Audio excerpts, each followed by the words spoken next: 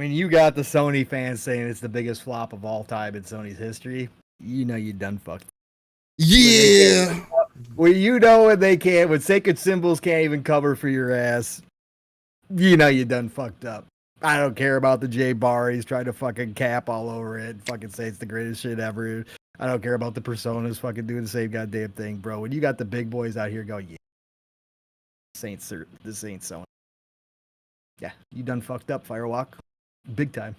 I mean, we're live. I mean, I know Vandal was trying to be a little sneaky with the talk, but Concord definitely deserves the smoke. I mean, again, I seen people, there was one post that was made this week where people are like, oh, it's just popular to shit on games, and this is the problem with gamers today, and they don't give things a chance, and I was listening to Forte and Slow Mo talk about like what pulls people into games. They were talking about character design and everything, if that's an important piece of something that brings you into games. And I was just sitting back thinking about it. And again, I've brought this point here before, and it's like character design is the number one thing that you look at to pull you into the game, bro. Like, I don't care what anybody else says. Oh, I just care. Like the people that are out here and like who go into this diatribe of, oh, I don't care, I just want the game to be good. Oh, it doesn't. No, like, look, I hear you. It doesn't matter. You shouldn't care about certain things, but I'm not playing a lame ass character. But it matters everywhere fucking else, Steel. Yeah. In movies, Hollywood hires good-looking people. Not all of them, just like in gaming. Like we talk about, not every character has to be good. If it's a grounded, normal game that's set in a setting where you're going to have normal-looking people, that's fine. But who the fuck goes to movies to watch ugly people play superheroes? Nobody. Yeah, nobody. If it wouldn't have been, who goes to the movies to watch ugly people play top secret super spy agents? Yeah, nobody. Come on, bro. It doesn't make any sense how people think that like games are going to be different than any other form of entertainment. That's why a lot of people, in fact, there's a lot of actors out there, both male and female, who the only reason why they get movies and are in Hollywood is because of their fucking looks. Their acting sucks shit. Yeah. But they draw people in because of their sex appeal. Why is this so incredibly weird for gamers to have the same thing just because the characters are animated? Again, it's art. That's not any different, bro. Like, art's been sexy for a long ass time, man. Like, again, not everybody and not every game has to be that way. That's not what that's not the point. It's just in the superhero type games, when you are playing a power fantasy type game, which is a lot of video games, then yes, I want to play peak human form. And peak human form does kind of have a standardized beauty system set up. And I don't care about you arguing whether or not society created that. I know what I like to look at, and most people do. Now there's all types of variations in there. There's all sorts of stuff. Yeah, I say it all the time. Like, I like it, but I like little pants. You know what I'm saying? Right. I like it, but I like options. Right. Like Monster Hunter, for an example. Monster Hunter came out as of recent from the event and everything, and said that you're going to be able to wear outfits from male or female. That's going to be an option now. It's been one of the number one requested things that across the board. So people get both flavors. It's like allow people, allow that expressive freedom and allow creativity and allow and it's just. But JB, you're absolutely correct. Again, yes, you can still make a great game for sure. But to deny the fact that people do play, a lot of gamers do play with characters they find attractive. Or if cool. You go to character creator or cool. Or cool. Again, it does. When I say attract, I just mean that in all some people, the word. Handsome, beautiful, cool, whatever. Been finding people so stuck on the fact that if the character doesn't have the fat ass and titties and look this way, and it's like, no, that's not what the point is. The point is which I understand where you're coming from. The attractiveness is it's everything. It's the cool factor. Interesting, got good story, all that. A super athletic person that is gorgeous too. Like it doesn't matter. But yes, JB, it still is a part of the game because you are one of those characters, generally speaking, in a video game And yes, if I'm going to be playing that video game for hours, if I have the choice, I would much rather be playing a good-looking character. Now, has it always been like every game that's come out that I thought was great had good-looking characters? No. My God, look at old Bethesda RPGs. You could barely tell what they look like, and they look like freaking freaks sometimes, right? Yeah. That doesn't matter. You're right. At the end of the day, a good game does matter. But for certain genres and a certain styles of games where characters are your central focus, that is still important. Again, not every single one has to be a supermodel, or not every single one has to be some freaking crazy cool character, or whatever you want to say, right? Not every single one does. But you gotta have something beyond just plain normal looking average Joe characters that are supposed to be superheroes that you're supposed to go around and kick ass with. Like, that doesn't make sense to the human brain. Yeah. Like, it just doesn't. Again, no offense, but even if me myself was in a video game, I wouldn't be looking at myself going, yeah, he's gonna go kick some ass today. No. Yeah, I'm not built that way. I mean, like, who the fuck's this dude? I mean, again, not every game is set up that way. There's lots of games that are down to earth, that are grounded, that makes much more sense if it's common, normal people in there. But again, this purposefully, and it is purposeful at this point, uglifying characters, uglifying actors that you have scanned into the game so that the modern quote unquote audience. Yeah, I agree. I absolutely hate that. I'll agree with some of that, especially with what I've seen from Star Wars Outlaws this week. As I was hoping that it would be more in line with how the actual, because the actor for the character is fucking solid, bro. She is solid. Why did you have to make these changes to make her look more alien-fied? Or there's not more human or good-looking characters in Star Wars all of a sudden? Like, what is happening? Anyways. Along with all the other things, but. Fuck. It's going to be an ongoing discussion. Always. Again, like I said, it's not always, again, I don't want hentai in all my games. Like, most people aren't asking for ridiculousness, right? Yeah. It's not like that. And again, everybody just goes straight to the horny. And again, it's hypocritical to me. It's weird how parts of this community can get horny about certain things like bestiality and Baldur's Gate 3, and that's cool, and that's hip, and journalists will write articles about it. It's funny, and it's great. But other people, again, First Descendant comes out, oh, you guys are just a bunch of horny bastards. Stellar Blade comes out, you bunch of horny gamers. Bro, again, sex sells. We're all human beings. Most of us have sex drives. Not everybody does, but most of us have sex drives. Yeah.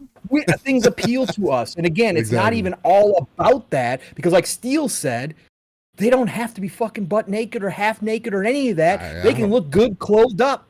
Like, they can look great clothed up, and they just got to fit the role that we're playing in the video game. That's all I'm asking for. And don't uglify their fucking faces just because you think the actor happens to be too handsome or too beautiful, and it's not going to appeal to modern audiences because maybe you're thinking about, that's that standard that society is setting upon people. Get the fuck over yourselves, all right? Make the game with the people. Again, they don't do it in Hollywood, right? They put unless it's purposeful, unless it's a part of the role where you got to uglify somebody. We've seen that before. Yeah, of course. Most of the time, they enhance the beauty of people in movies and make them look even better than they do normal, because that's part of the reason why people go watch them. Yeah. It is. It's the fact of life, and it's no different for animated characters.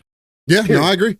I 100% agree. I mean, and again, I know this is a random tangent conversation that we're having to start the show, but again, like, it's just, I've heard more of this conversation this week as well. People are just trying to figure out what's going on with Concord. It's just going to be just an ongoing conversation. If you're not familiar with what we do here, we're a non-console centric platform. This is Living Split Screen. OBS did crash, so I had to start a new stream, but you guys are here. You're locked in. You're ready to get in and get into some of these gaming topics in here. I'm amped up as well. Just got off a fresh work day, I should say.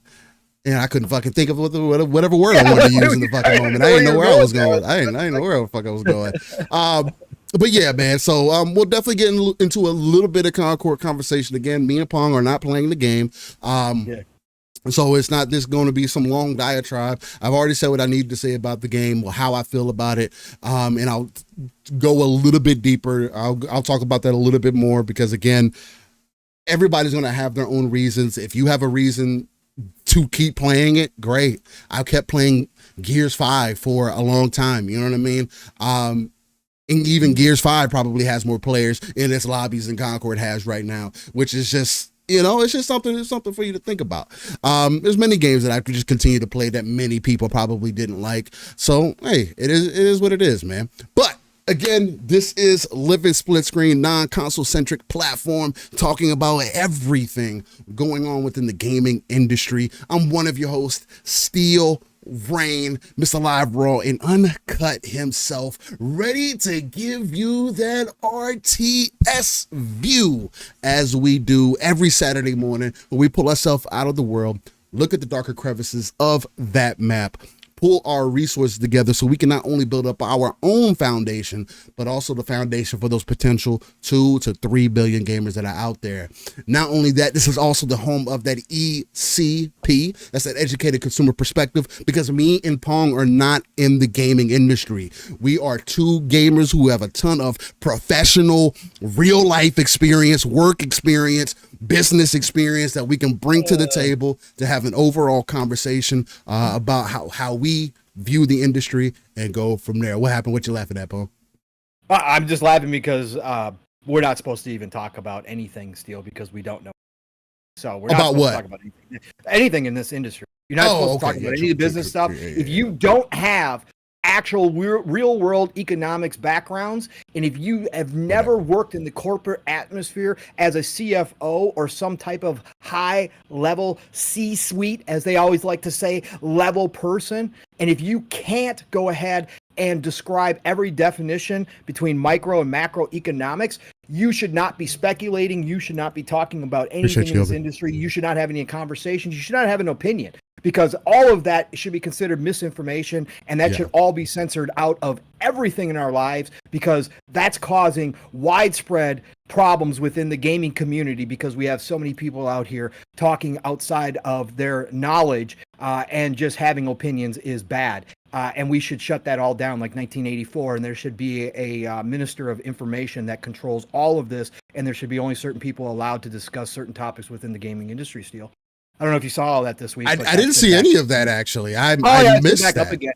I missed all of that. High level functioning people in this community, those big brain people out here, once again, trying to gatekeep, just simply having opinions, having fun, having speculation, talking about things.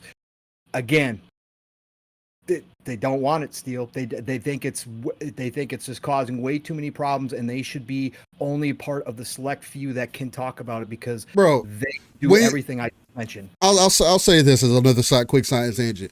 Hey, when y'all start in y'all first hour of your show talking about games, maybe I'll start hearing what you got to say, because I really don't value your opinion with all these people who say that they play all these things out here. They enjoy the hobby that they're in. This is one of their passions. They love what they love this shit, and then sit here and fucking argue all day in an online space about nothing. Literally fucking nothing. You're not playing games together. You're not trying to play games together. You're not hosting community nights. You're not trying to make things better. No, the only thing that you're trying to do is figure out who has achievements, who has trophies, who is this and who is that, although none of y'all are fucking pro gamers. And again, 100% cap for Concord. and look, again, if you enjoy whatever you enjoy, then great. I am not going.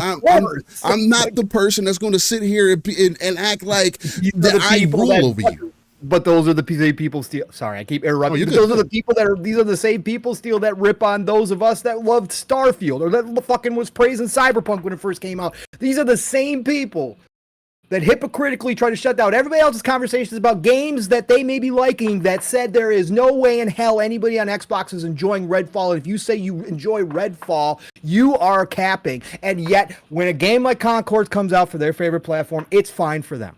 It's fine for them to sit here and say it's one of the greatest shooters of all time, and I'm not fucking joking about that, folks. No, I'm not joking. If you're telling me that Concord is one of the best shooters, you clearly did not play fucking Destiny, and that is what pisses me the most off about Concord, which, again, I'm not going to get into an entire diatribe about because I've talked about that shit multiple times here. Yes. Right? So it's like, that's what pisses me the most off. That is exactly what I've always said, too. The sports analogy works. Nobody can talk about football unless you've actually played every position on the field and you've coached it and you've been a GM and you've been an owner in the NFL. You can't talk about pro football. You can't speculate about pro football, even though that's a fucking massive industry unto itself. You can't do any of that. Sorry, Steve. No, you good. Fahim came in. He says, "Okay, I'm confused. What's happening?" Fahim, we were getting on some side tangents here. We started off talking about just a little bit about beauty and characters and stuff. It's just some of the ongoing conversations that we have been seeing in the community. And Paul was telling me about some of the people who feel like that we, as certain people, shouldn't speak on certain aspects of the industry unless they are directly a part of certain things or experience certain things. So again, I don't interact with a lot of that stuff on a day-to-day basis. I know people had somebody be like, "Yo, Steele, when you gonna host your spaces?" I don't do that, bro. Like, the time that people spend doing spaces and stuff, and maybe I should, but at the same time, like, I would rather play whatever the fuck game I'm going to play. Like, I would rather, like, if we want to chop it up, let's get into a party and play something. Like, I'm not about to sit here and go back and forth with you about nothing. I'm not your homie. We didn't become friends. I don't want to be your friend. Like, if that's not the direction that we're going, then we don't need to go any direction. So it's like, I can literally care less about people who want to try to police gaming conversation. Again, it's the biggest part of the reason why I put this is a gaming conversationalist podcast, point blank period. We talk about modern things that are happening in gaming currently on a week-to-week basis. This is a conversationalist podcast. This is not we're not breaking all the different numbers down. We like to play armchair CEO every now and then, but outside of that, of course. It is, it is what it is. Yeah, but again, what happens, Steele, too, if you don't like it, don't tune in. Don't listen. I don't think our voices are for everybody. I don't have that in me. Like, I just tune it out, mute us, but fucking don't listen. Like, again, I don't know why. But honestly, Steele, they were saying that even by stating that you are just expressing opinion when talking about this stuff, that still doesn't make it. That you are still spreading using the propaganda that is currently used elsewhere in media to try to cancel people's voices out in any other subject, politics, whatever, religion, doesn't matter. This misinformation shit that they've been spreading nonstop, and they always use that. These same people are trying to use that within the gaming community. It's the dumbest fucking. I can't stand. And I know people when they go to podcasts and stuff, they're like, "Oh, why are you guys talking about community stuff?" Again, this is why me and Pong joined the community, right? Me and Pong met each other through the community, right? So obviously, at least in our belief, there are good apples in the community. There's good people that we fuck with. You know what I'm saying? Jesus, you know what I'm saying? We got people in here that don't agree with us on a weekly basis. And we still love y'all because you guys are good people. That's all it's about, is being good people. Exactly. Passionate about this game. And even I have come on here and said, hey, there are shows that I listen to because I like varying opinions, right? Sure. I don't like listening to, but I will listen to for varying opinions because they are some of the more known faces in the space, and I want to hear what the angle that they're coming from. Now, do I tend to get a headache sometimes with the angles that they take and whatnot? Sure, but at the same time, that is their opinion. They're valid to have those opinions. They can feel however they want to feel. I may disagree, but are you playing COD with me? No. Are you playing Gundam with me? No. Are you going to be playing Space Marine with me? Probably not. If we haven't played together at this point, we're probably not going to play together in the future. And if that's not going to be the case, or if we want to make it personal, if we're not talking about catching bodies or 1v1ing each other, that's what I come from. And that's the furthest it's going to go as far as gaming shit goes, because beyond that, it becomes something much more different. And not everybody is either built for that or needs to go everything to that level, right? And Vandal, he says, I solely listen to Cole Eastwood. Hey man, you listen to whoever you feel is best, man. Now it's not not everything's for me, but hey, it is what it is.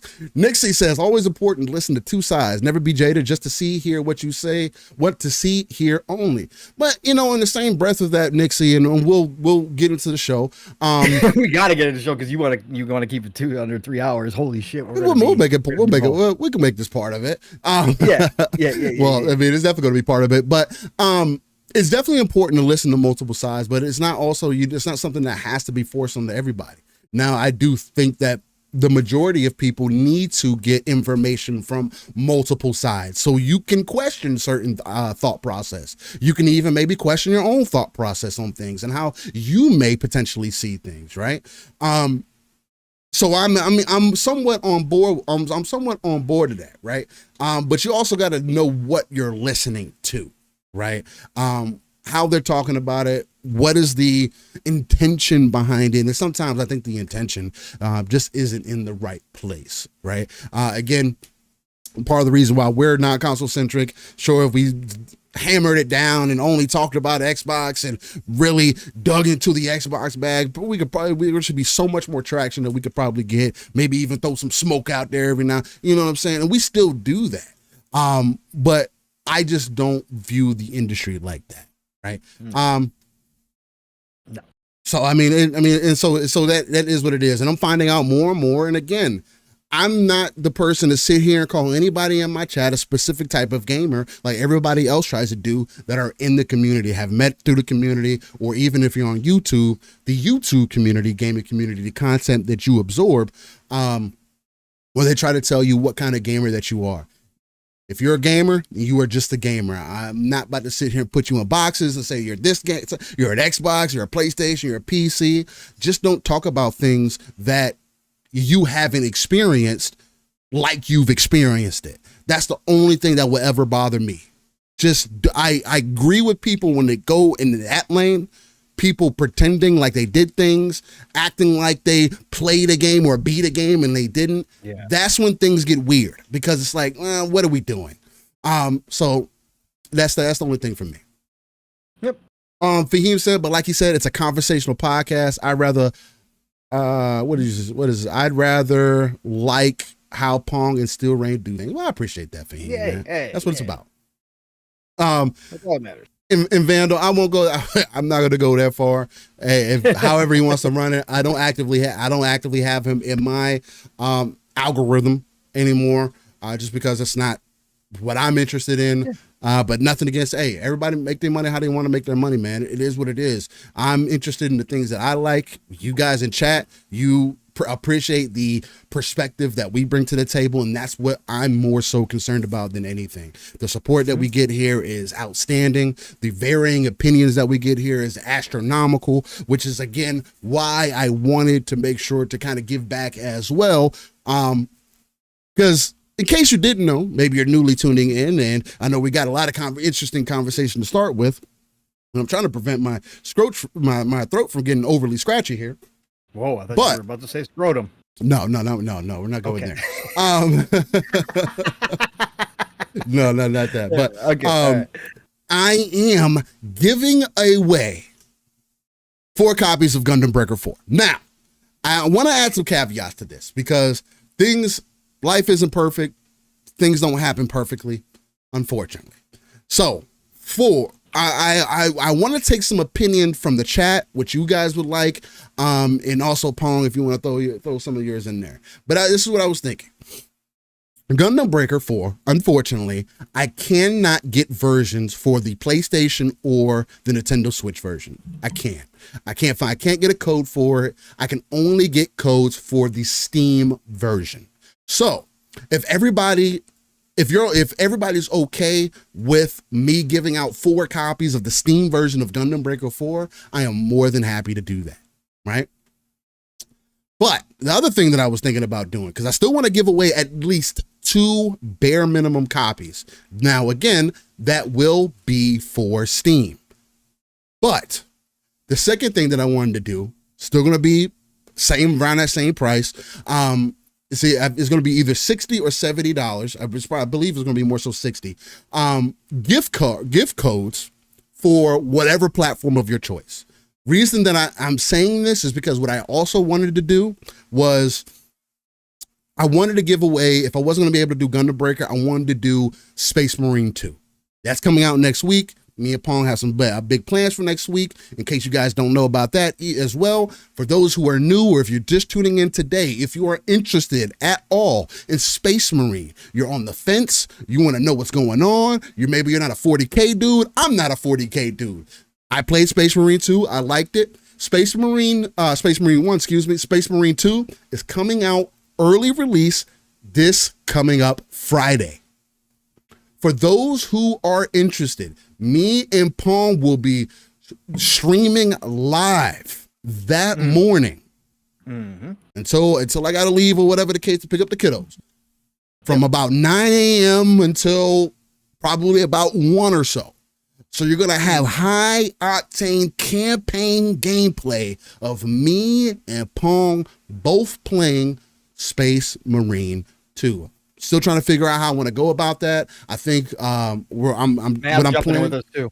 Okay, Mav's going to be there as well. Fantastic. Yep. So what you already locked in. So what I may end up doing, depending, is I don't know how well Discord handles things like that. I think Discord only does one at a time. I'm not completely sure, but depending on how things go, it may only be from my perspective, or if Mav ends up streaming, I may bring his perspective in as well. We'll figure things out. I'll change things on the fly if I need to. I'll set up a few different things if I can.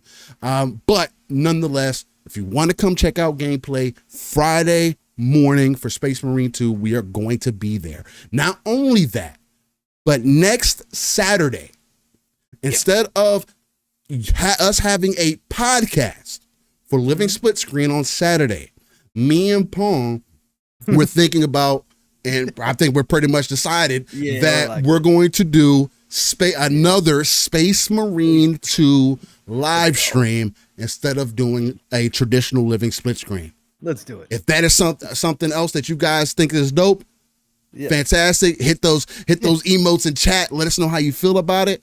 But I wanted to lay those things out for anybody that may be interested. Again, Space Marine 2 is going to be hype. I'm super hype about the PvP as well. I know those 2 days we're probably going to do a lot more campaign, if anything, if we can get through the campaign. Special ops, Spec Ops and Spec Ops as well, right? Yeah, depending on what timing is like, or maybe we're waiting on somebody to get back or whatever the case, so we can continue that progression. Because I don't think the main story, we'll end up seeing, I know the main story for the first game was about 8 hours long.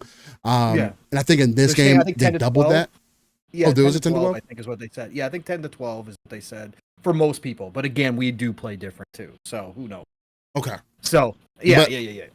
But yeah. Either way, 2 days, Space Marine 2, head to head, back to back. Tune in to here. I'll put up this live streams and everything this week for those who want to kind of get prepped for it, put your notes in, whatever the case may be. And again, if we do end up jumping into PvP, it's 6-man PvP. So chat, y'all want to get involved, y'all end up finding out, you end up liking it, boom, we'll be able to get locked in. Except there's no crossplay. That was a very disappointing thing to hear this week. I am becoming more and more disappointed in this separation because of the gamers feeling like, again, PC does have an advantage doing mouse and keyboard. And I can get if they felt like the balance wasn't there or whatever the case between mouse and keyboard and control. But we're going to bring it back to options. Crossplay should be a fucking option. You should be able to toggle it on or off and be able to decide who you will or will not play with. And Nixie, they're doing crossplay. It just won't be for PvP. For PvP, correct. Yeah. Which is also weird for me. Spec Ops campaign, you're good. But which is still weird because, okay, so you're allowing PvP, you're allowing crossplay for PvE content. So how do you separate it for PvP? Because obviously it's implemented. You're just disabling it for one part of your game? Nah, that's weird. I would rather you give me the option so that, hey, if I got people that don't want to play on PC, they're playing on console, I can make a suggestion and be like, hey, turn off crossplay, you're good to go. If you do want to play crossplay, hey, you're going to be playing with me, or you're playing with somebody that you feel have some confidence in, you feel like you're going to win some decent games, you can turn it back on and open up that player pool. Only reason I say that is because, again, you're separating out your player bases, and that is just, it has been proven not to be a good idea, right? I know it's becoming a conversation again in Black Ops 6, which is playing for you guys in the background. I got about 2.5 hours, I believe, maybe more so 2 hours of Black Ops 6 beta gameplay for you guys playing in the background. It's just my live, raw, and uncut gameplay. Hey, now don't judge me too hard because I got off of work and I was trying to play Black Ops 6 at a decent level. Not only that, but I am slightly obsessed with the Omni movement. I find myself like fucking diving to places and not like paying attention to where I was at and jumping off the map. Like I did that so many fucking times. Like I caught myself kind of like almost getting frustrated about it. I was like, this shit is so like because I was fighting somebody and I got up because I do the crouch thing, right? Crouch, get up, move around. You know what I'm saying? Yeah. Yep. So I got up and I was walking back and I tapped back and I guess I held B for a little too long and he fucking jumped back and I fucking jumped off the map. I was like, yo, this fucking game is stupid. I was like, it should almost have me fucking frustrated. But I was like, no, I just gotta get used to it. It feels good. I just gotta get used to it. And then people are putting their controller builds and stuff out there now. So people can get familiar with it and find out what's best. High level fucking play. There's gonna be skill gaps galore with this. Oh yeah. It's gonna be all over the place. Yo, I don't know if you saw my post, I played one game last night yeah. before bed. I had to see, I had to first of all make sure it was, up and running, that I had downloaded everything correctly. So I just fired it up. And I'm like, well, let's get one match in. I just got to see, right? And I actually played the pool map here, the house map. I forget the name of it. Skyline, right? Yeah, Skyline. Something like that. So anyway, so I fired it at, I peaked already, Steel. I peaked 20-10 my first round. And I got a match saving triple kill where they all just fucking lined up for me perfectly. Damn, you did better than me in my first game. Yeah, 2010, bro. But that's it. That's my peak. That's what I posted this morning. I'm like, this is so on brand for my fucking Call of Duty life that I peak in my first game in the beta, and I'll never see this 2.0 again. I don't know, man. I had to post a video. Well, I don't know. We'll end up seeing with how this game is feeling. This is definitely again. I feel like I said this about Modern Warfare 3, but Black Ops 6 just feels like, and I hadn't even used the SMG yet. I was using everything but the SMG. Yeah, just because I'm more of an AR kind of dude most cases on whatever I could throw on there. But yeah, I hadn't even played with the SMG, but I was really liking the time to kill. Felt good. Everything just felt, it just feels solid overall, man. Like, it's crazy. The maps feel really good. So that's the other thing that's fucking super dope to see, because they may end up bringing back some older maps, but I think their focus really, from what I've heard and seen at least, has been new maps. Is to see the map designs be as they are now. Again, I know even Jasper mentioned it last night when I heard y'all talk about it, kind of more of the 3-lane approach. But even between that, giving you more angles, right? So yeah, man. But I was almost at a point where I was like, last night when I got done with this play session, I was like, all right, I'm convinced I don't need to play any more of the beta. But then my brother called me. He was like, hey, what we doing this weekend? I was like, well, I'm working. He was like, well, what about Monday? How long is the beta going on for? I was like, well, what, you try to play? He was like, yeah, we can jump in, you can play whatever, man. I was like, all right, but I guess we're gonna get some beta time, man. So, nice. Yeah, man, it's just, it feels like classic Black Ops in a way. It reminds me of Black Ops 2 in a lot of ways, but different. And I like that. I like what the Omni movement's bringing. Feels a lot. It feels the same but different. Like going from Modern Warfare 3 into this one, it's like, okay, yeah, this is Call of Duty. It's similar. You're shooting, you're getting used to it, and then it's kind of intuitive. It is intuitive. Like, it is intuitive. In a way, once you realize what you can do after going through like the training, and again, I wasn't doing it a whole lot in my first match because I was like more focused on just trying to feel the guns out and kind of get used to it. But again, it kind of, the training is useful. How they got it. Once you get the click down, like just going backwards, hitting the sprint button, and then hitting B to dive backwards, and then you can roll in midair with your right stick as you normally kind of would try to do, even when you used to play back in the day and they didn't have it, because you'd always be looking to try to aim where you saw the person last, right? When you were diving out of the way. So, but now it just works. Now you can actually aim while you're diving. Like, it's just, it is kind of intuitive. And again, I could see people getting really good at this shit, though. Not me, but I can see people getting really good at this shit. Hey, I've seen some of the bigger streamers too getting their boots smoked. They're like, who is this random dude fucking doing this crazy shit, bro? He's he's dancing around me, bro. Like, what's going on? So I found that funny as well. And again, to JB's point in the chat, he says Game Pass might hit 40 million with COD releases.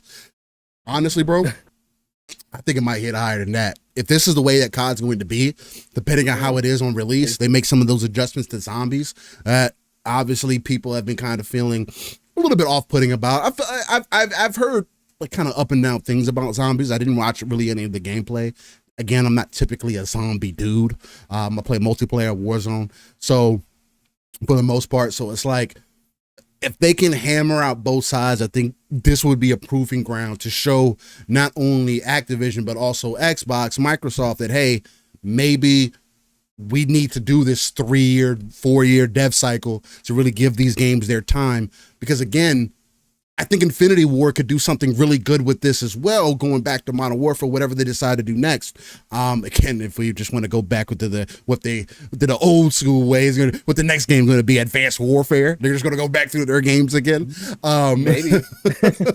That's what it seems like, because you've already did all the Modern Warfares, unless you decide to do Modern Warfare 4 or whatever the case.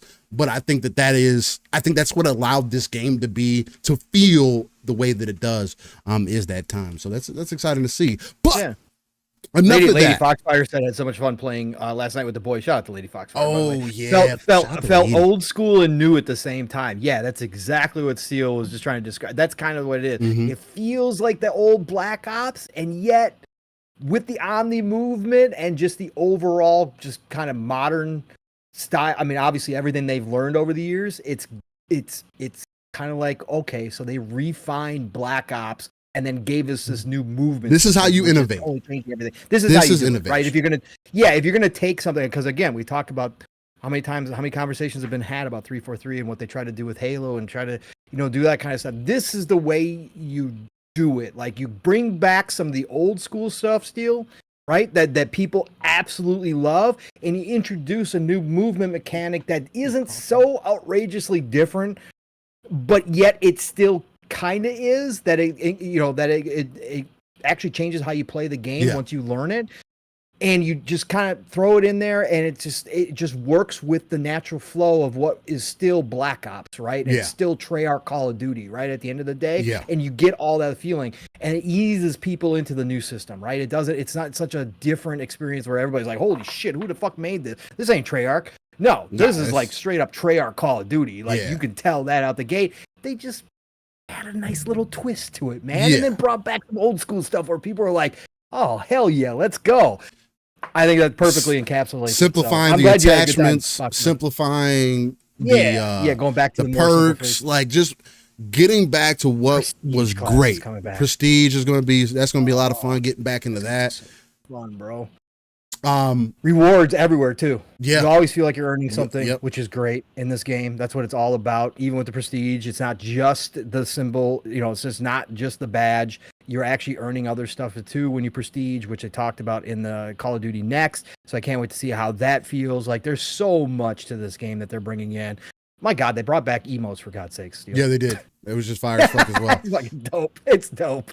And Kumi says also the prone block shit would get me in trouble in older CODs. Now that is a thing of 100%. I noticed that for the first time yesterday when I was laying on the floor, where I was in a corner, and typically like it would say, because I like to get up and off the floor and move around, and I try to be agile. That shit gets me fucked up sometimes, I ain't gonna lie. But nonetheless, I started to say moving, and it was just I was noticing that I was able to do things that I felt like should have already existed, but I'm not having to think about what I'm doing as much. I'm noticing, like yesterday in my gameplay, I might see it here.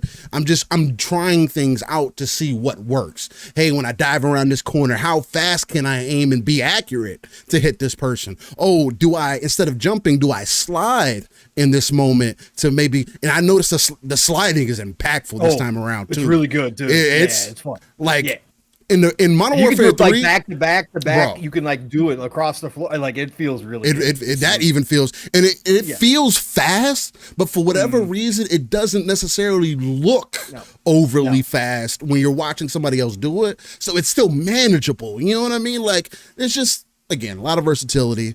I'm excited to see what Black Ops is going to end up bringing to the community, to gamers, man. So it's really dope. Yeah, no, Wilfrey, I did not leave Ultimate last night to go play the beta. I actually left Ultimate because I had to get ready for bed. Like I was saying, you probably missed it earlier. So I got all my shit ready. I had to get ready because I had to go to bed. I had to get up this morning, get to the gym and all that good stuff. And my Friday nights are just getting busier and busier. I got a bunch of shit I got to get done. So no, I got all that stuff done, got ready. And then I was like, well, I got to make sure that I got everything downloaded in the beta right. So I popped on the beta, played one match. Literally one match last night, and then I shut it down. So, no, I did not leave Ultimate to go play the beta. Even though I was upset that I didn't get home early enough to play the beta yesterday, I did not do that. I played one match before bed. Let's make that clear. So, shut up. Let's get this out of the way, too, real quick. Let's get these out of the way real before we forget, too, Steele, because we are rolling right now. Go ahead, because I was going to introduce you. I was going to remind people about the giveaway, and then I was going to introduce you. That's fine. Let's everybody knows who you are, but. Yeah. Let's get all this stuff out of the way. We'll get into it. So we had one earlier. First of all, go ahead. Yeah, MF Great. That's right. Attention, ladies and gentlemen. The MF Great came through earlier with a nice little bag of coal. That's right. An easy layup. That's right. It was a 5 bomb. Thanks to MF Great. Added another car to the Splitters hype train this Saturday morning. That's right. We got up to a Mach 2.5 to start the show. Thanks to the MF Great choo-choo motherfucker keeping us ad-free in 2024. Hashtag no beans around these parts. We ain't slanging no coffee. Thanks to all you cool kids out here. And that's right. The cool kids, your goal never changes. It's always 69 on Living Split Screen. That's right. So thank you, MF Great. Appreciate you. And then we had Lady Foxfire. Speaking of Lady Foxfire, she's been a member for 6 months. Shout out to the lady for 6 months. Horde of Wars. Let's go. Says, hey, everyone, let's hit that like button. Thank you, Ms. Foxfire, because we don't do the business side much around here, right? We do this fun stuff. This goofy stuff that we take advantage of, but we don't tell everybody to hit the like button all the time. So please, everybody, if you can, it does help us out. So thank you for that, Lady Foxfire. Appreciate you. And then the Ghost Fixter. Again, we don't discriminate around these parts. He bought himself a single ticket to the Splitters hype train. That's right. Ghost Fixter said, I see all these people on board. I want to be on the train too. So he got us up to a nice Mach 2.75 on a Saturday morning with that single ticket, that little fadeaway jumper from the corner. Gotta love it. Nothing but net for the Ghost Fixter. Choo-choo, motherfucker. Choo-choo. What do we got? We got the legendary Yobi. The one and only Yobi, of course. He could not be left out of the fun. The legend comes on through. He says, oh, Steel and Pong, I got you a bag of coal, too. We got to add another car. There's not enough people aboard the Splitters hype train. He came through on the court with the easy 5 finger roll, the easy 5 bomb. That's right, the one and only Yobi getting us up to a nice. Well, we're going to give him a little bonus extra credit for all this nicety this morning. So we're at a Mach 3.5. That's right. We got to a Mach 3.5 early on a Saturday morning. Thanks to the one and only Yobi. Choo-choo, motherfuckers. Don't forget, the goal is still 69. Always and forever 69, ladies and gentlemen. So I am going to fully introduce Paul, let him talk about some of the things that he's been playing, if anything, this week, although we touched on little things for sure. Yeah. But, again, for everybody that's interested, I think that's what I'm gonna do. Well, again, I'll probably end up putting. Are you gonna give options, or are you just gonna? I might put up a poll, but chat. I want you guys to let me know what you think. I'm either gonna do 2 guaranteed copies of Gundam Breaker 4 for Steam. I can't do it for any other platform because I can't get keys for any other platform. So 2 copies of Gundam Breaker 4 for Steam.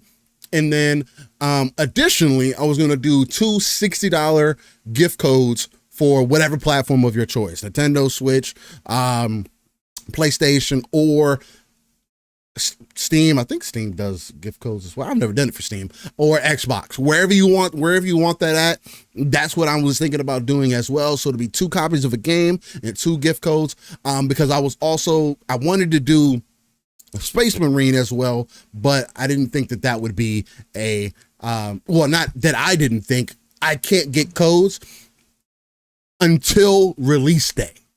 So right. If you guys are cool waiting until Monday to get codes from me, great. You better get in my DMs and be ready. If not, I'd rather you just have the money up front so you can use that money for Space Marine, or you can just use it for whatever you want to do. But Pong, I have to pass it off to you because not only are you the uncanny gentleman, but Decado dropped off a dumb bag, bro. He dropped off a stupid bag of coal. What is going on, Decado? What are you doing, bro? I'm about to take Decado out back, man. Me and him have to square up, man. That's a whole lot of First Descendant skins, Decado. That is.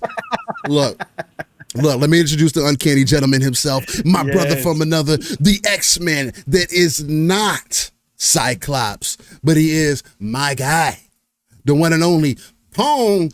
So, what's going on, brother? You gonna show some love to Decado this morning? I am. Attention, ladies and gentlemen, and attention aboard the Splitters hype train. I need you all, including those new folks that were just added by all the generous donations of coal around here earlier. I need you all to pay attention, and I need you to buckle up, okay? I need you to get those 4-point harnesses strapped down. And in fact, at this point, with what Decado just did, we headed to space, folks. So the space suits are going to be passed out by the flight attendants as we go around because we are leaving this planet, everybody. That's right. This was not necessarily gifted memberships, but because of the amount, we have enough to activate the hyperdrive today. That's right. Attention, ladies and gentlemen. We have gone beyond Mach 20. We are now in light speed 2. Okay, we are at light speed 2 today on a living split screen early Saturday morning because the one and only Decado, the very generous Decado, came on through and he dropped a nuke on the planet and said, you guys need to get to space. We need to head to orbit. We need to look towards Jupiter. We need to look towards Pluto, and we need to head in that direction because the tracks ain't good enough for this hype train anymore. We are now the space train. That's right, the Decado with a $220 freaking nuke all over us. We have closed and shuttered all windows, all exits. We are now unstoppable, officially a rocket ship, ladies and gentlemen. The hype train has turned into the hype rocket on a Saturday morning, thanks to the one and only Decado. But don't think your goal just got hit, because it didn't. It's still 69, everybody, to keep us head-free in 2024. Hashtag no beans. But the Decado did an amazing thing. Decado, brother, choo-choo, choo-choo, choo-choo, motherfucker. That's right, the one and only Decado. Thank you, brother, again. Y'all, that's astronomical, man. It's just the concept of that is even beyond me. It's a Yobi's point. He wants to make sure I clarify. He said, "Let them know it's slang for sometimes kindness can be too real, so we offer to fight on some joking shit." No, that's 100% Yobi. That's some Florida shit. That's definitely clear. I don't want to box your ears off for real, Decado. I highly appreciate your kindness, man, and any moment that we can give back is special for me because again. As two guys, I'm pretty sure I can say this for Pong as well. He can get a little deeper into it because it is his intro. But for two guys who came together to start a show, just to talk about games that we enjoyed, built off from the community, a bond that was built off from the community where it started, and just to see where things are now. Again, for it being almost 4 years into it, if that, or at that, and. It's been nothing short of amazing to me for you guys to be here on a week-to-week basis, no matter what the numbers are, man. The fact that we have an audience of people who are willing to listen to how we chop up about things, that appreciate how we approach the industry, is super dope to me. How we look at gaming and things, it's fucking just it's fantastical to me. I never would have imagined. This is things that I wish I would have been able to do 20 years ago, man. This I would have loved to be in this space, and being able to do it now with somebody that I truly appreciate, love, and really fuck with, man. It's heartfelt. The same thing for y'all in the chat. It's extremely heartfelt. And here's the, many more, and just the growth for the future, man. So much love. Exactly. We're going to keep going. We are going to keep going. We're going to keep rocking out here. But your time, again, the time is the most valuable thing. All this extra is just cherry on top when you guys come in here, and it doesn't matter. The most important thing is all of you. And again, this is every single one of you, whether you lurk, whether you listen to us in the future, after we post it, after Steel posts it, I should say, because Steel does all the work. After Steel posts it, it doesn't matter. You are already giving us your most valuable thing, which is time, because none of us get that back ever. And again, some of you are younger, so you still have that feeling like, oh, I got a lot of time left in me. Some of us older folks, we're starting to hear that clock tick, and it's getting quite loud for a lot of us, because we see people that don't get to live as long as we do, and that's time, right? Everything we just decide to do, including listen to podcasts, is that valuable commodity that only we have limited amounts of, and we don't even know how limited that is. So thank you all for being here. Thank you for all the extra stuff. Again, like Steele said, each and every week coming out here, we love you all, and nothing but respect for everybody. Absolutely everybody that shows any of us love across all of our channels. We love you. Love this community. Thank you so much for all of that. And I had to laugh because, of course, Lore Master Jasper is in the chat today. And Lore Master showed up on Xbox Ultimate last night looking like a rock last night. I wrote a chat. That man looking diesel, bro. You getting your workouts. I can tell. Bro, he getting force-fed, man. It's freaking amazing. I love it. But he showed up in the chat still. And, of course, anybody who doesn't know, obviously Lore Master is doing space, right? And he said that they are now tracking a object at light speed, Steel, which would be our hype train. Hey, so they picked it up on radar. Hey, hopefully you give us a pass. We're just trying to come by. We got a boatload of people with us. Hopefully you don't mind I don't know what the emissions are in space, but we're burning coal. We're burning coal. Yeah, don't launch anything after we're gone. We're gone. we leave in orbit. So anyways, love you all, man. But yeah, no, Steel, thanks for the intro. Glad to be back on another Living Split Screen. We've already started the show. Already having great discussions as we always do from week to week. But I haven't gotten to play as much this week. Again, my schedule is what it is, so it's real life. Like I said last night, when I make a decision to do something, I do it, man. I can procrastinate with the best of them, and I do. Actually, I'm probably in the 1% of procrastinators, but man, when I set my mind to something, I go do it. So I have been setting my schedule pretty rigid and keeping to it and making sure. So a game time is sacrificed during the week, but it is what it is. But this week, Steel, I actually, of course, jumped into Age of Mythology Retold because that launched. You guys know my love for Age of Mythology Retold. I bought the upgrade path, so I played the beta. I came here and told you about the beta. I thought it was really well done, but I did say there was some issues that were kind of weird to me, considering how, polished Empires 2 Definitive Edition and Age 4 is. But again, it is a different game and obviously a different time, and they're trying to keep the core there. So they've got to overcome some of the old issues from Age of Mythology, which were unique to Age of Mythology across the different games. And so that's going to come into play as well when you're doing dev work and you're trying to bring a game up to speed in this modern day versus what it was 15 years ago, whatever it's been. So but anyways, I got the full release this week because it's early, because I had done the upgrade path, so I got to play that, and I've been playing that, and my god, they definitely did work. They definitely took the feedback from the community that did play the beta. I told you guys that too. They were listening. They had a bunch of different places where people could post and talk about different issues they're coming across. A lot of the issues, not all, but a lot of the issues that I was seeing, especially some of the major stuff like the pathing, the AI pathing that was having issues, they've cleaned it up. Now, is it perfect? No. There's still some little things here and there, but they definitely cleaned up a lot of it. But overall, again, this is another addition to the RTS genre that, of course, I love so much.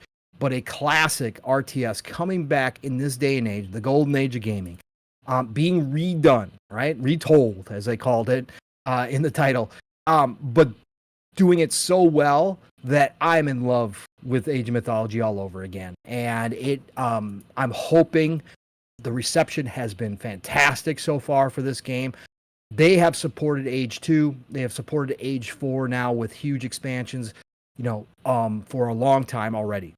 I'm hoping the same for Age of Mythology, because basically you have unlimited. Like I was saying last night, you can go to mythologies across the globe, bring in all new gods, creatures, everything. Like they can continue to expand out Age of Mythology forever. Like they got so much content just sitting out there waiting. I hope this is that type of game where they see people continuously come back to it. It is worth it.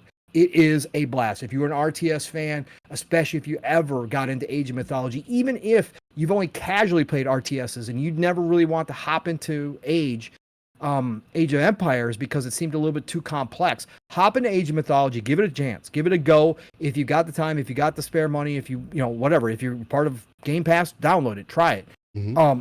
It's worth it, I think, because it is a more, again, I said it last night, arcade-ish feeling. Okay. Age, just because you are playing with mythology. You're playing with creatures. You're controlling sea creatures and Medusas, and all sorts of freaking things that we learned about in school. And you've got godlike powers that you can call down on your enemies. Like, yes, it's still Age at its core, but it's not like Age Empires. There's so much more flexibility. There's so much fun to have within this game. Just because you are playing with these mythological situations, and it is just so awesome building out a army based around these different creatures and these gods. And again, when you level up, when you go to a new age in Age of Mythology, for anybody who doesn't know, you pick one main god. Let's say Zeus, right? Zeus is one of the main gods. You pick a main god, but every time you level up in an age, then you get to pick a secondary god. You have your choice between two at every age, depending on which is your main god. Right.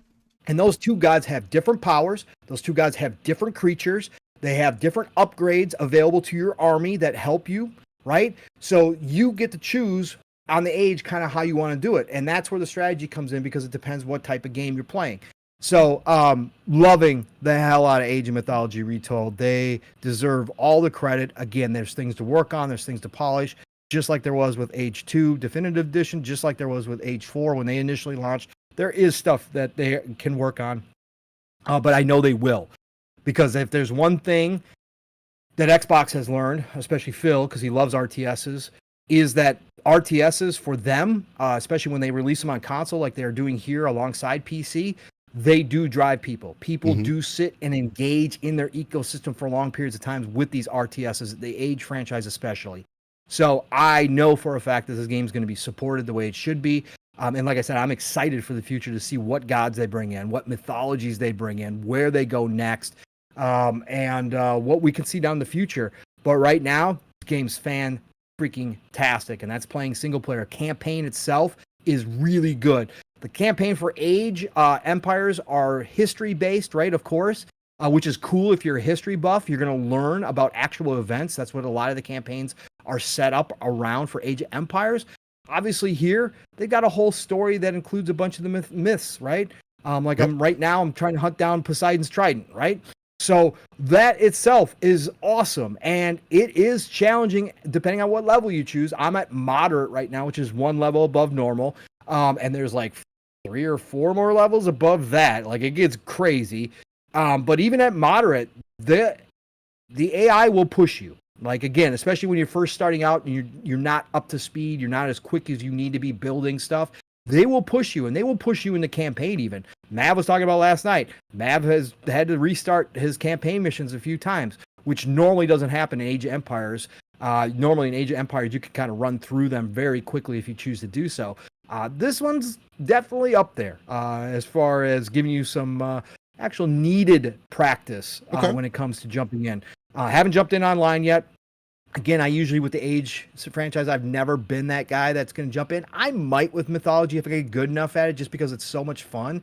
And it's different than, again, Age of Empires it's just a different atmosphere. It's a different feel. I might jump in this one and see how people play online, if I can feel like I can be competitive there. Okay. Otherwise, I'm just having a great time fighting against the AI. Maps are well done. Again, the graphics that they've redone all the character models. They did a nice job. All the character models look cool. You can zoom in really close to the battlefield and get the details, and they look great. Again, the cities look great. The buildings look great. Everything is up to speed with where it should be. It's a unique artistic design too. It's not the same as Age of Empires, which is more grounded in reality. This is definitely, again, because it's mythology, they're leaning into the fun factor, bright colors, all that kind of stuff. You can see it. It pops on the screen. So, yeah, that's been most of my week, Steel.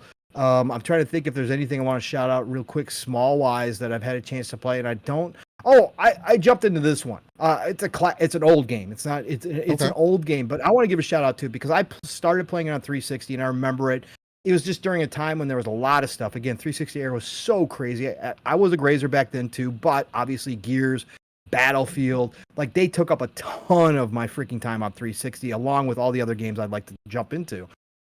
So I tried this one, but I jumped back into it because it was on key sale for like $2. Again, I'm picking up old shit. I don't care. I just throw it in my Steam library. I don't give a shit. And the best part is these old games, they play completely different on PC nowadays, right? So you got a modern PC. Like some of these games hold up really well because you can turn everything up to the highest max that they had back then, and it actually still looks pretty good. So I picked up Remember Me.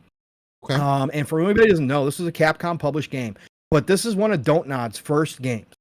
So it is narrative driven game, but this is one of their first games, but it's set in a futuristic cyberpunk type world where you have the ability, people have the abilities to manipulate memories, and you happen to be one of the character you play. She happens to be one that can actually go in and change people's memories, which is a huge power to have. And they actually capture her, and then they delete her memory and make her work for the corporate, right? The corporation, the one that's taken over the world. They make her work for them, and she eventually gets broken out by her parts of her old crew, right? And then she starts to remember who she is, and then it's of course, classic tale of let's go take down this big corporation, this big evil corporation that's running the world, right? Because they're harming people and they're damaging people and doing all this stuff. Yeah. So it becomes like kind of a revenge scenario, but it's Don't Nod, right? And this is classic Don't Nod way back in the day, but the writing and the character development is still top notch. Again, I remembered it from the 360 era. I know I didn't play it for very long during the 360 era, but I remembered it and I always wanted to go back to it. I popped that sucker on the PC. It looks great. It still plays great. Yes. Is it aged? Of course it has. But the Don't Nod narrative, right? Again, the writing, the acting, that's all there. This is actually a franchise. When I started playing it, Steel, and I started going through it, and I'm like, fuck, Don't Nod. You got to make a call to Capcom and see if they want to go back to this or give you the rights to the IP back. I can imagine what they could do with it nowadays. Yeah. In this day and age, especially with how much Don't Nod has learned to go back to this franchise. I think they got something here. And again, because they don't do a whole lot of futuristic stuff. They do mystical stuff, and obviously they do different things. But this one definitely being set in that cyberpunk type world, it is so cool. And it's cool going in and manipulating the memories and stuff, and how you manipulate the memories. And it's kind of a puzzle system that they've got in there because you can manipulate different things, but if you don't do them in the right order, it won't give you the desired outcome. So you got to figure out the right pattern and how you're going to manipulate certain items in the memories to change the entire, what that person remembers as what happened there, which alters them in the real world then and how they react to you. It's super cool, man. There's a lot of that stuff in it. A lot of platform, a lot of cool old classics, 360 style game, but just a really cool to go back again and play it and to see that it holds up still to this day. So that was the other one I'll shout out this week. That's fire. Yeah. Well, you definitely been into quite a bit more than I have, fortunately or unfortunately, depending on how you want to look at that. Black Myth Wukong has still been the main subject. It's part of the reason I haven't jumped into Gundam Breaker 4 yet. I'm at the back. I'm on the back part of Black Myth Wukong. I feel like I'm towards the end, but I am trying to get pretty much everything that I can get unlocked in the game. So I'm just enjoying myself, man, taking it in for what it is. If I end up getting to it before I get to Gundam Breaker, before I get to Space Marine, we'll end up seeing, but I do anticipate it. So But Black Myth Wukong, that's been another conversation piece for the week, as there's been some up and down news about what the possibilities could be and why it did not end up releasing on Xbox. I know previously it was thought that it didn't release because of performance issues, right? Which sparked up the whole conversation about it immediately went to the Series S and it holding things back. I made a funny post this week on X that said, because PlayStation 5 Pro rumors had also kind of solidified themselves this week, we'll say, and people were using that as some evidence, like, oh man, see, PlayStation 5 Pro isn't going to have these issues. So that's been really interesting to see how people have kind of been playing that. Again, the game has its performance issues on PC as well.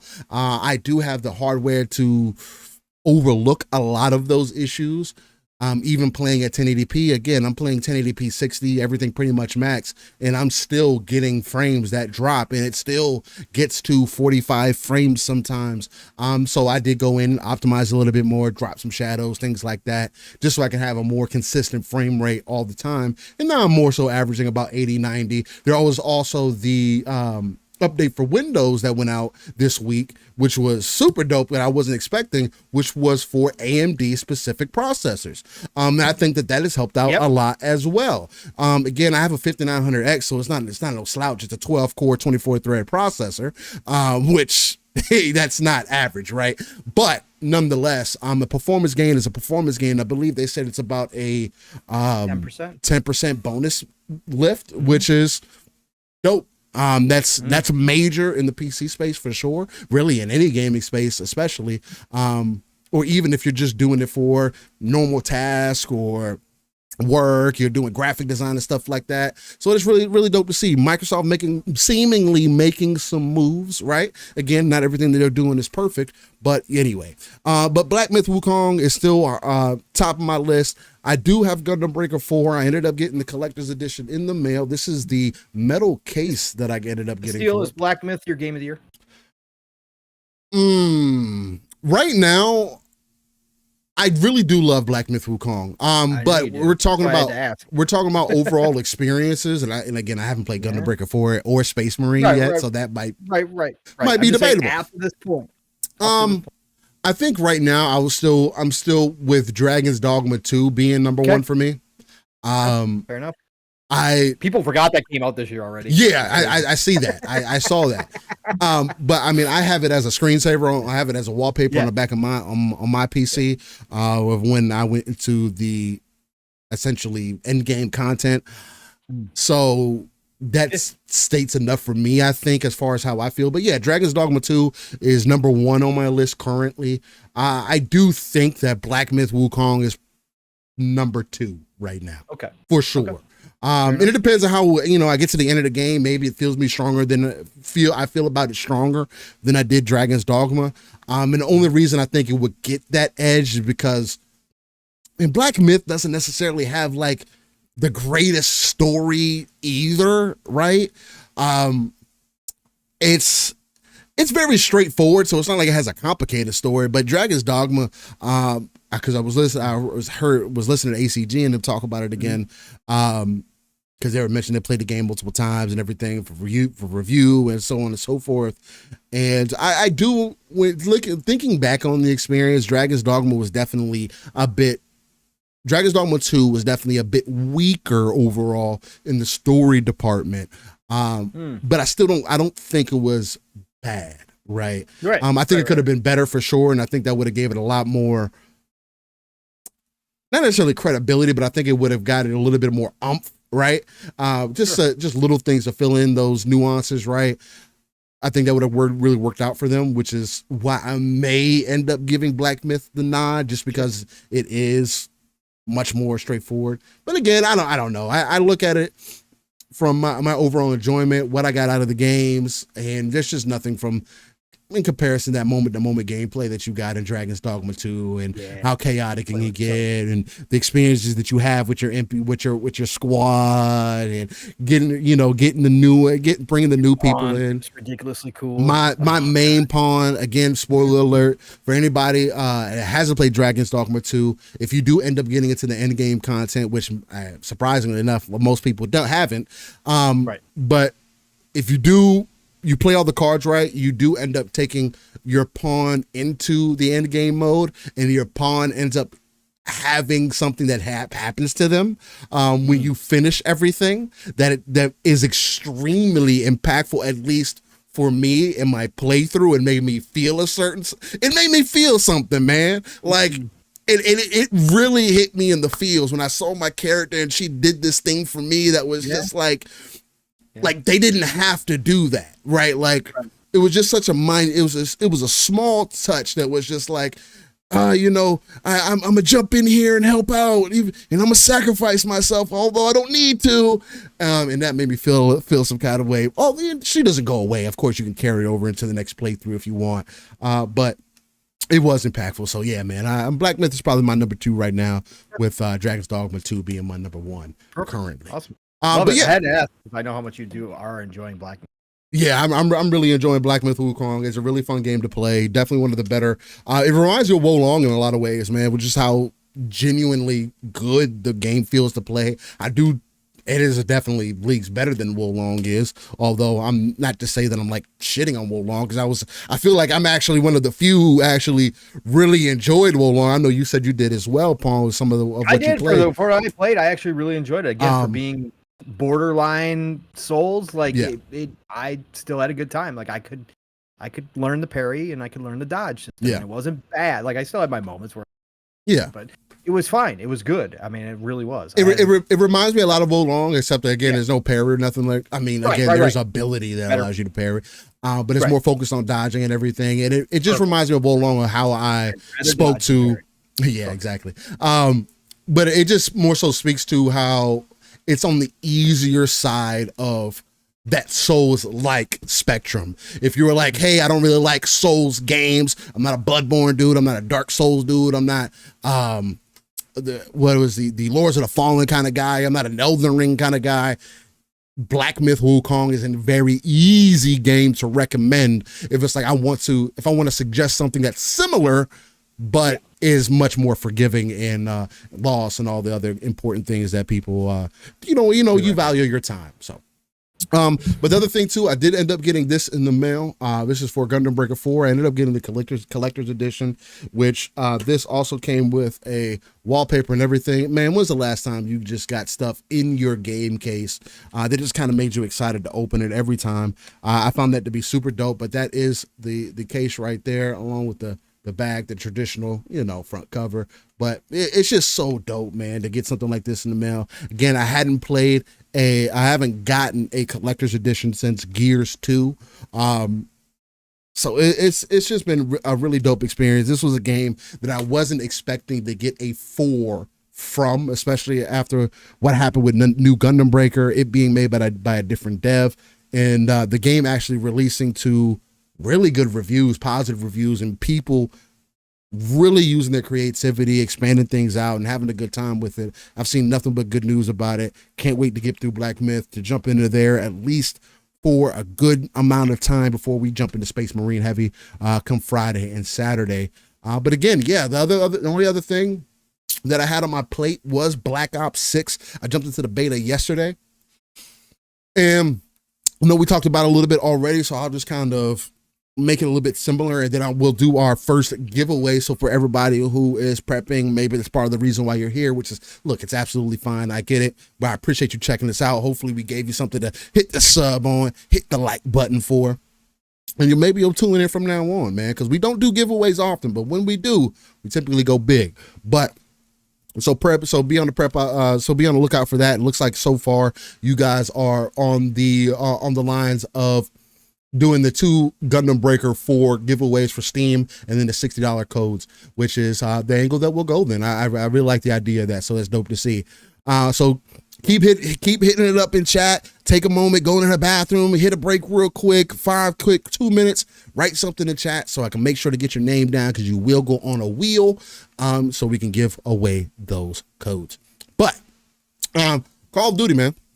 Call of Duty is, I know, again, I mentioned earlier, Modern Warfare 3, I said felt really good on the multiplayer side of things, felt better than ever. Sorry, but I have to say kind of the same things here as well.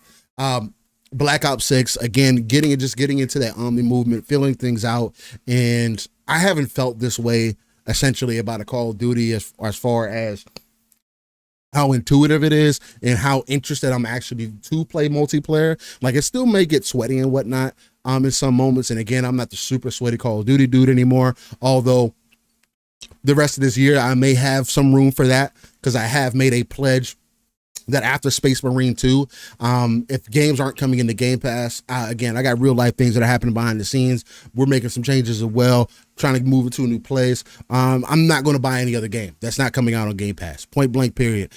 Sparking Zero is right around the corner as well. I may make an exception for that, but again, I also like to be somewhat realistic for myself, and it's still a fighter. At the end of the day, I really love Tekken 8 as well. I played a lot of it when it came out. You know, the first couple weeks I was on there extremely heavy, but again, it's a fighter, and the type of games that I like to play.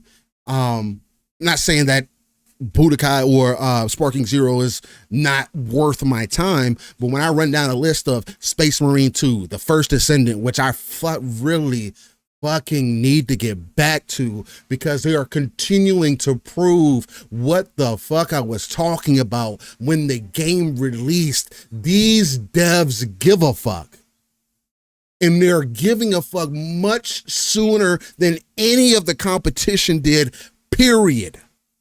And you know why? Because they're actually getting the attention, they're getting the traction, they are making their game. It is exciting to see. It makes me want to jump back in. And you know what they did to Ajax? They gave him a fucking dope ass fucking evolution skin. How hard is this concept of cool characters in a game? And Ajax is not a naked chick. Wow, guys, what a fucking Marvel concept. They've actually got really cool dudes in that game. They got really cool character models. Bro, it's like, it goes back to the point where we were talking about earlier. It's not just one side, it's both sides. When you do certain things, it's extremely appealing to me, right? That's how you get me, and that's how you keep me consistent. That's how you keep me interested in your game, man. Showing me that you care, showing me that there's more levels to what you're trying to create here and bring to the table and continue to evolve. So it's really dope to see that they're continuously being creative. I really love to see it. Sniper, bro. Haley looks, bro, with that sniper she pulls out, that dude. Bro, I was watching. Somebody already has a bill where they're 2 and 3 tapping a boss. Yeah, I saw that. You reposted that. It was like 14 million damage. Bro, she pulls that sniper out. That shit looks so badass. And it reminds me of Iron Man and fucking Marvel in the Marvel vs. Capcom, where he fucking pulls out repulsor beam cannon. She literally is like, that shit looks so fucking fire, bro. Lights up. Oh my god, it's so fucking cool. It is so badass. I want to play her. I really want to play her really bad. But again, when I go down the list, and it's like First Ascendant, Space Marine 2, which is going to hopefully, as long as the PvP it holds up well, is going to carry me. Gundam Breaker 4, right? That's in my rotation. It's just, there's just so Black Ops 6. I'm definitely going to be giving that some time for sure for the rest of this year. But again, and then when you implement real life along with the things that we're going to get in Game Pass, again, I don't have to worry about really anything else, man. Everything else can wait.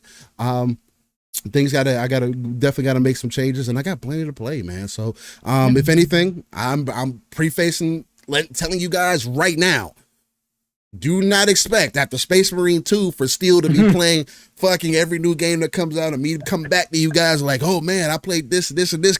Nah, I'm probably going to be talking about the same fucking games. So just be on the lookout for that. And I may end up doing a lot of content for them. So that might be the sacrifice that I end up kind of making. And for the sacrifice of getting more games, I might just do more content, stream more Space Marine 2, The First Descendant, Gundam Breaker 4 especially. I know I want to do some things for that because there's not a lot of content out there for it, and not a lot of people talking about it that aren't, no hate to nobody, man, but aren't necessarily like lame or sound weird or like, I don't know, they just come across strange. So I kind of want to try my hat at it and see how I do with making a little bit of content for Gundam Breaker 4. So that'd be dope, bro. I'd love to see it. And again, more on a game like that, especially with somebody who loves it as much as you, it comes across and it's different. So I think it would be totally awesome. So this is kind of what I've been thinking, but yeah, that's been the majority of what I've been getting into. I'm excited to get back into the Black Ops 6 beta at some point, whether it's tomorrow morning or whether it's Monday or whatever it ends up being, for at least another session or two. Because again, I'm already convinced. I don't need to be sold anymore. I almost uninstalled it yesterday because I was like, yeah, I don't need to play anymore. I'm good. I want to play this day one. And it's dope as fuck that this is coming. It's in Game Pass, like, and it was almost seamless to like understand how to download it. It wasn't difficult. I didn't have to jump through a bunch of hoops. They also allow you to install only the pieces that you want. What's crazy is I thought I was gonna have to do all this through BattleNet. Like they were going to connect, like make you connect your Xbox account through BattleNet and kind of do it that way. No. So what ended up happening is I uninstalled Call of Duty completely from my BattleNet launcher on PC and downloaded it through the Xbox app. So, okay. And I didn't have any issues. Again, I know people don't like the Xbox app on PC and everything. I have very rare issues with it, right? And the one time in 7 years, I mean, the couple times in 7 years where I've had download issues, but for the most part, it was pretty goddamn seamless, man. My account pulled over. I still have my name. Shout out to Teddy Nakedgrass. I play on Teddy Pendergrass. So shout out to my guy. But and shout out to everybody who knows the Naked story if you've been here for a while. But yeah, man. So that's been pretty much my week. But let's start off with something exciting, ladies and gentlemen. Let's see who's in chat. Go ahead, Paul. I gotta say this still first. And get some names down. I was supposed to be playing Star Wars Outlaws. Oh, true. So true. Yeah. You did say you were going to jump in. What ended up happening? Yeah. Well, I think most people have seen my post. So Ubisoft has screwed up my account yet again, and I told you that in the DMs. Still hasn't been fixed. It is literally a 2-minute fix. If I could talk to somebody fucking live. Yeah, I can't stand this about customer service nowadays. I can't. I don't care. Listen, Amazon is massive, and yet I can still at least contact somebody live through a chat. Yeah, right? I can at least connect with somebody. You can actually request a callback so that somebody calls you back still. A company like Ubisoft, I don't care how much cost cutting you got to do. Your customer service should never be fucking cut. Microsoft's the same thing. Yes. That's what made them so great fucking back. Back in the day. Love that shit. Right. Compared to Sony. Sony sucks ass. So this should be a 2-minute fix. I am now going on, well, let's see, I started this on Monday. Okay? So we are going on 6 days. All right? I'm not going to go through the whole drill because we do need to get in this show. But I just want to say, Ubisoft is getting to the point where I'm getting frustrated enough where I'm going to say, fuck all Ubisoft. And I'm not going to do this shit anymore with them. I signed up for their premium. I am currently... I paid my first month for Ubisoft Plus Premium. I can't use it because their system changed my email address, which they corrected. Remember, still I had that problem like last year or whatever it was. You said they fixed it last year. They got all my accounts linked because I had a legacy account. That's the problem. I've been with Ubisoft. I've had an account with Ubisoft for like 13 years, 14 years. I had a legacy account. And then I had an alternate account because for some reason I got locked out or something, but I wanted all my accounts in one, right? Because it's got all your games, it's got all your history, it's got everything there. Right. So they fixed all that. But their system, because I'm a legacy account, and they've admitted this, right, changed my email address to my old username. Not even an email address, right? So the email field has my old username in there. So that would be an invalid email address because it's not an email. It's just a username. It's at my old username. It's not even supposed to work. It doesn't make sense. I I can't put that physically into the field because it comes up invalid email address, right? I can't do it. Stupid. So I can't do shit. But literally all somebody's got to do is go in and just change that to my email address, which in fact on the account, has my old username, right? My old username is actually a part of my real email address. So all they got to do is add the @yahoo.com and everything will be fine.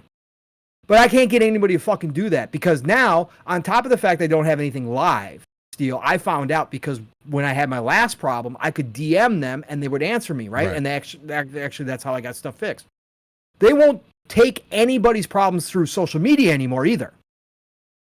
So, and then when I went into their help ticket, first things first, it asks you to log in to do a help ticket, right? Oh, yeah. I can't do that. Right? Well, I can't do that.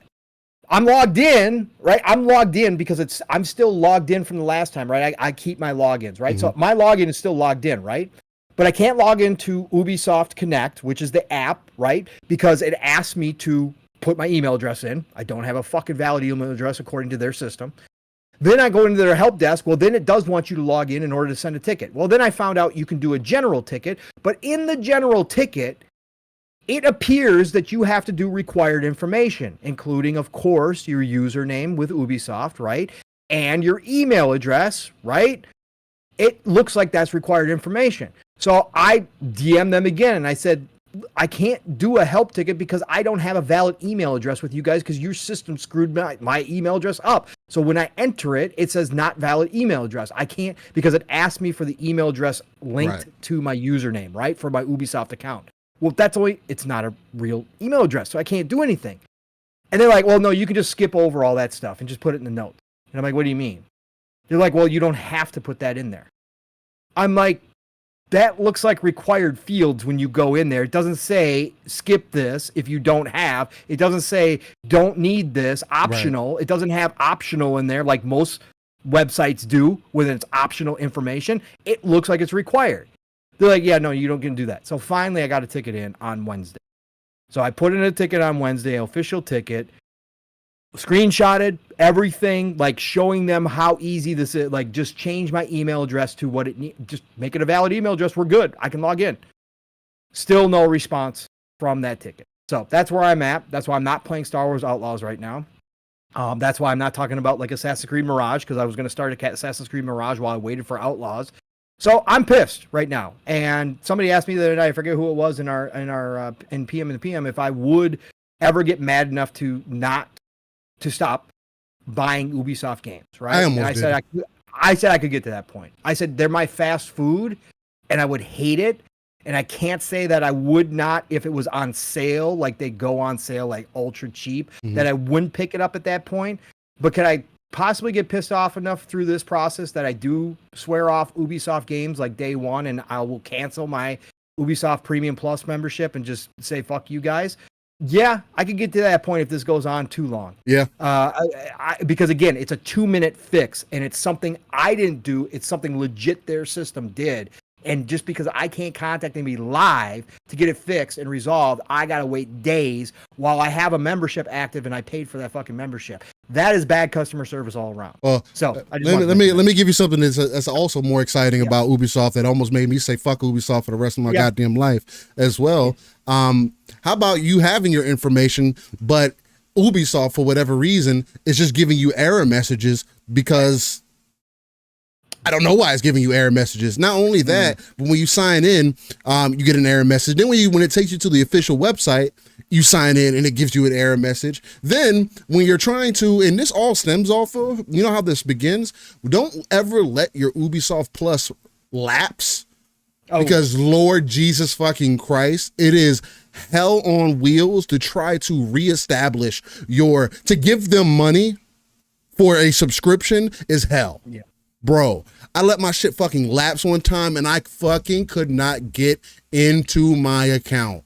I'm talking about it wouldn't let me sign in anytime, or when it did let me sign in, I go to the subscription page, it would take me to the subscription page, and then when I got to the subscription page, it would only take me to an Australian page, and then I would like refresh it, and then I would look it up, and people were like, "Oh yeah, you have to change it back to NA because for whatever reason it just does that sometimes." And it was like for 2 months this was happening, right? I had to do the fucking exact same thing. I had to send it a ticket. I was like, "Yo, it's telling me," because I would get error messages of it telling me that, "Oh, well, you need to sign up. You need to sign in with your account and from the location that you're using the account from." Bro, I'm signing in from fucking America. I live in America. I have never moved. I don't have a fucking a VPN on to throw the numbers off. Like, that's not what's happening here. Like, I haven't done anything. Oh, well, if I change it back to US though, it takes me right back to Australia. So guess what? I can't log into my fucking account because it says I'm not in the right area, although I live in fucking America. I'm like, hey, yo, Ubisoft, y'all need to fucking get it together. Y'all don't, if you don't want my money, just say that. But goddamn, what if I was trying to play a fucking game, man? Like, goddamn. Right. Give me an option. Bullshit. So stupid. Just stupid. Sorry, I didn't mean to derail us again, but yeah, we do got to get to this chat here too. Shut him out. Yeah, if you're ready, I will do the chat. Amazing chat. Again, love you all for being here. We got Mo Magic in the house. What's up, Mo Magic? Great to see you in here. We got the M-Gene in the house. What's going on, M-Gene? Always great to see you. We got Sanchez, MTZ Gaming in the house. What's going on, Sanchez? We got Game On Jesse. What is going on, Game On Jesse? Great to have you in here. We got Roadkill 8018. What is going on, Roadkill? We got Tubabu Kumi, of course, is in the house. What's up, Tubabu? Always great to have you. And, of course, the Lady Foxfire is still rocking out with us. Thank you so much, Lady Foxfire. Appreciate you being here. We got the Froggy T right in the house. What's up, Froggy? And, of course, we've got the one and only Dakato, who's still got his name up in lights up there, which is for his craziness that he did earlier. Who else we got? We got Ozzy Fan 80 in the house. Thank you for joining the show, Ozzy Fan. We got King Styles. What's going on, King Styles? I always love to see you here. Thank you for being a part of the show today. We got Stephen Cole in the house. What's up, Stephen Cole? Great to see you. We got AJH. What is going on, AGH? Great to see you joining us today. The one and only Nixie is in the house. Nixie, what is going on? It says, Pong, Ubisoft and EA have the same problem with email changes. The worst. Yeah. Oh, bro, absolutely. EA is terrible as well. I don't get it in 2024 why this is. I don't understand companies, bro. I just don't. You take away customer service, but then the one way I have to access is complete garbage. Why is all your shit wrong? Why do you fuck up everything when you're a tech company? Like, I don't get that. Yeah. Bro, it boggles my. Back from the dead's in the house. Is up back. He said he was 2 minutes behind, but now live. Hey, well, welcome to the future. Actually, welcome to the present. Back. Thank you for being here, brother. Nam Omar, of course, is in here. What's up, Nam? We got the MF Great in the house. What's up, MF Great? Says, I'm excited for Space Marine. I hope it hooks me. Man, again, outside of what we found out about the PvP, they're doing everything right. And again, their roadmap looks stellar still. Like it's stellar. They do need to push up Horde mode. The Horde should not take till the fourth patch or what. No, it shouldn't take that long. You got to bring that in sooner. Now, hopefully there's enough content, but it looks like it's pretty healthy, bro. And again, if this thing is selling well, I think they're gonna invest even more. They think they got a winner on their hands. Like I hope so. Really highly confident about this game. So I'm looking forward to it, man, for sure. God, you got some good gameplay going too, Steel. I keep noticing it. You were diving around and doing some I was just trying shit. Behind cover and shit, bro. I was just trying shit. Flying with the pistol out, bro. I was some John Wick shit, bro. Just trying, man. Some good shit, man. That's awesome. Geezer Primes in the house. What's going on, Geezer? We got the one and only, of course, legendary Yobi in the house. The legend. What's going on, legend? Great to see you in here. We got Lamont Shine in the house. Came in saying Lego. Thanks, Lamont, for dropping in here. Appreciate you, man. We got the one and only Joe Dunmore in the house. What's going on, Joe? Always great to see your name popping up, sir. Thank you for joining us on a Saturday. We got Mishi Miyagi in the house. What's up, Mishi? Always a pleasure to have you joining the show. We got the JB 1521. He said Dragon's Plague. Yeah, that was awesome when that started going around, man. I was not playing about that, bro. Once I got eyes of, once they start talking back to me, I'm going to throw your ass in the water. Throwing you off a cliff. You out of here. You gotta get out of here. You're not infecting my crew. Nah, I'm cool. AJH, I think I already shouted you out, but you get another one because I just saw you pop in here. AJH, great to see you as always. Who else? I'm scrolling up, see how far back I can go here. East Side Vandal, of course, gracing us with his presence today. Thank you, East Side, so much. Oh, Mr. Ego was in here. I didn't even notice, man. It's surprising. I'm surprised the whole chat just didn't disappear, and there was just one name in there. The one and only Infinite Umbra dropped on by. I don't know if he's still in here, but love you, Umbra. Great to see you, brother. Let's see who else we got in here. MBG dropped on by. Good to see you, MBG. You've been having some fun on your streams lately, I see. Again, loving what Sony's doing. The one and only Lore Master Jasper. What's going on, brother? Great to have you in here. We got the Ray Oid in the house. Yeah, Nix, that is a fact. He said human shielding in Black Ops 6 is pure cinema. Yeah, I can't wait till I pick up somebody and be like, oh, you like that, don't you?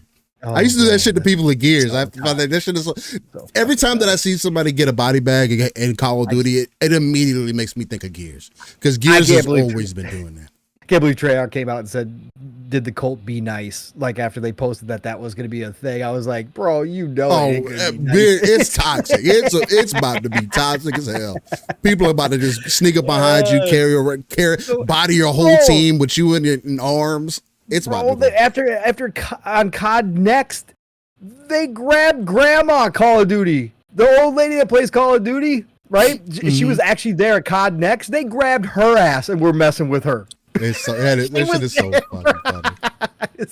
I like it. It's a little again. Oh my God. You gotta pull. You gotta get some ideas and pull from others, man. It's so crazy that it takes so long. Like you only see stuff like that in other single player games, Hitman, Splinter Cell, stuff like that. Mm-hmm. It just, why does it take so long for some of these other IPs to kind of pull some of these ideas out? Because when Gears was doing that back in the day, and it's still something that you could do. It was just one of the best things, like options that they give you to take in some damage and still be aggressive. It's just a good play to see, man. Shout out to Treyarch. Yeah. Shout out to Treyarch. Refudge Gaming, good to see you dropping in here. The Ray Oid is in the house. I couldn't remember if I shouted out right before we got in that conversation there, but Ray, great to see you. We got the Borbs 8203, of course, dropping in here like he does every Saturday. Thank you, Borbs. Appreciate you so much. Who else? We got the Dark Zone 25 in the house. What's going on, Dark Zone? We got the Ghost Fixture in here. What's going on, Ghost? Great to see you as always. Let's see here. Ghost Fixture said, I saw an article that said caught a rogue planet going like 1,000,000 miles per hour speed. Ooh, they captured another rogue planet somewhere. Oh, yeah. That's gonna be interesting when they start finding those rogue planets, man. When they start actually seeing them for the first time. A lot of people didn't believe they existed forever, but we know they're out there now. Xbox Gamer, what is going on? In fact, again, not to get off on space tangent, but just saw tech that they've developed, Steel, that how they're going to grab onto comets and stuff. They created this new tech. It's got these super, obviously extremely sharp, but also very strong hooks. They're almost like fishing hooks, and they got these claws. It's like what you see in space movies. They shoot it out, and it grabs onto the comet, and it has all these hooks that hook into the rock. And it keeps grabbing until they're all hooked in, and it's like so strong that they can pull it. They believe they're going to be able to pull them back. That would be fire. I mean, there's a lot of money to be made in that. Tons. There's a couple companies. I looked it up the other day out of the blue too, because I was thinking about that. I'm like, why haven't we heard about mining for a while? They need some space. There's already a few company startups out there that are got the plans, and they will make. SpaceX is doing it too. $1 trillion times past what it would be worth to do. There's comets out there worth stupid amount. Beyond trillions. Yeah, beyond trillions. Nah, we gotta be careful though. We don't need to be bringing symbiotes back and all. That's gonna happen anyways. Hey, they're in the icebergs right now anyway. Probably We're finding viruses that are fucking 4,000, 40,000 years old. That's always good. Well, anyway, just don't bring back the bubonic plague. Doesn't really matter. Let's just bring it back. Let's fucking. Fahim Scott, of course, is in here. What's up, Fahim? Xbox Gamer, great to see you in here. Who else we got in here? Hey, why y'all giving so much? Why is there so much slander for? Hey, that's what I'm talking about, Umber. Why is there so much slander for Halo going on in here? Look, look, I get it. 1,000. Like, I definitely get it. But again, what other IP do you know that can stand the test of time of 20 years and still have somewhat of a player base, right? Or have people that even care enough to be as upset as they are with Halo, man. I do think it is going to take certain affinity, or whatever. And I at this point, I do think that certain affinity is finalizing whatever they're doing with Halo, because I think it is, that's the UE5 project or something happened. Yeah.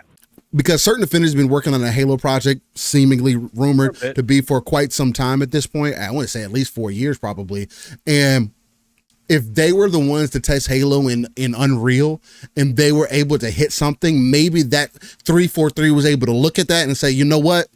That's the direction we need to go. If we're still going to do this whole contractor thing, which again, I still don't agree with, I think it's dumb as hell, but if you're going to do that, you need to bring in people who are going to be familiar with an engine that is usable. And I do think that they can make a Halo happen within Unreal. So if that's the choice is going to end up making. So. Yep. Did you see that? I don't know if it was real or not. Did you see the gameplay for Transformers Reactivate? Not recently. I saw the one like a couple months ago. I don't know if it was somebody maybe it was, but somebody threw out some gameplay for Transformers Reactivate. Now, it did look like War for Cybertron. And again, with Twitter compression and everything else, I couldn't really tell, because even those games back then looked good, and if you play them on PC, they look leagues better. So there's something to keep in mind. Yeah, I can't wait for that game. I can't wait to see, because again, it's based on Gen 1, so I'm all about Gen 1 Transformers. So if they keep that, we're good. I'm all in. So for sure. Who else I see jump in here real quick, and then we'll get on. Man, what a crazy show already. Game On Jesse. I see you jumping in here. What's going on, Game On Jesse? Thank you for dropping by today on a nice Saturday, joining us. Oh, and the brother from another, Psychonauts, on the front lines at the GameStop, jumped in here too. Psychonauts, what's going on, bro? Great to see you, Psychonauts. Thanks for being here, brother. All right. You gonna do a giveaway, or what are you gonna do? All right. Yep. They voted. We're doing a giveaway. We're doing 2 copies of Gundam Breaker for right now, and then later on, I'm going to do 2 $60 gift codes for whoever ends up winning. You're going to be able to choose what platform that you would like that on. Now, I'm going to be completely frank and honest with you guys. In order for you to win and to get the code, I have to be able to access you. This is I'm not about to go days at a time without being able to hit you up, right? I need to be able to access you. So, hey, look, I can take it how you want. You want to be accessed? Oh, I'm gonna get it. I'm a pro. Okay. I don't want to be accessed. Okay, my fault. Especially not by you. Okay, that's fair. That's fair. Yeah, that's fair. You don't have to be accessed. But no, I have to have a way to get in contact with you. I will put Living Split Screen's email in the chat when I do these giveaways, if you feel more comfortable doing it that way. But I do want to also say, one of the criteria for the giveaways was that you are following on Twitter. Yes. Right? Or otherwise known as X. So that is going to be the main way that I'm going to be looking forward to getting in contact with you, is to hit me up on Twitter, because at least then I can have receipt that you got it, that we're good to go, because I'm not about the finesse stuff. So just to keep everything as legitimate as possible. And so I can also make sure that the code works, because if it doesn't, I want to be able to make sure that I help you out in that aspect as well. So, all right, ladies and gentlemen, Decado says, still saying you will give me your access, and I like it. Wow. Whoa. Calorie, I see you jumping in here. The blue one's in the house too. What's going on? The blue. Oh, lady, you already on the list, Lady Foxfire. We definitely got you locked in. I'm just getting the last bit of names right now. I'm going to put everything up on a wheel, so you guys are going to be able to see that live on screen as well. Fahim, I don't have 19 inches to give anybody. Not 19. We go down, subtract a good $10 bill. We might be close, but we're not going to discuss that here. All right, let me make sure we get any other information in. AJH, The first giveaway is going to be 2 copies of Gundam Breaker 4 for Steam. Because unfortunately, I can't get codes to put them on PlayStation or Nintendo. I'm using CD keys and even my other site that I use to get those codes. I want to make sure that I'm still getting good codes, right? I don't play about that either. So something to keep in mind. So yeah, it's going to be only for Steam. Unfortunately, I wanted to be more in other places. I wanted to do for all different places, but that's why I'm also doing the additional two $60 giveaways in about another hour or so. So keep that in mind. All right, ladies and gentlemen, let's see. Looks like we got everybody in here ready and rolling. So we got some fresh names in here. All right. So here we go. Let me drop these names into my little thing right here. Pause. We're going to shuffle the names. And then we're going to, no, we're not going to do that. We had to make sure it worked, I guess. We are going to show stuff. Make it happen. Make it happen. PCMR time. Let's go. All right. Bravo. Careful. Under 10 inches. Whoa. All right. So, ladies and gentlemen. Got a 4-inch of rip gut. Jesus. Hey, Jesus fucking Christ, G. What is happening? What is happening in the chat? Bow Magic, 19 inches of gaming, huh? All right. Whoa. Yo, we got the Venom statue back in here again. Let's go. Yo, that shit was so fucking funny. I wanted to do it on all different places. Hey, see, next thing you're getting it right. All right. Hopefully you can see the wheel on screen now, ladies and gentlemen. I am going to begin the first spin right now. I'm not explaining gut ripping Xbox. Yeah, we're not going to do that. But we're real quick before I do spin the wheel. Let me make sure that, hey, you guys can see the wheel on screen as well. So let me know if I'm maybe possibly missing someone in chat. Other than that, I'm gonna give you about a bit quick 10-second countdown. 10, 9, 8. He said American Lube Fast. You did not put MBG in there, did you? Yeah, that's what his name is in the chat. That's not the real MBG. I know it's not. Did you put what's his face? Did you put Refudge in there too? Yeah. Oh, Jesus Christ. We don't even know who they are because they're not that on Twitter though. So I guess they can't win. Because that's one of the prerequisites. Yeah. If you win, you got to hit me up with the DMs. That'd be funny. You hit up the real MBG. Be like, that would be hilarious. That would be like, that would be hilarious. Fuck are you? No, you got to hit me up. So, yeah. All right. Well, 10 seconds is up, ladies and gentlemen. Ghost Fixter, we don't got you in there? Doesn't look like I do. Ghost Fixer's in there. Yeah, he is. I see him. Yep, I see him. He's right on top of Eastside Vandal. And right between. Whoa. It's a Ghost Fixer sandwich. Okay, yeah, I got him. He's on there. Vandal. Yeah. All right. Reforce and oh no, it's Alex have smoke. Understandably, Reforce says some funny shit. Again, I find that one of the most funniest things. All right. Ladies and gentlemen, here we go. 3, 2, 1. Who's going to be the first winner of the Gundam Breaker 4 giveaway? Y'all are sick. And it was Mishi Miyagi. Oh, Mishi. We do know that Mishi's got Steam. We know that for a fact. Mishi Miyagi, let me know in chat if you are here, one, which I saw what you said earlier. So 2, just say hello. If you can, just so you know that you did win, Mishi. Mishi Miyagi is the first one. And I will be Psychonauts in there? I can throw Psychonauts in there in this next one. Yeah, throw Psychonauts in there for the next one. He was late. He was late to the party and said, I think I did. Okay, no, he wasn't on there. Okay. All right. I just wanted to make sure I didn't double up. Yeah, exactly. All right. Oh, no, of course. Yeah. Mishi. Mishi. let me know if you got it. I can also, because I do believe that we're friends on Steam. So if anything, I can just send that directly to you. Or let me know, Mishi, if you just want to pass it on to the next person. You're also, hey, anybody who wins, you are also available to do that as well. Mishi said, let's fucking go. He wants the fucking code. So let's go. That's what I'm talking about. All right. Congrats, Mishi. Awesome to see you. Let me go ahead and shuffle this list one more time. All right, ladies and gentlemen, here we go for the second giveaway for Gundam Breaker 4 for Steam. Here we go.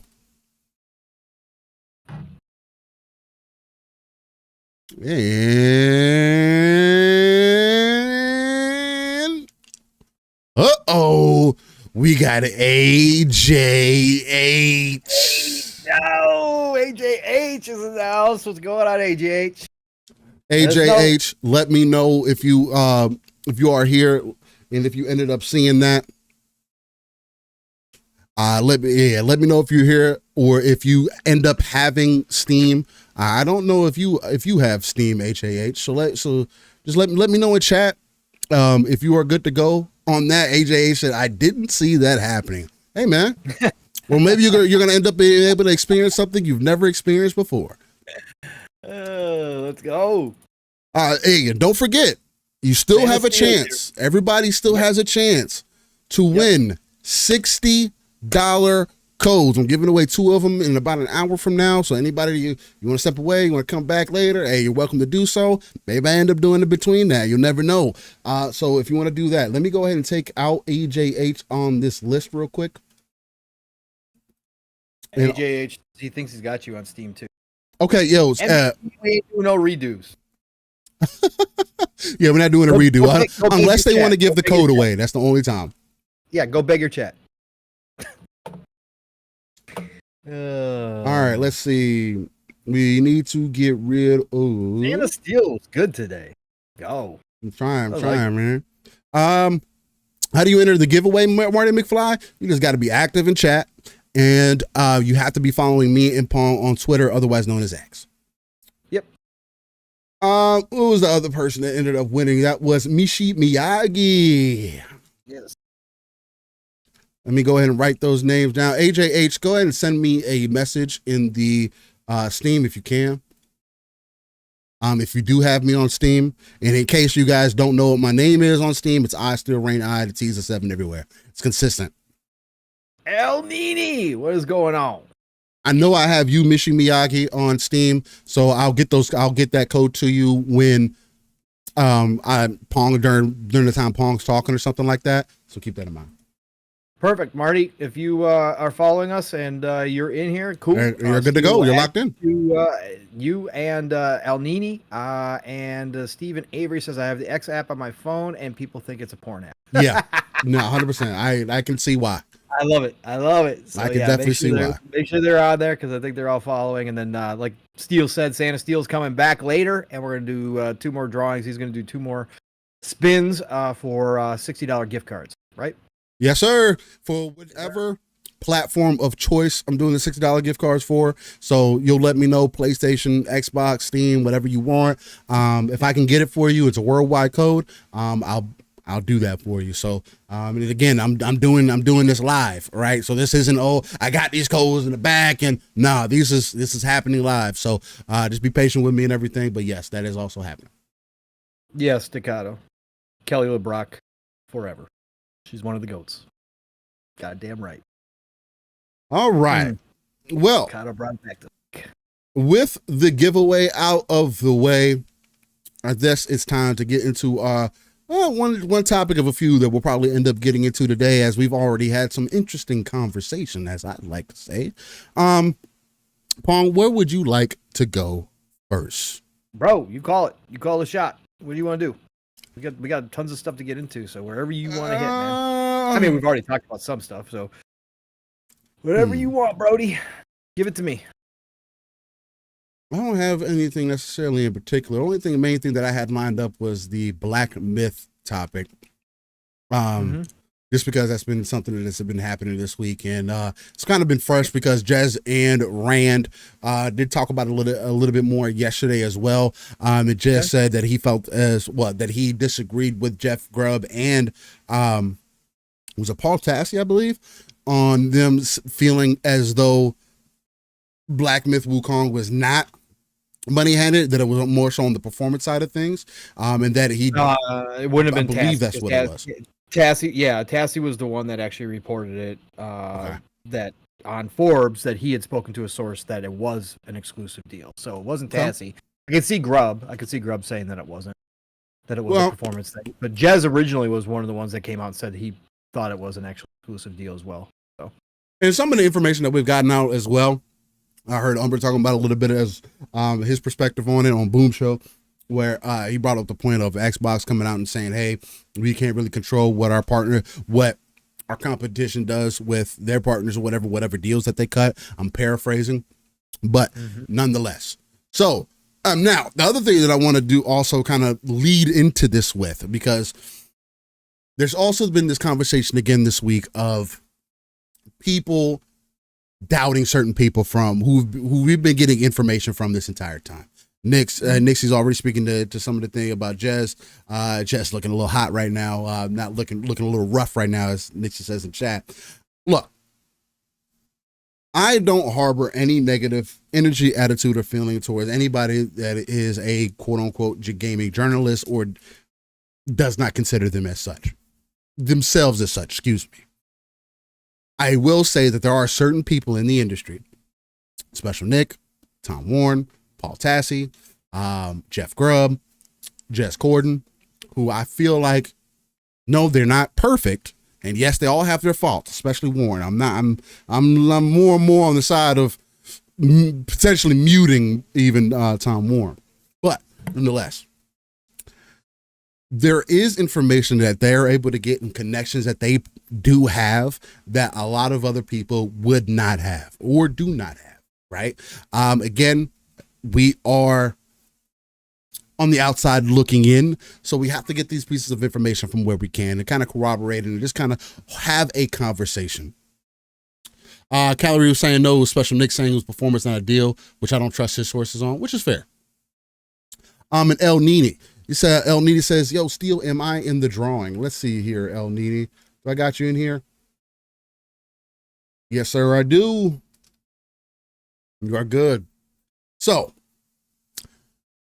Fahim says you can't just accuse Sony, which is fair to say. The one thing that I will speak to, as there has been court documentation that has proven this, and I just think that anybody that's been kind of paying attention to the industry over the last 20 years, it is not far-fetched to think that Sony potentially sent a team over to make sure that this game would be able to be released on PlayStation. Again, Eastern devs. Sony's known as an Eastern company. Sony is the main platform really that's out there right now, outside of the Switch. Again, still talking about two different levels of things. We're even involving Nintendo, but PlayStation is the main console player, right? Xbox is not big in the East. They're still working on that expansion over there. So it could be, not saying that it is, but it could be highly likely that PlayStation sent people over to allow them to get this game performing at a certain level to be released on their platform. Again, PlayStation is also not as overbearing with their certification process, so maybe they're able to excuse some things, because again, even on PlayStation, the game isn't running as I feel it should. It's a crime to have this game running at anything less than 60, even if it's make-believe 60. Steel, you got me when you get a chance. What you mean, Marty? But it is possible that they could have done something to that nature. Again, Black Myth Wukong is also when you look at it, you could say that, hey, this is a very Sony-like game, right? So it would make sense that they would at least do something behind the scenes to help enhance a product being on their platform, right? And Umbra, I heard you mention that as well. He says Black Myth Wukong has to be played on a decent PC. It's just not worth it on consoles. And I think it will be by the time it comes to Xbox. I think it will be, because the only thing that I think the game needs is optimization, not the fake frame generation to get it from 30 to 60, because again, people are noticing the problem with that, and that's latency. Having latency in these games is a major issue and a problem, especially more action oriented games, and having something be perceived as one thing and you feeling something completely different, again, to me, that speaks completely against what I prefer to see in games. So with that being said, though,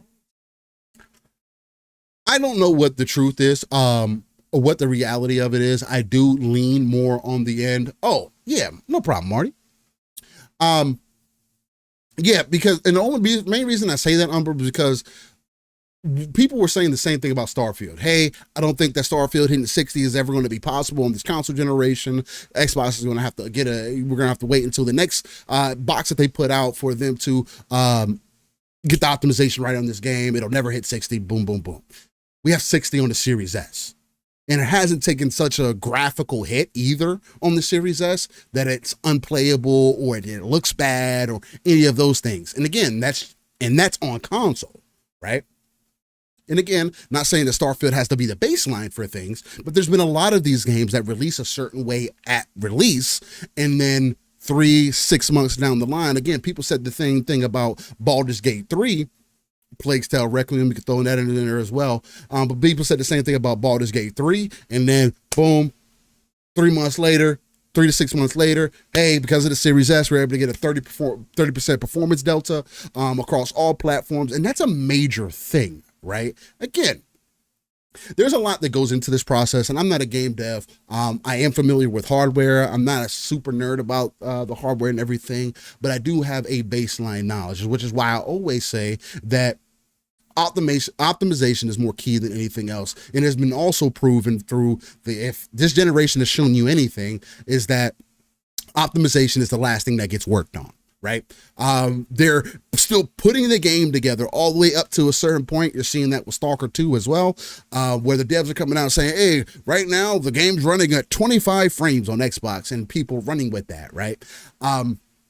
Now, shout out to that team and everything that they've put into the game, but just because they say that the game's running at 25 frames now, to me, that told me that, hey, they're still working on the optimization for it. I don't think that 30 frames is even significant. Again, I like to be consistent in that. 60 frames should be the baseline for every console. I don't care how people feel about that. That's just my personal opinion on it, man. Again, we're in 2024. We need to start moving things forward as far as a baseline goes. And again, I do feel like that should be the one and only mandate, if any, throughout the industry, right? You can have the frames and still have a good looking game, right? Anyway, it's just all about what you take in consideration from the very beginning. But these games are in development for quite some time as well. So it's just like, you're taking a lot of things into consideration. Anyway. So this week, IGN, which I'm going to pull this article up for you guys. IGN put up an article, or corroborated an article actually, from that says Black Myth Wukong Xbox delay due to Sony exclusivity deal, not tech issues, according to source. Now, I saw people questioning some people's sources out there as well. Ladies and gentlemen, it's funny, right? Because on one end of the spectrum, when people say, oh, I have a source, or when we make fun of it as well and say, oh yeah, my boy Timmy from down the street, he told me that PlayStation is going out of business tomorrow. Or Xbox is they're going to get rid of all the consoles and they're going out of business tomorrow, 2027, right? We have some fun with those things as well. But just like in any other industry, when people have sources, that's what makes it difficult. That's why you have to find who you have faith or belief in. And it doesn't have to be the same people that I have faith or belief in, right?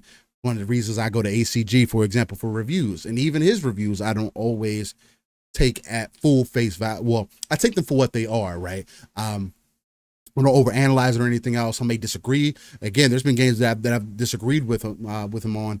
And like, for an example, Flintlock being one of the more recent examples, he was more down on it than I was. So that is possible.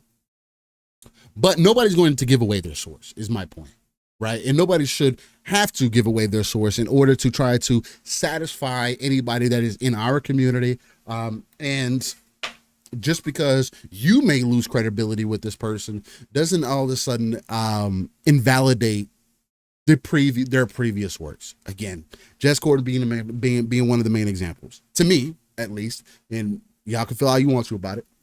Jez Corden has been consistent about the way he approaches leaks or the things that he talks about. And 90% of the time, 95% of the time, it is backed up by real information. He makes that known all the time. Hey, I typically don't like to say something unless I have more information, because again, I'm putting my name on the line. Jez is not one of those bigger gaming journalists that may be known like that out there. And again, his name is big, but he may not be like a Jeff Grubb or some of these other guys, but he does have inside information to at least give us somewhat of a picture of what may be happening. Again, and that's all that I take it as. It's one person's perspective on how they see this situation and how much validity do I put on their perspective. If it's not a lot for you, then don't consider it. Because at the end of the day, nobody's going to tell us what is the truth or what is not. Neither Sony nor Game Science have publicized an exclusivity arrangement around the popular action game. Now, they go on to say this is done by... Good Jesus, I gotta pop. I'm definitely popping 1,000 milligrams of vitamin C by the time I get done. But anyway, this is done by Kat Bailey. Black Myth Wukong's delay on Xbox is due to an exclusivity deal with Sony, a knowledgeable source has told IGN, corroborating reports on Forbes as well as what IGN has heard elsewhere. The source denied that Black Myth Wukong's delay is due to a memory leak issue, which was circulated by Spanish leaker Exclusivity. After what they said was a conversation with Xbox developers at Gamescom. Because of that, they claimed Black Myth Wukong had not been able to pass bug detection tests and was thus delayed indefinitely. And even the developers, Game Science, has said, hey, for a patch on PC, it's going to take time. So some validity to that.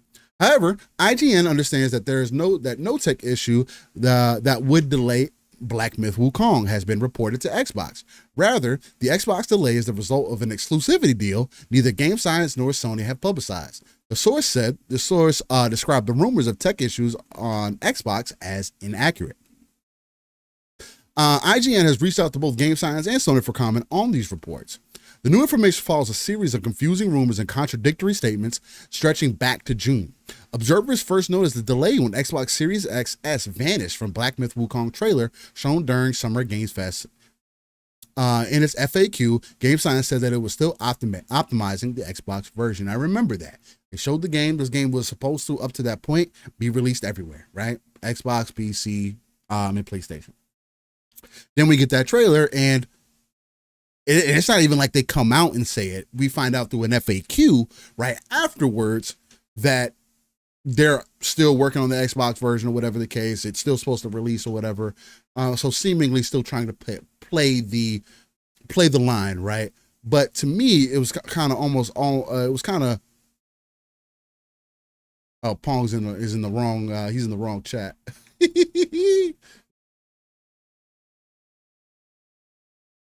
Let me see. Let me see if I can swap over. Pong. Oh, I guess not. We'll see. We'll see if we can get Pong back in here. It looks like he tried to. It looks like he came back, but I'll hit him up in the DMs real quick here in a moment. But because I think it's messing us up on OBS here, but it should be fine. Let me see. Let me try this one more time. You do not have permission to speak on this channel. Oh man, that's nice. Let's do that. We'll do that. We'll get back into here. Boom, bada bang, bada boom. Let's see if that helps Pong out and he gets back in here. But we will jump back into this article. They go on to say we are currently optimizing the Xbox Series XS version to meet our quality standards. So it won't release simultaneously with other platforms. We apologize for the delay and aim to minimize the wait for Xbox users. We will announce the release date as soon as it meets our quality standards. Game Science FAQ read. Microsoft released its own statement on June 21st saying, we're excited for the launch of Black Myth Wukong on Xbox and are working with Game Science to bring the game to our platforms. We can't comment on the deals made by our partners with other platform holders, but we remain focused on making Xbox the best platform for gamers, and great games are at the center of that. Now, this is a statement that came from June 21st, right? From that time. Now, is this statement essentially signifying that Xbox had an idea that there was already a deal being struck behind the scenes? It could be likely. Do I think that that's what's happening here? Not necessarily. Let me send Pong a message real quick. Tell him to drop back in Discord. So you can get that. Now, again, could have Xbox with this statement, could they be saying that? On one end, I do feel that them saying we can't comment on deals made by our partners with other platform holders, it's very two-faced, right? Because this is a very business thing to say. Now, if we're going to take it at face value, this does say to me that something did happen behind the scenes, right? Again, with PlayStation being the lead platform, especially for development for these bigger games, it would make sense that PlayStation get in there with Black Myth Wukong, especially with all the some of the hype that was going on behind the scenes, and help them get that game developed. Now, we're seeing how the game is performing on PlayStation. I don't know how much that helped. Again, there's a quality standard that people tell me all the time that PlayStation supposedly is supposed to meet. That doesn't tend to happen from what I've seen. My camera's not on. Let me turn my camera back on. My fault, guys. It's getting a little buck wild in there. There we go. Oh. There we go. What happened? What you mean? Sorry, Stu. What happened? No, you're good. You were in the remove you from the chat. I guess you accidentally might have clicked on the general chat. Oh, I'm so sorry. I had to go take it to the fucking dog. Didn't know the dogs were alone upstairs. So I wasn't told, so. Oh, you're good. It's all good. Oh, yeah. Sorry about that, chat. No, you're all good. I just wanted to make sure you got back in the right Discord. Yeah. So, but yeah, if I was just going to take their statement at face value on them not commenting on deals made by our partners, that does say to me, at least, we're just taking it at face value, that there was something else that happened behind the scenes. And again, for the reason that I explained, PlayStation being the lead platform, it does make sense that PlayStation potentially would send a team over there to help that game at least get some form of performance delta and be ready to run on release day. How well was that done? I don't know, because again, the PlayStation version of the game is seemingly still having a lot of issues. And Pong, you made a point yesterday, I believe that was last night, about the reviews on the game. Yeah. And I don't know how many reviews are on the game now, but if it's still 8, yeah, for a game that has garnered the amount of popularity that it has in comparison to other games, every other release beforehand that is released on PlayStation, something is off here, right?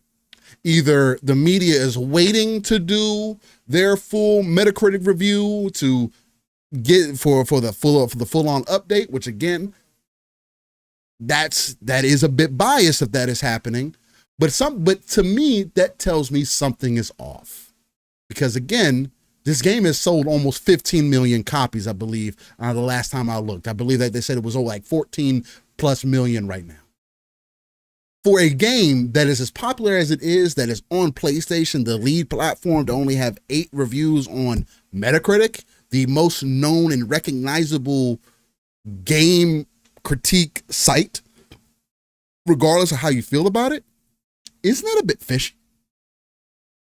Isn't that a bit strange? You're almost protecting something weird. Now, and I know people, and again, I know people, some people will say, well, you can't just jump on PlayStation's neck and say, this, that, and the other thing. Look, it is known that PlayStation does not like negative remarks on their games or from things in their ecosystem. Reviewers have talked about this from decades ago, that this has been an ongoing thing, right? They will cut you off from getting codes and everything like that. And again, nobody is deserving a code per se, but no, not at all. There has been proof to demonstrate that Sony is a bit cutthroat if you are overly negative or negative at all, really, about some of their content. Again, have they gotten better about that over the years? Yeah, because people were recognizing and people were calling it out. Now, does it still happen? Again, if you don't want to use Metacritic for the example, I would like for somebody to be able to explain to me why is the most popular game have very minimal reviews on the most popular platform. Again, outside of PC. Because PC, it's overwhelmingly positive on PC. It's getting good reviews on PC, even for the performance issues that it has, right? It is getting good remarks on PC. Why is that not translating over? Pong, I mean, throwing yourself into this situation, and then now we're getting to this point in the IGN article even where IGN is corroborating a story about there possibly being a, and again, regardless how you feel about IGN, it's just we're hearing multiple sources say some of the same things and others saying something different. I do think that, yeah, it potentially could be this, because certain things just don't start adding up. But anyway, where do you lean on the side of this entire conversation? Are you leaning more so on the side of that there was a possible money hat that kind of happened here, and PlayStation maybe sent a small team over to help make sure that the game was going to be able to run day one? Maybe them and Game Science talked, and Game Science was like, look, this is going to be ready to go on PC, but we don't know about your other platforms. We know that PlayStation doesn't have as a deep of a check on your overall games and everything versus Xbox, which again, we know that Game Science was denied certification because they sent it in and the game had a memory leak issue, right? Which again, for better or for worse, Xbox doesn't want to certify that on their platform. Take it for what it is, but if anything is proving to you that maybe the game wasn't completely ready, I do think it is that PlayStation version from the things that I have seen. Where do you kind of lean on the side of this? And when you see this statement of we can't comment on the deals made by our partners with other platform holders, and this statement was made in June, where is your thought process about it currently, and how are you feeling about it? To me, it really doesn't matter, right? The facts are the facts. Whatever the issue is, it's not on Xbox. And like I said, I've been consistent with this from day one, right? This is business, right? Sony can money hat anything the hell they want, just like Xbox can go buy anything they want to. These fake rules that people come up with, like, oh, this isn't the way to go about things. This is way bullshit. This is business, right? We don't have to like it. Or whatever the case may be, but the facts are the facts, whatever the reason why. And I said originally, even if this wasn't a straight up normal exclusive deal, which people are trying to, and again, I don't know why, I don't understand the people that the Sony Defense Force that jumps all over everybody for saying this is an exclusive deal and trying to figure out that it's not an exclusive deal. Like, Sony's done how many? They've done a lot over the years that we didn't know about. Right, and forever. Like, so why do you guys get so defensive about this shit? Like, this is Sony's game plan.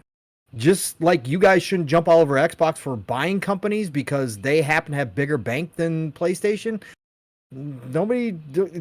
You guys should get defensive that people call out, they're saying that Sony did this exclusively. Like, it doesn't matter. Like, it's not on Xbox. That's the thing. I said originally that even if this wasn't a straight up exclusive deal, that they certainly could have gone, and this is how they can kind of get around that whole narrative if they were actually concerned about it, that they could have certainly gone to Game Science and said, listen, we obviously know kind of where you guys are at in development time with Black Myth Wukong. We kind of know, obviously they would be getting updates. They probably asked for help on some Sony stuff on PlayStation side, just like they would with Xbox. But Sony probably had a good idea, and they could have certainly gone to them and said, hey, we want you to obviously you're gonna launch on PC, but to make sure that PS5's version gets out in the best shape possible in the best time, we want you to make it a priority, and we are willing to pay you extra to make sure that you put PlayStation 5 ahead of everything else and make sure that it's in a good spot when it launches. And that would not technically be an exclusivity deal, but if they did that and they put the Xbox version on the back burner, well, then ultimately that's what would wind up happening, right? That would just naturally be the thing. Like, they would have to delay the Xbox version, right? But Sony technically didn't pay for exclusivity. That's one way around saying that you never really signed an exclusivity deal. Xbox would catch wind of this, right? And that's why Xbox could have made the statement they did, because they didn't say that it was an exclusivity deal. They just said they couldn't speak about deals made.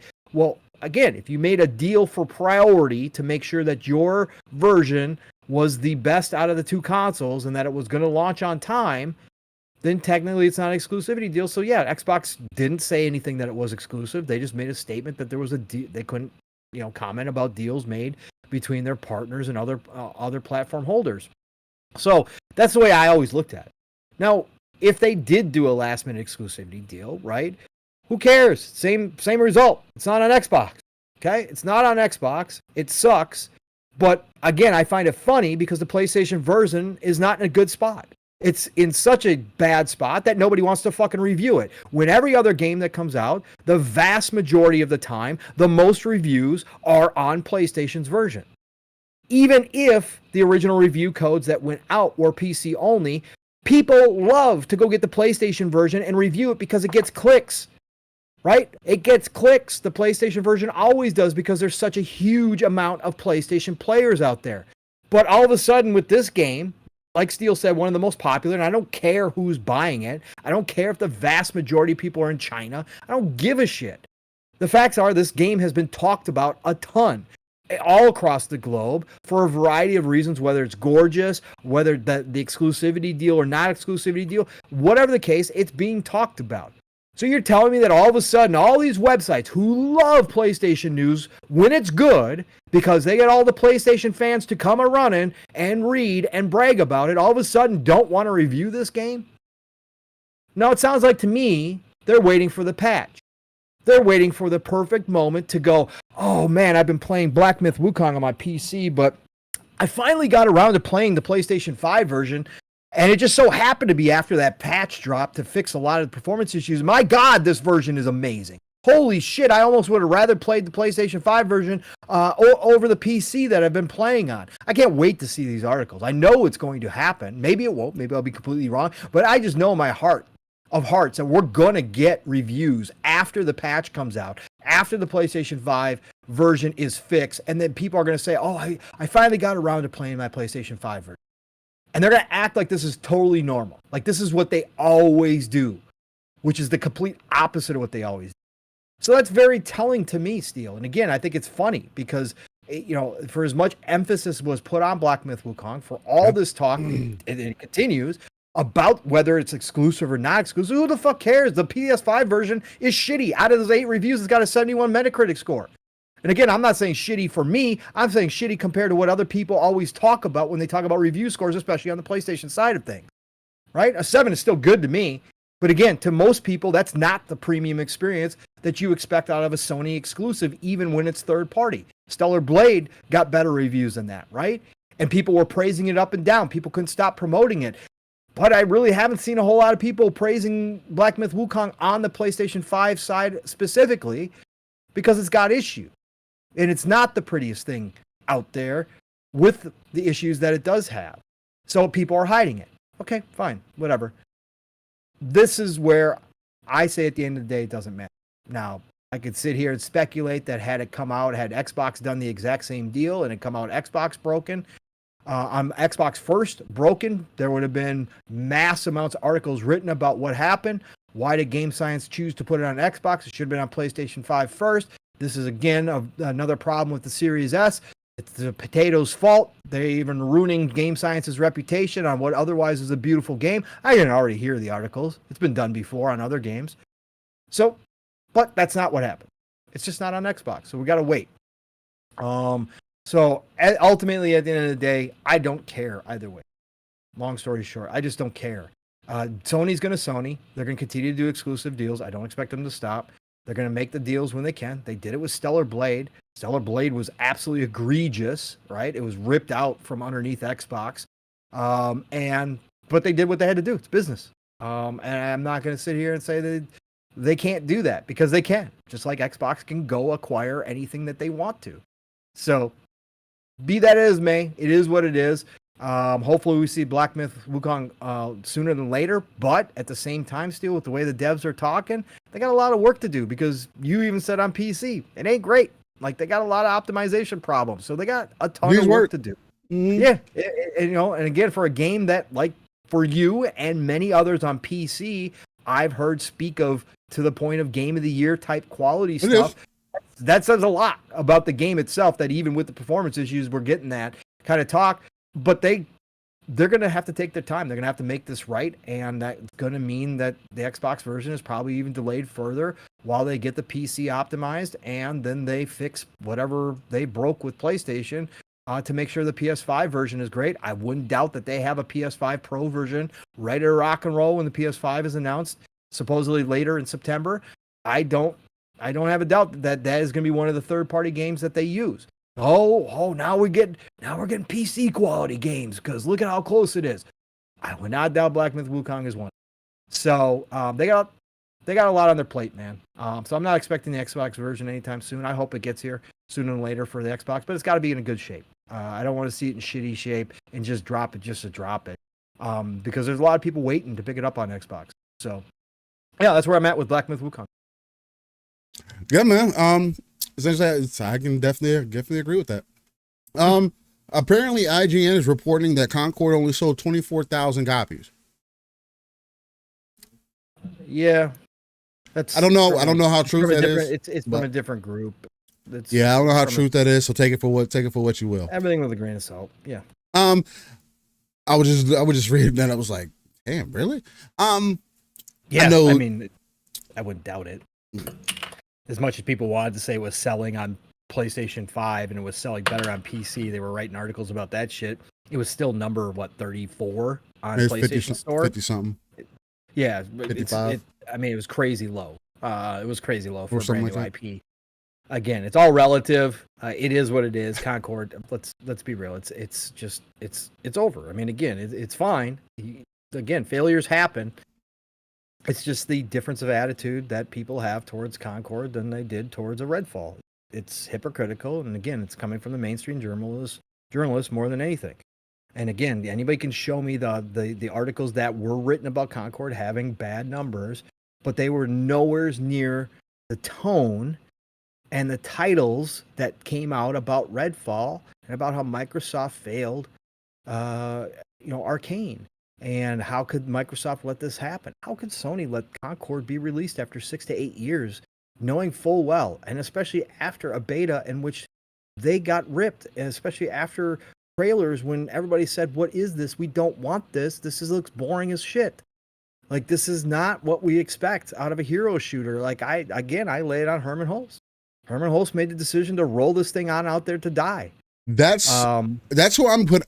For me, that's who I'm putting the onus on in all of this. Yeah. I did hear a few people starting to bring this up in conversation as well. I think I heard Drand and Jez talk about it a little bit as well.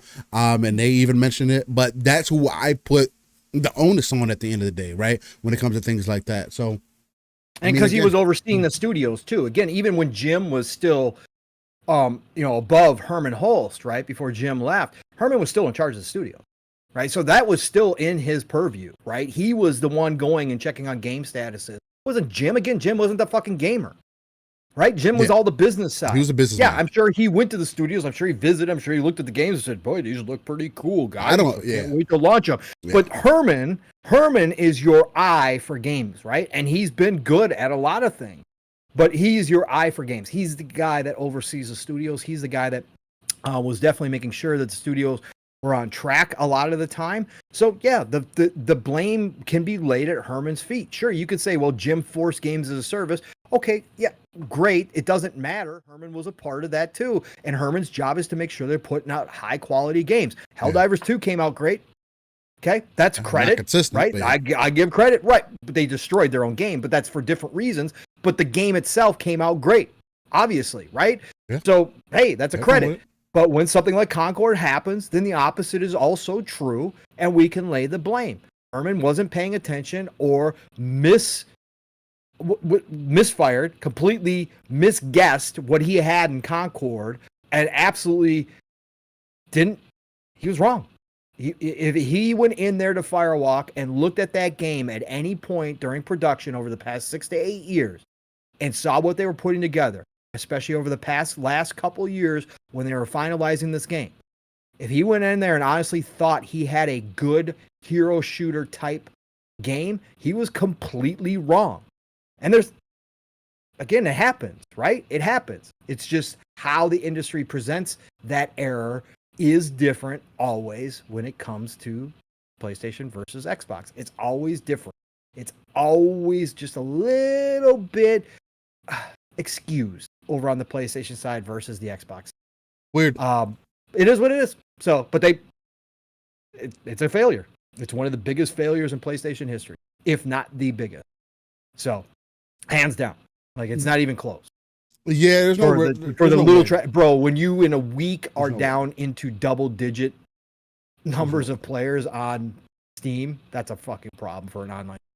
A week, you went from your peak at 600 and something down to under 100 in a week and didn't recapture anything, and nobody came in and not fucking failure, bro. 1000% is what it is. It's hard. Yeah. I mean, again, going from Black Myth Wukong to with Sony possibly money having things, single player games and things like that, and not paying enough attention to their other first part, because Firewalk's first party, isn't it? Yeah, they bought him. Yeah, they bought him in 2020. They bought him in 2022, I believe. So why are you like? It's just, I don't know, man. I've yet to have somebody be able to explain to me why your money having other things, but aren't paying enough attention to your first party, so much to the point that you didn't even see the direction of what this game was going to go. And again, I mean, it's just speaking to PlayStation's popularity. Even when you look at the game in itself, I mean, look, I'm gonna have a certain shtick to it. I'm not even going to say a shtick, but I'm going to have a certain outlook on it just because they already had something, right? Now, Bungie wasn't under them 4 years ago, 5 years ago, whenever they started development on Concord. So I can't say, oh, well, you know, Firewalk should have just supported Bungie. I know I've mentioned that before, but that wouldn't have been a possibility before, right? I don't know how long Bungie's been in the cards for Sony, but it did seem like more of a responsive purchase than something that had been planned for however long, right? But I also know in business that you typically make these types of plans or start thinking about these types of deals, and we do know that Bungie was shopping around for some time to get a publisher under their belt. So to me, again, it just speaks to the lack of vision that Sony is bringing to the table, at least in my eyes, right? There's another game that's coming out as well on PlayStation that's coming to PC. I believe it's Final Fantasy 16. Yeah, no, it is Final Fantasy 16. Because this week, Final Fantasy 16 announced that you'll be able to carry your save from PlayStation over to PC. How are you able to do that? I did not hear that, really. Yeah, Pong. Yes. The devs of Final Fantasy 16 have announced that, hey, if you sign into your PlayStation account, you will be able to transfer over your save and pick up, because they were making the point that, hey, if you didn't play the DLC, you can upload your save and pick up and play the DLC, right? On PC if you wanted to. Yeah. So there are obvious changes being made. But there's also something happening to where, why is the known publisher in the space, the lead publisher in the space, as many refer them as, I'm completely clueless as far as the direction is to go for live service or the multiplayer route of things. So much so to the point where Concord was in development, as an example, for 8 years. And I know some people are like, oh, everybody being overly critical about Concord. Oh, the game's actually good. But for the game to be what it is, and I'm not a game dev, but the kind of games that we've seen that take 8 years to make, okay, now we're talking about Rockstar type shit, right? Is that a Rockstar type product? As an example, and I have my issues with them as well, but no, and CDPR got burned for Cyberpunk taking, right? So Cyberpunk took 7. So, and people were sick and tired. But you sat with that character design for 8 years and said that, man, I can't wait for people to get a load of this. You know what? I wouldn't. Just on a surface level. We'll never know unless somebody does a story, unless somebody comes out and talks about it. I wouldn't doubt this game was reworked multiple times. I wouldn't doubt that Firewalk originally, Steel, before the Games as a Service initiative, right, was rolled out by Jim internally at PlayStation. If they were in production for that long, Firewalk could have been positioning themselves as what we've all kind of agreed this game actually kind of could have been maybe good at, is if it was like a co-op third person shooter game, right? Where it was a narrative, where it was a story, it was like Guardians of the Galaxy type story, right? And it seemed like a lot of their CGI was built around that. A lot of their characters were built. Maybe they originally started with that idea, right? And we're trying to pitch it to Sony. And then Jim, in his light bulb moment when he decided that they needed games as a service, went back to him and said, hey, you guys think you could take this idea and turn it into, a games as a service? Do you think you could turn it into something like a shooter, arena, hero shooter, something? Could you take these great characters you guys got here and turn them into something? And maybe that's what happened. Again, I'm throwing. But then that would tell me, you're definitely are, because then that would tell me, what are they making a looter at that point? Like, right. But the question is still, like you said, 8 years, and this is the character designs. It had to be reworked. It had to be reworked in some way, multiple times during that 8 years. I cannot imagine, even because Firewalk would have started small, right? They weren't as big as they are when they first started their studio.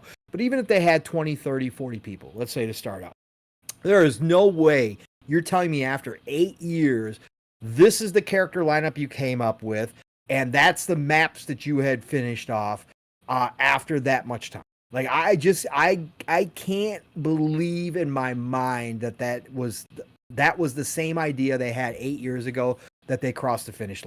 That there had to be some drastic changes in there somewhere that caused them to restart. And Nixie says, I could care less about characters in an online shooting. Look, I feel you and I hear you, Nix. And I hear you. 20 years ago, when I was playing Rainbow on PC in 2001, or when I was playing Halo 1 on the Xbox, or when I was playing Halo 1 on the Xbox, and we was only red versus blue, and we all look like the same fucking Spartan. Yeah, sure.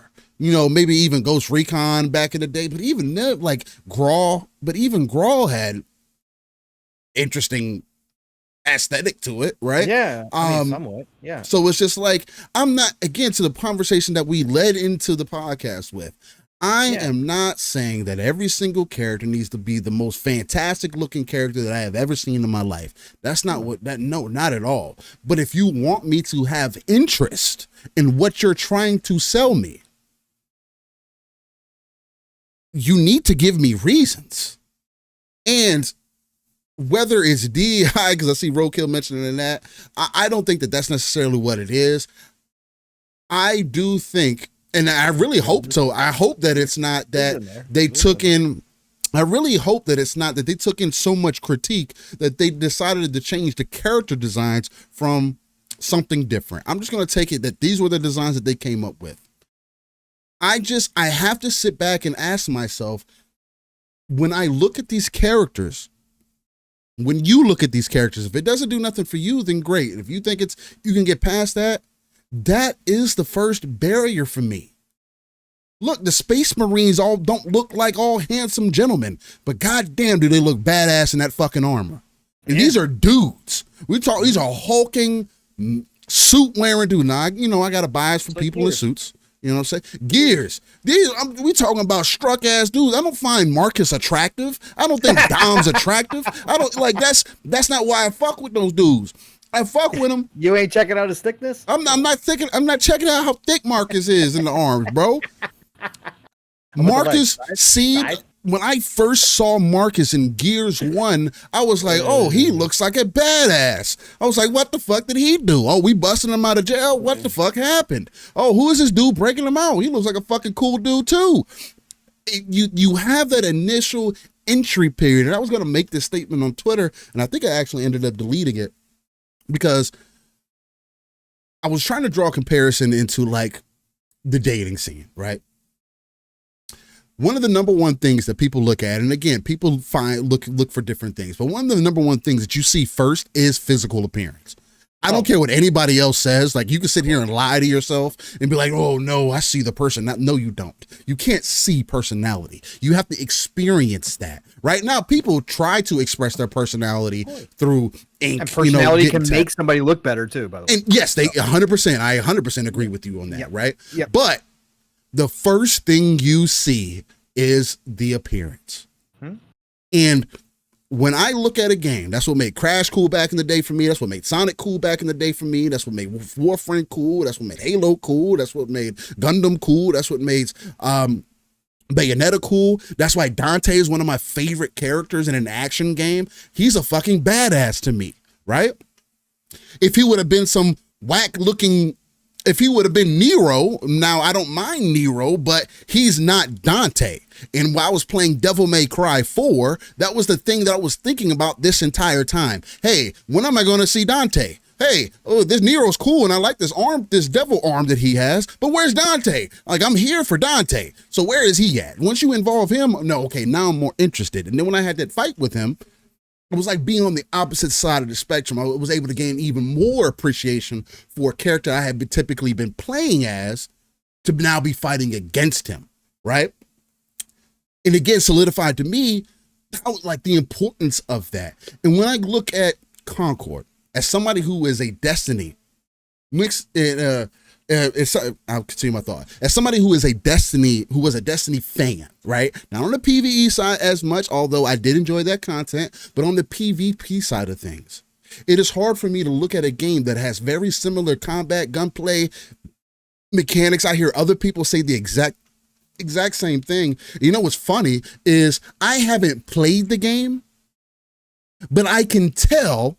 And this is something that me and Paul talk about all the time, but I can tell something by looking at it and watching multiple people play it for them to then back up how I feel about the combat. I felt the same way about Redfall. And Redfall released, and it wasn't where it needed to be. It still wasn't as impactful as I would have liked it to be outside of us losing progress. Now, Nick says the character is not the sole reason Concord failed. The game was never getting a shot. The game wasn't going to get a shot because it wasn't an appealing game. You selling me a CGI trailer of this seemingly more action-oriented, story-based content and trying to sell a multiplayer game, sure, that might pull some interest, but you have ugly-ass characters, bro. It's point blank, period. If there would have been better-looking characters, if the characters were cool, I guarantee you more people would be talking about the game right now. Oh man, look at this sick play I did with this cool looking dude that I got. Hey man, this combat, yeah, it's not innovative, it's not the brand newest thing, but man, it sure not only does it feel good, it looks good, but it plays good, man. Oh, and I really like these characters. Characters do sell games. And yes, JB 1521, the game may look good graphically, but graphics is not everything. Right. Art style is not even everything. But it can stand out. And again, it just doesn't stand out from the crowd. And I say the same thing about Diablo. Again, I made those statements. All in the eye of the beholder, but obviously the majority of people have agreed that it never stood out from the crowd. Now, again, I'm taking out the extremists on both sides. Right. People were just going to love it because it's PlayStation exclusive, no matter what the fuck it was. And of course, the other side that just hated it because it was PlayStation exclusive and was going to hate it no matter what. Taking those people out. everybody in the middle, all of us in the middle, and again, I played the beta, right? All of us in the middle, the majority obviously all agreed. Anybody looking at it with a somewhat neutral eye, the majority said this game just doesn't have that it factor. It just doesn't do it, whether it was the characters, whether it was the level designs, whether it was the artistic direction they took. There was a variety of different reasons that people who were just honestly looking at the game for what it was and just saying, would I spend $40 on this to check it out? Would I drop into this game over all the other games I got? And it was obvious that the majority said no. It just didn't have it. Would you describe the game as generic? Because when I think of generic, it's like default as hell. It's like when people say like, oh, everything's in Unreal Engine 5, it all looks the same. Like I think that starts. That's when something becomes generic. I don't think that the game is generic. It's just to me. Soulless. It's that's the point that I said the first time. It just, there's something missing, and I do think it's the soul of it. And again, maybe that is because of the characters not putting that emphasis into it, and as me being a Destiny player and I didn't even have a character that talked. But damn, I was able to drip my character out even from earlier on in Destiny. Sure, I may have to make some sacrifices for maybe some points here or whatever the case, or for it to look a certain way, but it was something. It does feel soulless to me, and I don't have to play it to see that. Yeah, no, it's always tough because again, everybody could go, well, what does that mean? Well, there's a feeling like, and I think that most gamers who have played games for a long time probably understand the concept, but for every game that applies to, it's going to be different. Just like for every game, like I've always admitted that there are games that the vast majority of gamers absolutely hated, ignored, that I absolutely loved. And if you ask me to put my exact finger on why, I could say because it just gave me this feel, like it had this soul to it, right? I could say the opposite word, like I use the opposite definition for that. But sometimes it would be near impossible for me to describe to somebody who looked at that game and said, that game looks like shit. Everybody else hated it. Why the hell do you love that game? And I would have a hard time pinpointing it, other than to say it was fun, or it just made me smile, or just when I was playing it, I just got this feeling. Like I connected with the world, even though it was broken or even though it was ugly or whatever. I just connected. That's what people are saying about. That's what people are saying about Star Wars Outlaws, right? They're saying like, hey, people are saying that it might not be the greatest game, but damn it. I feel something here, you know what I mean? Like it's doing something, and that's what I said from Star Wars Outlaws. Again, I haven't played it yet, thanks to Ubisoft. But my point always was, even when the negativity started flying, when I saw it on the screen, and again, everything doesn't mean anything until you actually got your controller in your hands. But when I saw it, right, it looked outside of fucking Nixie, not Nixie in our chat, but outside of Nixie. It felt like a Star Wars-ass game, and it felt like it gave me the feelings the same way when I first saw Rogue One's trailer, and I wasn't necessarily on board with what Disney was doing. Right, there was just something extra about it. Now, granted, Rogue One, it took me multiple times before I really got to where I could really say to myself, okay, I actually think that's one of my, that's up there. Like that's up there even with the classics as one of my favorite Star Wars movies, just because it felt like Star Wars. But every time I saw Star Wars Outlaws, it just looks to me like a game, and I've been hearing more people say it, when you hop into it, it feels like Star Wars. It is Star Wars. I hear like it's got that magic to it that Disney misses more times than they ever hit now that they've acquired it. And so that I want to see if that's the case. Again, I might totally disagree. I might start playing and go, oh shit, God, I was totally wrong about this. I don't have a problem saying that either. But I think that's the point, Steele, is that there's just something in certain games that is either there or it's not. Certain games have it or certain games just don't. Like, it's weird, man. Like, it's magic. Like people in the chat are describing as well. It's that it factor, right?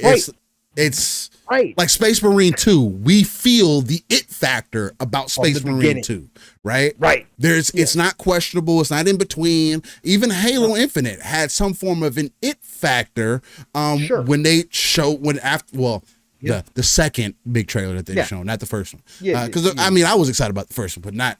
There was issues with it, but the second one, it had something there, right? And that's what you look for. Black Myth Wukong, it has an it factor, and then you jump into the game, and it starts you off pretty much with its it factor, and smacks you in the face with it to get your attention. And sometimes it's easy to point out, Steel, and sometimes it's not. Like again, Black Myth, the first trailer, it was more so just the visuals, right? The visuals slapped everybody across the skull, and to the point where people were saying it was fake, that it was bullshit, right? That this was a unknown dev that was putting out some fake bullshit on UE5 that was never going to live up to that hype. But it was the visuals. Like sometimes it's that. Sometimes it is the character that you see on the screen, right? It's like, holy shit, who is this? Like, I want to fucking play this person. Yeah. Like every time fucking Sam Fisher back in the day showed up on a new trailer for Splinter Cell, it was like, holy shit, man, I gotta fucking play. Like this is I will forever remember that Splinter Cell Locomotion trailer that they did. Right. Where he's moving from cover to cover, fucking taking out dudes. Like that's still one of the most badass trailers that I've ever seen for any game, really. Right. And it's sometimes it's very easy to pinpoint that it factor. Sometimes it's more just a overall feeling that the world gives you when you look at the world, right? And you're like, holy shit, I can't wait to explore that fucking world. It doesn't even have to be a specific character. Like the flying over the original flyover that Bethesda did for Skyrim, right? It was like, holy shit, I can't wait to just explore that world. Now, obviously, there's history involved there. If you are a Bethesda fan, obviously going to be different. Like you were just talking about, Halo is going to give you different feelings no matter what, just because it's Halo. But at the same time, right, there are games that come out where it doesn't hit, and it doesn't do anything for you. And that's the way Concord. Well, I can't believe we spent this fucking time on Concord again. But that's what I got the impressions that most people had. Again, taking out the extremist positive and the extremist negative, just people in the middle in general just were like, what the fuck, like, why am I supposed to care about this? Like, okay. Like, the only time people perked up was some of the CGI, right? When they were showing off some of the characters, then it was like, oh, damn, this kind of reminds me of Guardians of the Galaxy, like that trailer. It was like, holy shit, that kind of looks kind of cool. Like, the characters seem like they could be kind of have a personality and be kind of cool. But that never translated in game. And as we got to see more of that, and then people jumped into beta, it was just like, oh shit, no, it's a fine shooter. It exists. It's good. It's not broken, but it doesn't do anything for us. I think that's where most people. Yeah, it's just crazy when I think about the amount of time, and again, we're moving further in the generations, into the generation, and you see the type of games that come out. Yeah, no, it's not easy. You don't know what's guaranteed. But again, the first thing that I would have looked at, I could have been a random person coming into the building. Anybody who tested this game, like that's why we're spending more time talking about this, because it's just so absurd to me. You want me to have faith in this publisher that looked at this game and said, yeah, for 8 years, we love that character design. Oh man, I really like what you're doing with those cosmetics. That is going to be something somebody's going to want a wallpaper of. Oh man, that's going to be something that somebody wants to screenshot. Oh man, when I walk by that, I want to put that on my wall in the office. Actually, their 70s sci-fi art that they had for that game is badass, by the way. There is actually some art out there, legit art from them that I would put on my wall. There's the 70s theme that they had going is a fucking amazing if you look at some of the artwork. But yeah, I understand completely what you're saying. I was just laughing, Steel, because Phil came out and admitted that their own internal teams had Redfall highly rated. Right. Their own testing teams rated Redfall really good. That's why they thought they had. That's true. So it's like fucking both of them are fucking. I'm like, Jesus because Christ. There's no way, Steel, had you pulled our chat, you, me, and our chat into a room and sat us down in front of PCs. I don't care, high-end PCs. And had us play the version of Redfall that obviously the internal teams at Xbox were testing. And there's no way that we all would have said, oh yeah, this is going to get high 8s. to 9s. Like there is Steel. There is no way. Yeah, no. There is no way. No. We all would have been like on launch. No, maybe 7, maybe 7s. Maybe. That's what I'm saying. That's like how out of touch sometimes I think these people are. And like I said, whoever was testing at PlayStation, to your point, and like I said, Herman Hulse being in charge of the studios again. Herman's had a good eye in the past. I mean, there's some games he's pulled out that are really good. I mean, obviously, Sony's had massive success, and Herman's been kind of up there for a while now. So, I mean, he's obviously pulled some out. But yeah, this is a complete miss because there's no way internally you were looking at this game, like you were just saying, Steel, and going, oh, fuck yeah. I mean, look at the competition. Look at this. Oh, that's going to be the next. Yeah, that's going to be the $40. Oh, man, they're gonna eat this up on PC. They're going to eat this up on PlayStation. We're going to have a nice base playing this game. There's no fucking. I have a hard time, but again, that's why I was laughing because Phil admitted that his team thought that Redfall was fucking good, and I'm like, yeah, I mean, both teams definitely have faults, and again, Redfall, just like we passed the onus to Microsoft for the Redfall snafu. Yeah. Redfall was definitely a different situation. It wasn't being developed 8 years underneath Xbox. So there are differences to be made there, right? Where Concord, they were only acquired. Firewalk was only acquired in 2022. So. Which is also fair. So they've been again, obviously they had their eye on it. Obviously they pitched to Sony. Obviously that was always the plan all along, was to publish on Sony. But you pitched it, but yeah, I don't know. Yeah, just weird. I know. Yeah, it is weird. But yeah, man, if people are enjoying it, great. Hopefully they're able to keep the servers up. Hopefully they're able to keep their roadmap up. But everything that's demonstrating to me right now, and again, if people want to say, hey, there's all the people are playing on PlayStation, this isn't a PC type of game. Okay, hey, look, I'm gonna throw my hands up and tell you, I haven't seen a game do something like that since Gears and Halo. So if that's the case, if you're telling me that Concord is the next Halo, that it's just going to be that's the one that's just going to get consoles booming again. Hey man, I guess we'll find out why. But hey, 24,000 copies, 25,000 copies, if IGN is believed to be true. Let's just say 100,000. Even 100,000 is kind of like. I mean, shit, Returnal sold 500,000, and I don't know if we're going to get a Returnal 2, and I really liked Returnal. I think we will. I think Returnal 2 is probably already. I fucking hope so, because boy, Returnal 2 has a lot of fucking potential. That co-op on Returnal 1 is I want to play. Yeah, we got to play in co-op. We need to play in co-op. Yeah, I do. And Nixie, it's a bullet hell. Nixie, that's exactly why you hear me praising free to play. Again, I'm not one of those dudes who complains about free to play and battle passes.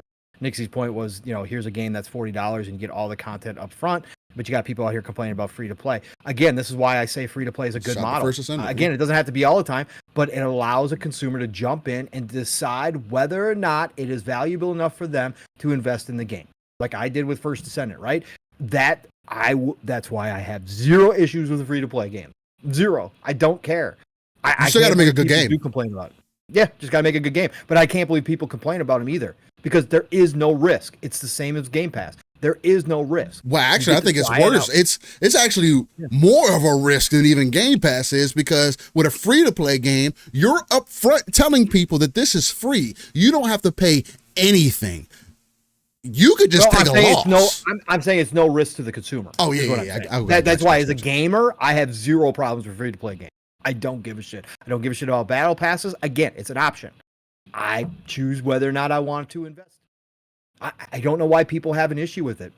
I honestly don't. I've never understood that. But again, that's some people's hill to die on. But Nixie, you will never hear me for this exact reason.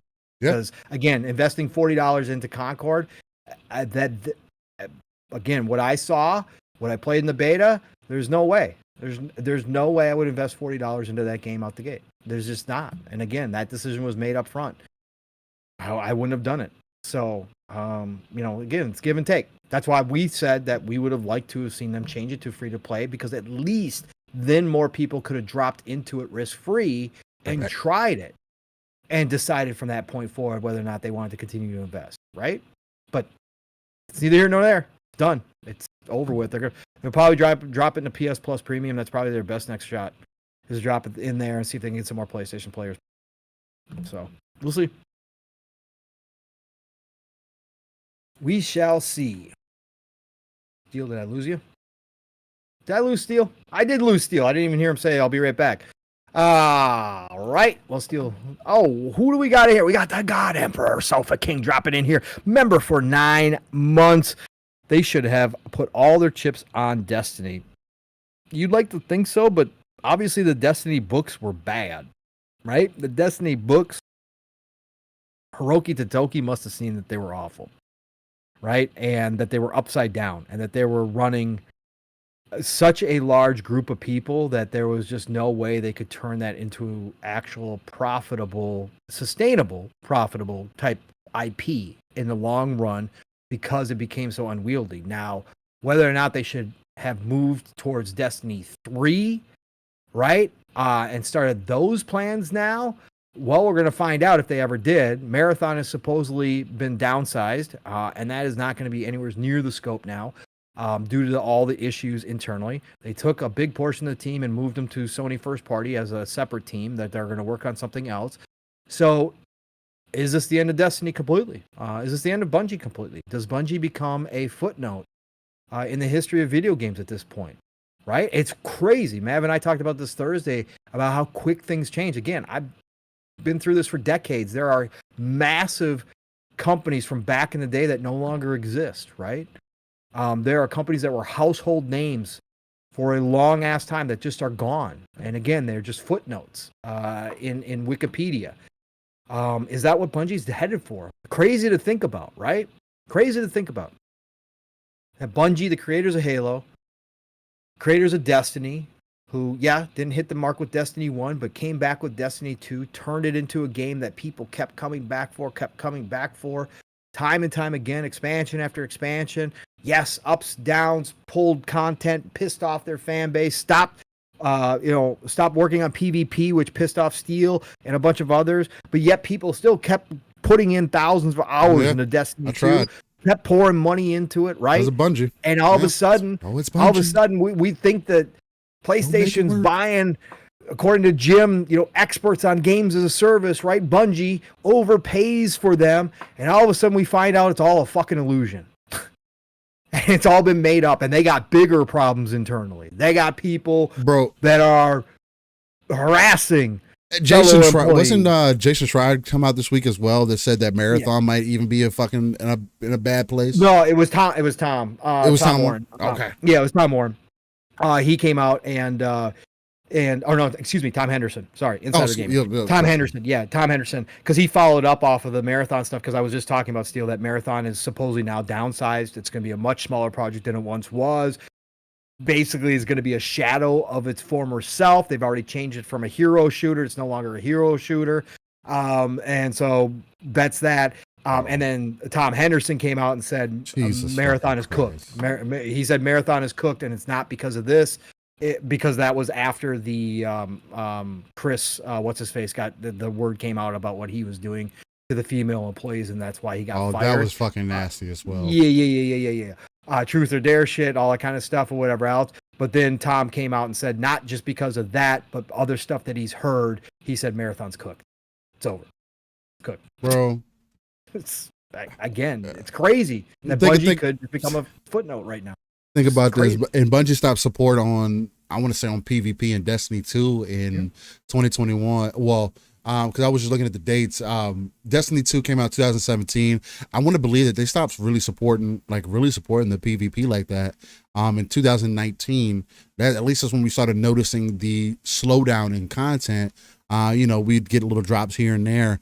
But if you just imagine the team started getting pulled off around that time, again, you're talking about spending 5-6 years on a potential next project in Marathon, which was already an IP that existed before. So you're essentially trying to bring something back, and now you're getting room. Now we're hearing things that off of the heels of hearing Destiny 2 struggling even more. Now we're hearing that Marathon is of that same, again, Bungie has not been the same Bungie that people thought that they were for quite some time. It's just, but again, it's just House of Cards. It's crazy to see. It's crazy to see how things are playing. But this is what they're relying on, bro. Because if Marathon don't hit, then what? I don't think they. I think Hiroki's already closed the chapter on Bungie. I think that they are in full absorption mode, that they're going to let them put out Bungie, or they're going to let them put out this version of Marathon, but they already know that unless it's a miracle, they're not going to have a hit on their hands, and that they're just going to fully absorb Bungie, and that's going to be it. It's going to be over with. 3 billion up in smoke, right? You got some talent. You got some IP, but again, what are you going to do with Destiny? You're going to keep a small team on Destiny 2, just like they are now.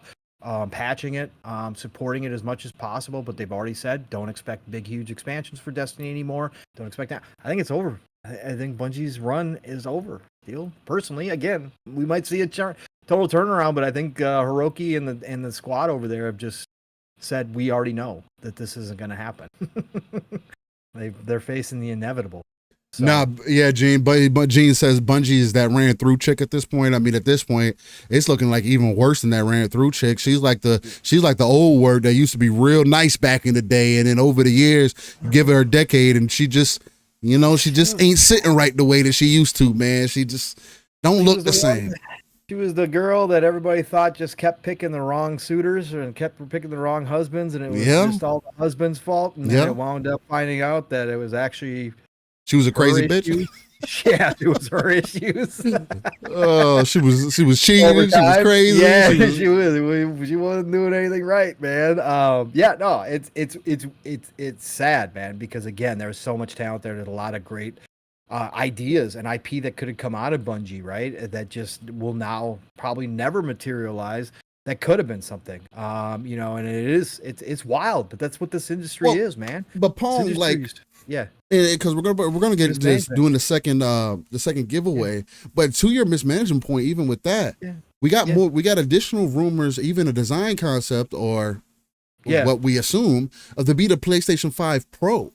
To now solidify, because we've gotten more evidence that it is still supposed to be releasing this year. Of the PlayStation 5 Pro? Yeah, with the PlayStation. I was like, yo, when did the Vita Pro get announced? Because let's talk. I'll talk Vita Pro. Let's go. Yeah, the PS5 Pro, correct. But the PlayStation 5 Pro, you have this is going to be coming from videocards.com. The alleged design of the PlayStation 5 Pro has been shared by Deal Labs, who claim to have seen the package of the new console. The most important information, though, is still a rumor, is that Sony may hold a PlayStation Showcase by the end of next month, September, did Jeff Grubb also give some credence to that as well? I believe he did. Where the new console could be reviewed. The information is not confirmed by Deal Lab, but comes from Jeff Grubb. So there he goes. Considered a reliable source, which I do. Take him for how you want. I think he gives good info. He's not right all the time. That's not what it's about. It's about having connections, and I do think he has connections. Again, I think he does good work. Deal Labs provides additional details claiming to have seen the packaging for the console, which is now confirmed to be called the PlayStation 5 Pro. While they cannot share a direct picture due to copyright reasons, they have provided a drawing of the design. The PlayStation 5 Pro is said to have a design similar to the PlayStation 5 Slim, released a few months ago. It will be white and feature 2 USB-C type ports on the front along with the power button. The chassis is expected to have 3 black stripes in the middle and to be slightly thicker. An important detail is that the device seen by leakers does not have a physical drive, though this may only be related to the specific model they saw. The PS5 Pro is not expected to come with new controllers and will ship with the same DualSense controllers. The PlayStation 5 Pro is rumored to feature 8 Zen 2 CPU cores and new RDNA 3 graphics with RDNA 4 ray trace acceleration. I really need them to stop fucking worrying about ray tracing. I really do.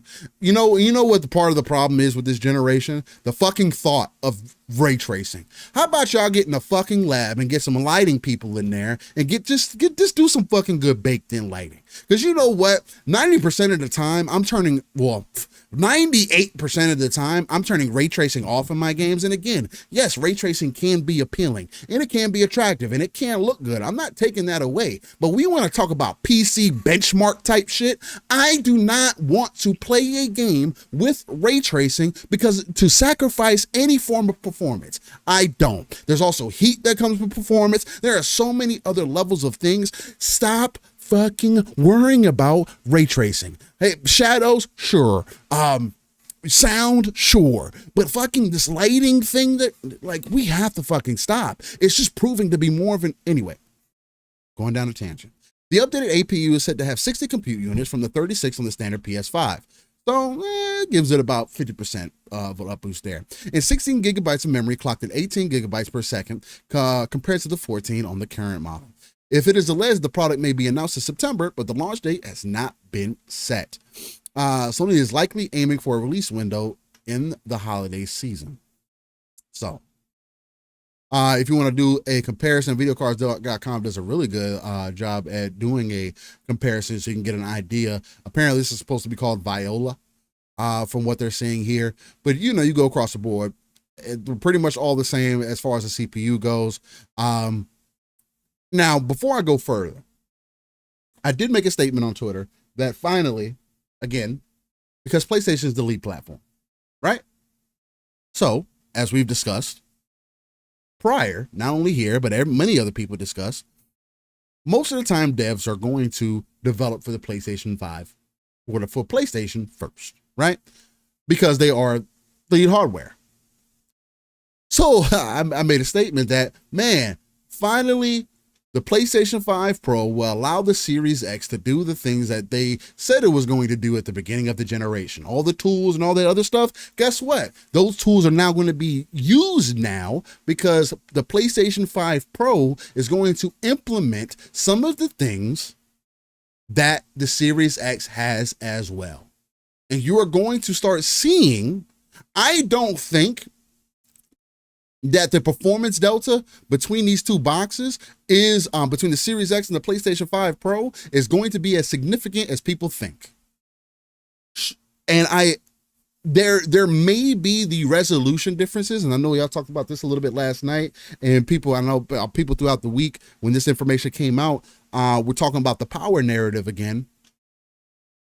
But there's a lot to be proved here, right? If tools had been an issue all this time, and then all of a sudden the Pro comes out and we're able to get a more well-performing games, and the Series X is also performing better, are we going to be able to admit that who was really holding back the generation? Because we also know at the beginning of the generation that PlayStation was a year behind.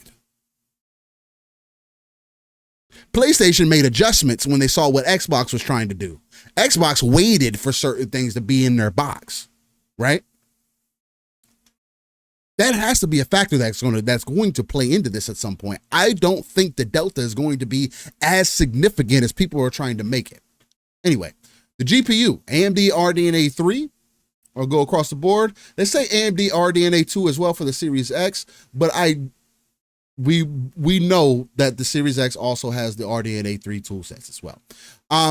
They're going to the GPU clocks and stuff. This is an area where they may see a little bit of a boost from, but again, we need to see the proof of this. It is going to be pulling a little bit more watts than the Series X, so that could be possible, but we'll see. The GPU power is probably the most significant part of this. You're talking about a 33 to 36 teraflops. Again, who gives a fuck about teraflops? They don't prove to mean anything. And compared to the 12 that the Series X has. The memory is going to be 16 gigs. That's pretty much the same. Memory speed is going to be 4 gigs faster. MSRP is the thing that's in question right now. What is going to be the price of this device as it gets put on the shelf? Currently, if the price of the current consoles, and I think this is the dumbest, and I do think this, if you don't trade it, I really hope that anybody that's getting a PlayStation 5 Pro, I hope you trade your PlayStation 5 in. I really do. Because if you buy a PlayStation 5 Pro for $700, you're smoking crack. You like, I don't even mean that. Watch. I don't even mean, look, I don't even mean that. Everybody how they want to. I don't even mean that in the nicest way possible. I mean that in the meanest way possible. You are smoking fucking crack. Now, again, we saw a performance delta like this from going from the Xbox One to the One X. So we do know that there is a market out there for it. My only point is this late in the generation to have still similar hardware, to be almost 5 years into a generation, and to get this kind of an uptick and pay $700 for it is is wild as fuck. It just really is. Again, I'm going to be extremely interested to see what the true delta is between a Pro and the Series X, because we know that Xbox is not doing a Series X Pro. The next thing that is rumored to be out there is some form of a handheld. So it's going to be interesting to see how these things play out, because as far as the power narrative goes, which again, I do think that the power narrative, sure, Xbox has it. I don't think that that should have been their strong point, or whatever the case. And I don't necessarily think that the power narrative for PlayStation either is going to be the end all be all, but I do think it's going to give people an additional reason to potentially look at it for sure. I just think it's going to be astronomical in price, especially with the PlayStation 5 going up in price in Japan, as an example. I think it went up to like $50 or something like that over there. And again, this late into the generation, I get why, because of the wafers, and I've heard Asante talk about it, I've heard Fuzzy talk about it, right? And I'm not super deep into that stuff.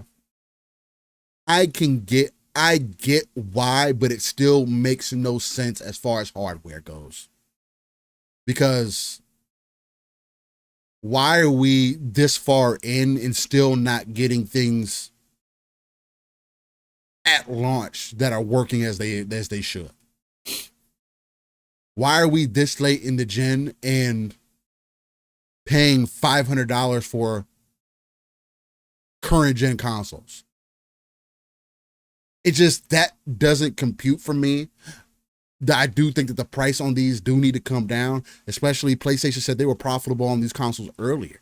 I think PlayStation would have done better and that's very well may be what they end up doing. Once the Pro releases at that $600 to $700 price point, maybe they drop the regular 5 down to $400, $299. Is that something that could be possible, Pong? I mean, is that something that you see within your wheelhouse? I mean, and how do you feel about the potential of a PlayStation 5 Pro launching in? They say PlayStation 5 Pro might launch in September. I think that might be when they make an announcement for it. I don't see a launch. They make an announcement. No, the launch date is December 9th, supposed. Okay, so. This year, huh? Yep. So they're gonna make an announcement in September and then sell them in December. Correct. Yep. Okay. How do you feel about these PlayStation 5 rumors? Do you think that this spells an issue for Xbox again, who have been trying to hold on? And again, this is another thing that Phil has said, that he would never lose the power narrative again. It's all out the window. So yeah, that's what he cared about. That's when he cared about consoles. So that's when they were still competing one for one. It's gone. So. What do you think about this with the PlayStation 5 Pro? I've always been on board that this is happening. Again, whether you believe this or not, doesn't really matter. Take this all with a grain of salt. I think the facts are, the more smoke that we start getting here, we are getting to a point where we're going to find out one way or the other, right? Some people believe that Hiroki scrapped this shit and it's never going to come out. Some people think that it's been delayed potentially till next year. And that we won't get an announcement this year. And then now we've got the fresh rumors. And obviously Grubb had earlier in the week talked about Gamescom, where it was an open secret that PlayStation 5 Pro was real, that there is dev kits in the wild, and it was just kind of being whispered throughout Gamescom, and that it was a legit thing. Yeah. I've always been in the camp that it's happening. I've always been in the camp that why would PlayStation not follow the same path that they did last gen, when they are finding the same success that they did last gen, at least console sales wise, right? They're up ahead of pace of the PS4. And with the PlayStation 5, despite not having a whole lot of anything, roadmap or anything right now, and haven't released a whole lot of first party. Again, they've done their third party deals. They've filled holes. They've had enough first party. Bill, again, I don't like to count the remakes and remasters. Paul, what the fuck are they going to release with this console? Listen, they are. Listen, so I'll give you, because let me see if I can find it here real quick. I think I threw it in our DMs real quick. What? I had what Grubb put out there that's going to be for the show at the end of September, because this is going to come out Supposedly it's going to be a blog post on Monday, September the what date? September the 9th, or is it? Did they say the 9th? I can't remember when Billy said. I think so. I think it's September the 9th. Was Billy? There's going to be a blog post, and then Grubb is saying that they're going to have not a showcase, but a state of play towards the end of September. Okay. So I think I got the list here. It's from Joe Raptor. Yeah. It says, according Joe Raptor. It says, according to Jeff Grubb, a state of play is planned for the end of September. Sadly, no showcase, which I still think is fucking wild to me. It is wild, but if they don't have anything, they don't have anything, bro. They don't have anything, bro. Bro, how long has... Anyway. I agree, because I said hopes and dreams. I can't believe they're not doing hopes and dreams, but this isn't that PlayStation anymore, so things are going to be different. Anyway, keep going. They're saying, here's what could show up here. PlayStation 5 Pro with a release date, Hogwarts Legacy Director's Cut, the leaked Marvel Spider-Man 2 DLC. Venom, which makes sense. Fucking Jesus. Anyway, new Death Stranding 2 trailer, which makes totally sense, because we also saw the screenshot, by the way, of Kojima playing Death Stranding 2 with one screen. It didn't show shit, but it was obviously Death Stranding 2, and he had the dev kit, which everybody says looks almost identical to the original PlayStation 5 dev kits, the PS5 Pro dev kit. But he had whatever he was playing Death Stranding 2 on was next to the TV, but he had it covered up this time. Right. So again, why would he cover up a PS5 Pro dev kit? Why? Or why would he cover up a PS5 dev kit? It wouldn't make any sense. Why would he cover up a PS5? Doesn't make any fucking sense. Right. Right? Those are both known issues. So obviously, again, another hint that PS5 Pro is real, and he's obviously got a dev kit. Keep going. Sorry. Then it was Metal Gear Solid Master Collection. Which only Metal Gear I care about right now is what is it, Delta Snake Eater or whatever? We're gonna get 4. 4 has been playable inside of PS3. Oh, ever. But if it's not gonna be remade like I don't care. The fact that it's going to be available to play elsewhere outside of a PS3 is fucking dope. I know you're never excited for this shit. I get excited for it because it's only because I know they're going to do they're going to do bare minimum shit with it, man. But nobody's been able to play it if you didn't have a PS3. You never played this game. I get that. That's huge, bro. Like, again, this is the one that people complain because it's literally got an hour and a half long cutscene in it. It literally does. It's got a movie as a cutscene, and you can't skip it. So everybody's saying, please let us skip it this time. But outside of that, the game itself is fucking amazing. So, anyways. Was it a 90-minute cutscene? I don't know. It's over now. It's like almost 90 minutes. That's fucking insane. I don't know if I could play that. But that's what I'm saying. That Snake Eater looks fucking fantastic. And I never played the older one. So it's like, and this one looks like Phantom Pain, which I liked a lot. So it's like I'm really excited for that one. I'm trying to get in there. Updates on games that were in state of plays before: Lego Horizon, which we knew about, Monster Hunter Wild's release date, that would be good for them. More Dynasty Warriors Origins, then also Silent Hill 2, Until Dawn, and Concord Season 1. Yeah. He also gives some crazy predictions here. There's something God of War Atreus related, Starfield PS5, Ghost of Tsushima 2, which I also think would be possible. Highly likely, actually. At least a tease for it, even if it doesn't come out till 2026. I think there is going to be at least a tease for it. And that was pretty much it for that list as far as what to expect. But go ahead, Paul. Right, but think about it, Steele. It makes sense if you're going to do you just asked what would they have for the PS5 Pro. Again, it's going to be mostly third party. They could have a Ghost of Tsushima 2 tease in there, right? Which would be massive. I've said that all along. That's got to be close, right? Ghost of Tsushima 2 tease. Again, Cory Barlog's team that's been working on a new IP.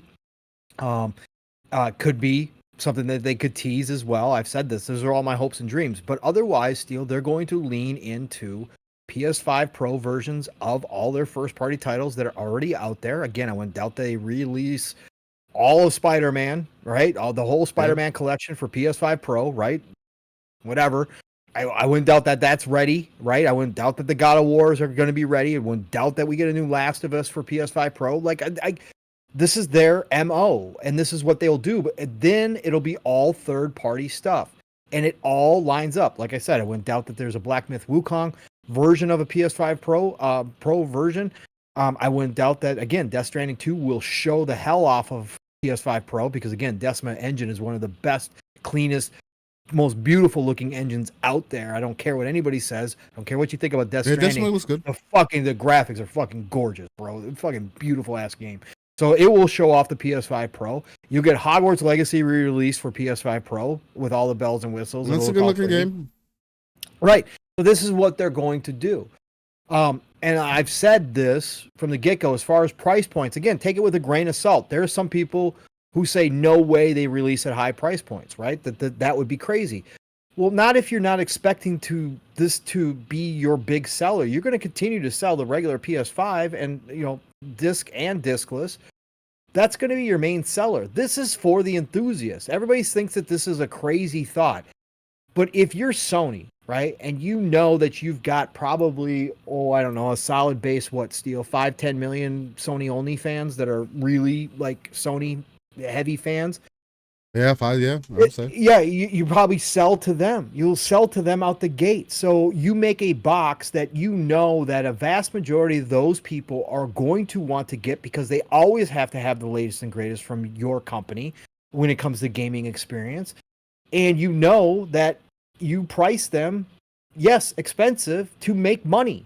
Right? They just raised the price on the regular one in Japan because, again, yen isn't doing well. Japan's not doing well at all. So there's a lot of that involved. Yeah. But if you're going to do this, but if you're going to do a PS5 Pro, right, Steel, and you're not expecting this to be the sell to the masses type machine, but you are thinking of this as the enthusiast machine, the people who need the best of the best, you price it accordingly because you know those suckers are going to line up for it, and you're going to make money off of every console. If they do price this at $600 and $700, which was my original guess on the PS5 Pro, you can go back and see that too. Then they're going to be making probably somewhere in the neighborhood of $150 to $200 per console, right? And why?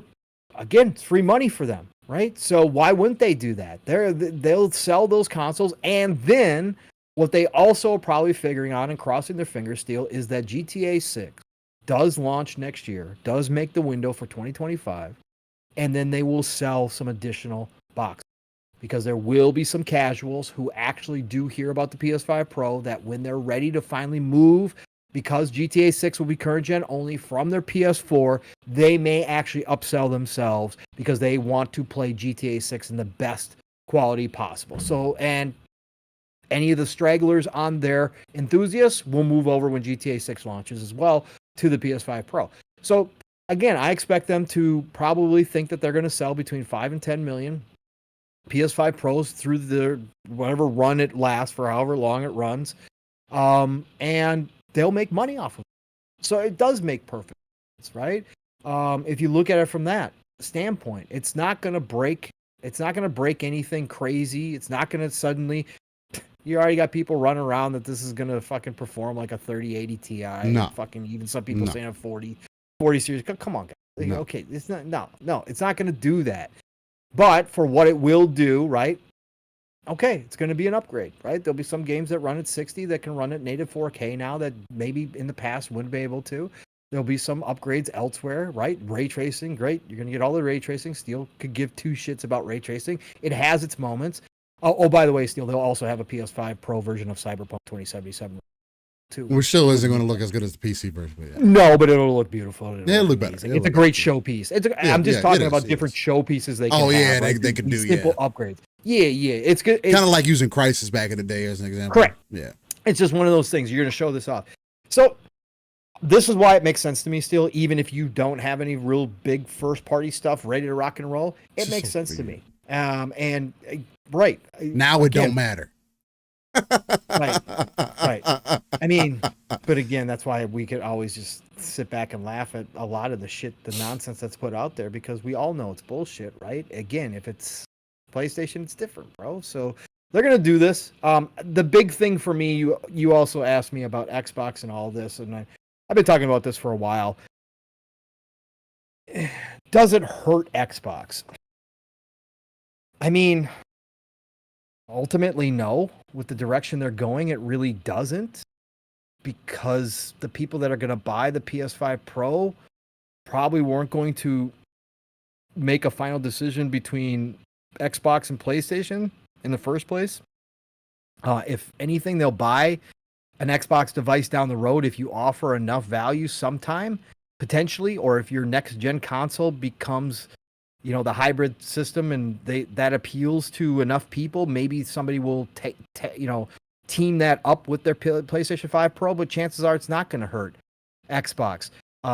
Most people are under the false assumption that PlayStation's, the games on PlayStation run better anyway. So what's going to be the difference here? Yeah, it's going to be weird, and it's going to be really weird for your Xbox only fans for sure to have games from your first party that run better on a PlayStation than your top of the line console. That's the thing I talked about a couple weeks ago that we were talking about, Steel. It is a weird position for Xbox to be in as a third-party publisher now, one of the world's largest. And again, I'm not saying that everything is going out the gate. That's not how it's going to work. But it is still weird that you're going to have this mix of some first-party games that are going to show up on PlayStation with the PS5 Pro and run better than on the Series X and have more options. Yeah, that's a little strange. And yes, do I believe there could be a Starfield PS5 Pro version ready for next year? Yeah, I do. Do I think that could even be announced like Grubb said? Yeah, I do. I've been joking about that, half joking, but half serious about that. Yeah, I do. And I think it'll be massive. And I will sit back and laugh as it becomes the number one seller on PlayStation when it does drop over there after all the shit that's been talked about it. Right? I'm going to laugh. I think it's going to be hilarious when Bethesda drops another banger over on PlayStation and it sells like all of their other games have, like mad. So it's going to be great. Personally, for me, I'm just going to laugh about it. But yeah, I think that's the only thing where it just gets a little strange, Steel. You could have a Call of Duty PS5 Pro version that's going to run better. Again, as a third-party publisher, Sony's mandating that if you have a PS5 version, you're going to have a PS5 Pro version of the games that launch after, I think it was August this year or something like that. So, yeah, they're going to be forced to do that. Indiana Jones could have a PS5 Pro version, right? So, that's the only weird part for Xbox. But again, if we are just looking at how Xbox is moving now, the evolution of Xbox, what they're honestly doing, is it going to hurt them? No, I don't think it's honestly going to hurt them. It's not. It's just strange. I think the only thing that's going to change is the conversation about resolution again. Right. I don't know. I just don't foresee there being as such a frame difference with a PlayStation 5 Pro between the Series and the Series X. There'll be games that run. There'll be games that run a consistent 60. Right? There might even be a couple games that do hit the 120 that won't hit a 120 on Xbox. That's possible. I think it'll be massive. No, but even if it's not massive though, a $200 difference for something that's not a massive difference. But it's enthusiasm. But we went from Xbox One to One X, and that was a major difference. That was the double the frame rate. That was the resolution bump. That was the So that's what I mean more so. So we're just going to accept something that's, what if it's only 10% better than the Series X? But how big a bump? Because the One X was still more powerful than PS4 Pro, right? Yeah. So it didn't affect Sony selling the PS4 Pro, even though that was the same price as the One X, right? And it didn't offer as much performance as the One X did, right? So, didn't. Yeah, but we're also talking about PlayStation 4 also it was their better generation as well, too. But PlayStation 5 is outselling it console-wise. But they also don't have the games this time around. No, so it's that's what's also weird about the conversation, because it's but that's when GTA 6 comes in and starts moving everybody over. Right, that's what we've talked about. GTA 6 will be the golden goose. It will be the unicorn that moves everybody to this gen, and decisions will be made. And PlayStation will have the Pro, and they will have the regular PS5, and people will move. And that's where you'll see the movement from. At least in my opinion. Again, it's all fucking hyperbole. We don't know. It could be that PS5 Pro could be complete shit, and it could fucking flop, and it could sell 500,000 units, and they discontinue it. But I don't think so. I think their enthusiasts will support the hell out of it, just to have the best of the best, to continue to be able to say, and now they'll be able to come back with we got the most powerful console, even though it doesn't fucking matter. We have the most powerful console. We're competing with 30 Ti's now, 3080 Ti's. We're not even competing with Xbox anymore. Fuck them. Yeah, we're competing with PC. Yeah, no, but this is the conversations that those guys love to have, so they're going to have them. That's just gonna be going from a 2070 Super to a 3060. Right. I mean, sure, it's better, but is it really? Was it worth it? I mean, again, that's going to be the eye of the beholder, right? So I'd say more so 2070. I just think they're going to have enough games, third-party support with Pro on the cover, maybe, to justify people in their heads that yes, it's worth it. That they want to play at the best place. They're not going to go buy a PC, so they'll invest in the console. That's why I said I don't think it's outrageous to think that Xbox next generation will have very high-priced console. I just don't. I think that console-wise, no. I do think that their approach is going to be a $700 handheld, something that you can hold on for a while, something that's going to be able to box with the same or more. I mean, I think the box would be what end up being low. Would be the I know you've said that from the beginning. That's just how I think the box could potentially be, again, if they're going to have PC games running on it, I think it could be that. I think they might offer a version. I mean, if they do go that full on PC route, then that does. I mean, that you've opened up at that point, right? You can offer that, right? And also potentially still make a box that is around the $500, $400 price point, right? If you wanted to, you could have a 3-level system if you wanted to. You have the series. This not saying Series S literally, but maybe it's a Series S, the handheld, and the Series X. You know what I mean? Yeah. Like however they do it for the future. The low one relies more on AI, generative for frames and for resolution. It relies more on it, whereas the big boy has more brute power on it, on top of the AI, and it can run with the big boy PCs. Like that's what I think that they're ultimately going to try to do is try to force their way into that space. But again, neither here nor there. We're going to find that out later. I think the PlayStation 5 Pro to end this is real. I think it is happening. I think we are getting announcements. The smoke is real. There's way too much fucking smoke out here. I think we're going to, and again, one way or the other, we're going to find out in the next few weeks. Mac, the next few weeks, we will know for sure what's going on, what's happening. And it'll be interesting. It's always fascinating when we get new consoles, no matter what. It is though. It's dope to see because I want to see how things play out because I want to see how they're going to move into the future. And again, I do want to see the big hopes and dreams showcase eventually.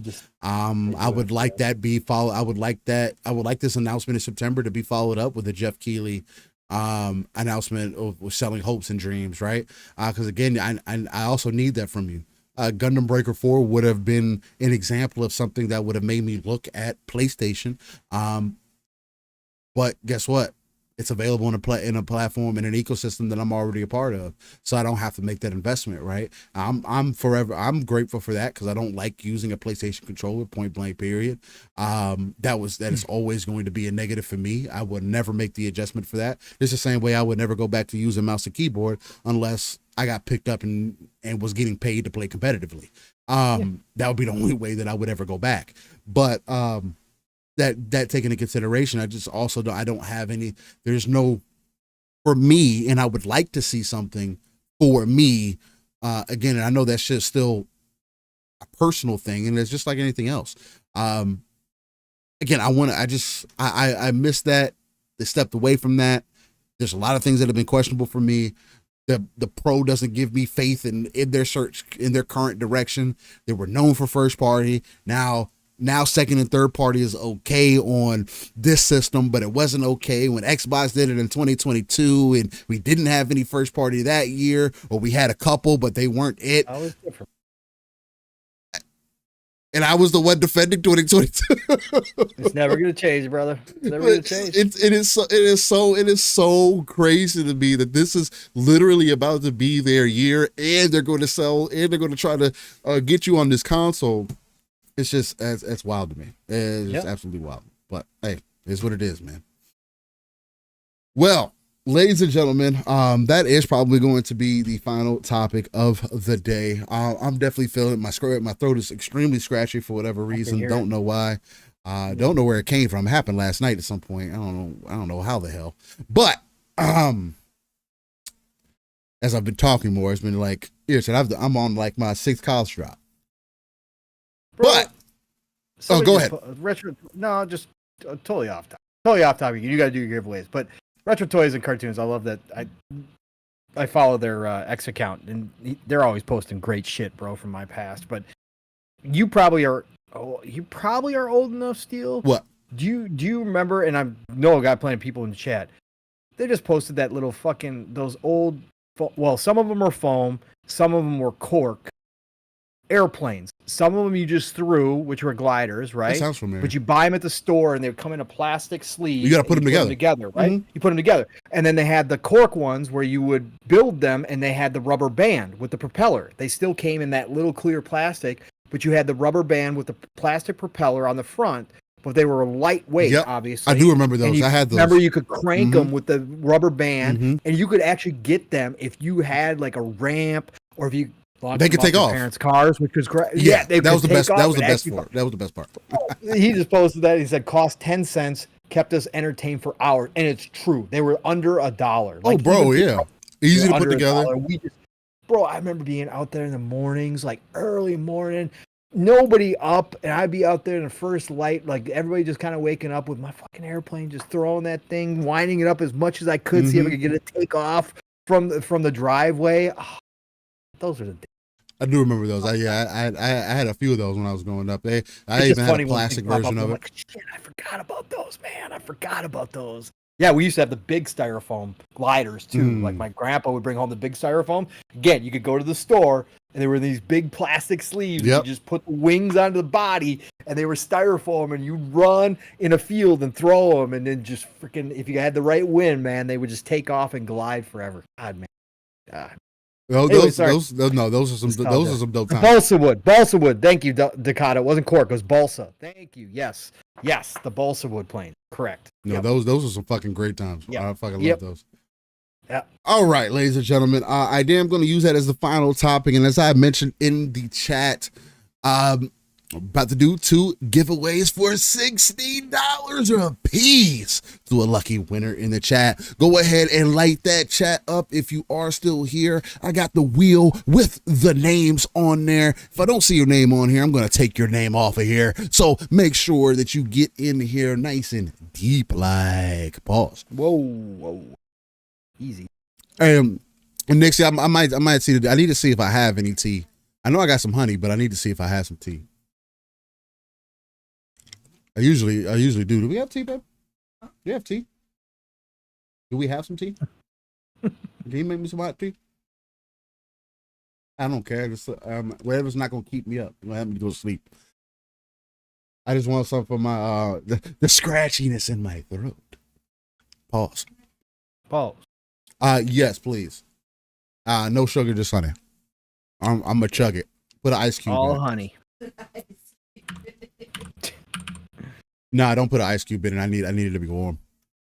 All right. El Nini says he's here. I got you in here, El Nini. We got Legendary Yobi in here as well. AJH, I took you out, set you one earlier. Appreciate you for hitting us up, though. Calorie is still in here, locked in. Stanley Francois, you're not in here, my good sir. So let me go ahead and throw you in here. Again, this is for the $60 giveaway. What I'm going to do is, for whatever platform of your choice, whoever wins, I'm going to ask you straight up. Now, again, you're going to have to get in contact with me through Twitter, X, whatever the case. Or you can let me know in chat as well. I'm going to get the code. Then you're going to contact me on X or otherwise known as Twitter, and I will send you the code through there for the code that you asked for. Again, $60 for whatever your platform is. PC, Xbox, PlayStation, Nintendo, whatever you're into, that's when I am going to give you a code for. I don't know if CD Keys does Nintendo, but I guess we'll find out. Froggy, I hope your work on the car is going well, sir. Hey. He's working, but he's working on the car. I appreciate you, Froggy. Yeah, I know how working on cars goes, and again, I gotta work on my bike this week coming up, replace the clutch. So hey, I'm right there with you, and they're gonna have a whole lot of fun with the good old slipper clutch. Get that good old wet clutch in there. Whoa! Oh, I like my clutches wet. There's been a lot of questions. Hey, just a little bit. Hey man, this is like midnight steel, man. I know. We're getting naked up in here. We're getting naked. It's all backwards. because you've been working midnights. So now you're on prime time. It's only morning. Jesus, or it's early afternoon. At this point. Let's go. There we go. XBX Lord Chaos. He says, "Get me." Where did XBX Lord Chaos come from? Good to see you. Thank you. Got you, XBX. You are in there. Remember, you have to have us on Twitter or X to be able to get those codes. If you do not get connected with me on X or Twitter or follow me, nor Pong, you will not get that code, and I will re-roll. So keep that in mind. I'm going to give it give it a few more seconds here to let people file on in and continue to hit us up. Santa Steel. Greatly appreciate everybody for coming through to this episode of 162 of Living Split Screen. We had a lot of dope conversations. Yobi says, Pong Soul, whenever you play Outlaws and if you want to take your time with it, it's a lot to do on your home planet. Okay, bro, you know how I play Legendary. That's why I don't finish games Legendary, because I go explore every damn nook and cranny in those types of games. And with Star Wars, you better believe I'm going to be. And if Yobi says it's fun, then I can believe that. Yeah. Well, ACG said it was fun, bro. I mean, again, there's like, I enough people that I trust have said that there is really some good moments in there. I probably will wind up loving this game. I just hope Ubisoft. I think the only thing that you may not end up liking, if you do end up being able to play and Ubisoft doesn't mess you over, is the lack of grittiness to the game. Because I heard that I did hear people who said they were playing it, that it doesn't quite fulfill what you have spoke to you would look for. Well, yeah. The minute I saw that she could play stick up with Nixie and couldn't shoot him for real, I was pissed. So that made me mad. Did you see that? God, the type of stuff. No, I didn't see that. She plays stick up with him and he plays dead. Again, it's supposed to be all fucking cute. It's supposed to be cute. Why can't I shoot him for real? Well, but that's because you want to kill him for real. I know, because I want him out of the game. I can't leave him on the ship. I can't do shit with him. He's got to follow me around and make his cute little fucking noises all the damn time because it's Disney. Jesus. God damn mandates. All right. Ladies and gentlemen, here we go. Let me get Ron Slusher in here too. I see Ron. Let me throw you in here. Where's Ron? You didn't have Ron in there? Come on. Ron's in here. We have Ron in here. Here you go, Ron. There you go, Ron. Hey, Ron. All right. Also, Yobi says, if you explore, be careful. If you piss off a syndicate long enough and go explore, it's guns blazing. They don't fuck around. Oh, let's go. You know I'm going to be in firefights. You know I'm going to piss everybody off. You know that. So I heard that doesn't last long either. Yeah. I'm gonna be I think I'm gonna join the Huts. I think I'm gonna team up with the Huts. All right. I think we got everybody we were going to get. See, some people fell out of here earlier, so I'm just going to lean up the list a bit for some names that I have not seen in a bit. Lady Foxfire, no, you have not missed. You came back just in time and just made an announcement. We are doing the next two giveaways for $60 right now. You're still in there. Calorie still in there. Yeah, I got Calorie in there still. Okay. All right. Umbra still in there. Yeah, Umbra. We definitely got Umbra in there still. Let me pull it back up. He better not. There you go. Better not. Pull back up the wheel. Just remove Umbra. He doesn't deserve to win. All right, bet. All right. Yes. Steel is culling right now. Lamone Shane. Lamone. Shine. We got Lamone. Orbs are lurking still. We got Borbs in here. Yobi says, I'm on the hardest difficulty. It gets nasty out here. One of the syndicates gave me a death card, so it's blood every time they see me. Oh, I like it. Damn, that's kind of dope. Yeah. Marty McFly. Yep. Let's get you in there. He was in there before. God Emperor Sofa King still in there, right? Nam, Joe Dunmore. God Emperor Sofa King. Yep, let's get them in there. Yeah, Joe Dunmore, Nam. That's why I changed the guy ABC order. Day Reezy. You said who? Day Reezy. Day Reezy. Yeah, Day Day, and then Reezy Reezy. I didn't even see Day Reezy. Yeah, he posted. He said the blue one's in here too. Day Reezy was talking about the planes. He said they didn't last long in my house back then. He posted. Reezy, throwing him in there. Yep, I'm going back through. I'm trying to help you out. You got Fahim in there, I'm assuming. Roadkill 8018. Yep. Roadkill's in there. Rayoid's in there. Rayoid is in there. Okay. Wilfrey, you got Wilfrey in there. Wilfrey is not in there. Yeah, put Wilfrey in there. Wilfrey Rosario? Yeah. Yeah. He was talking about PlayStation 5 Pro game. So he's been around. So yeah. Let's see. Who else we got locked in here? We got King Styles. Yeah, I got you in there, Styles. Ladies in there. Good stuff. Brandon Martin. He says, am I in there? You're in there now, Brandon. Yeah. Is Laura still in there? Jaspy? Is Lore Master Jasper in here? Yes, he is. Okay.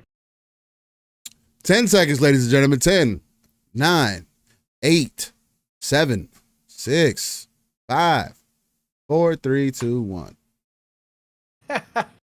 Here we go. Let me get a shuffle in. I'll give you 3 more seconds. I just wanted to, I got the shuffle in there. I got to make it cute. I know. All right, here we go.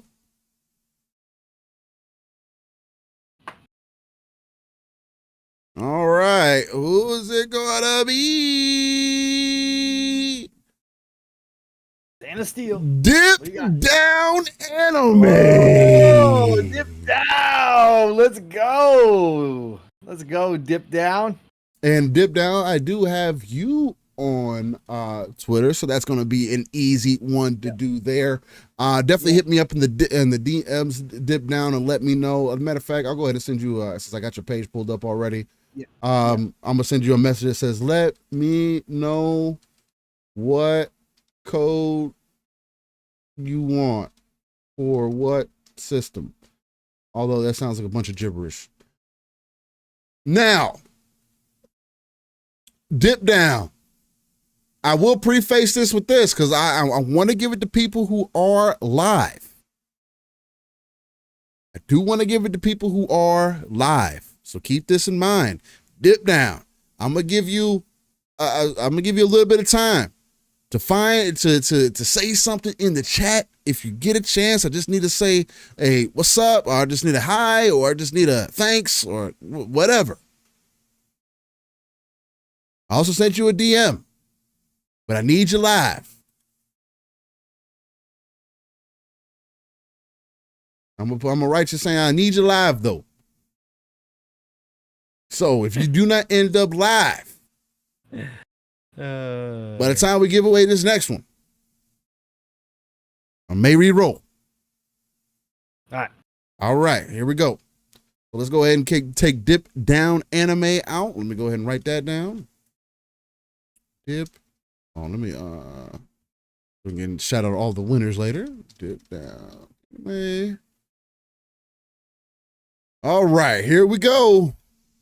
Dip Down Anime. This is your one and final call. I am rolling for the second one. If by the second one I don't hear from you, I am re-rolling. All right, here we go.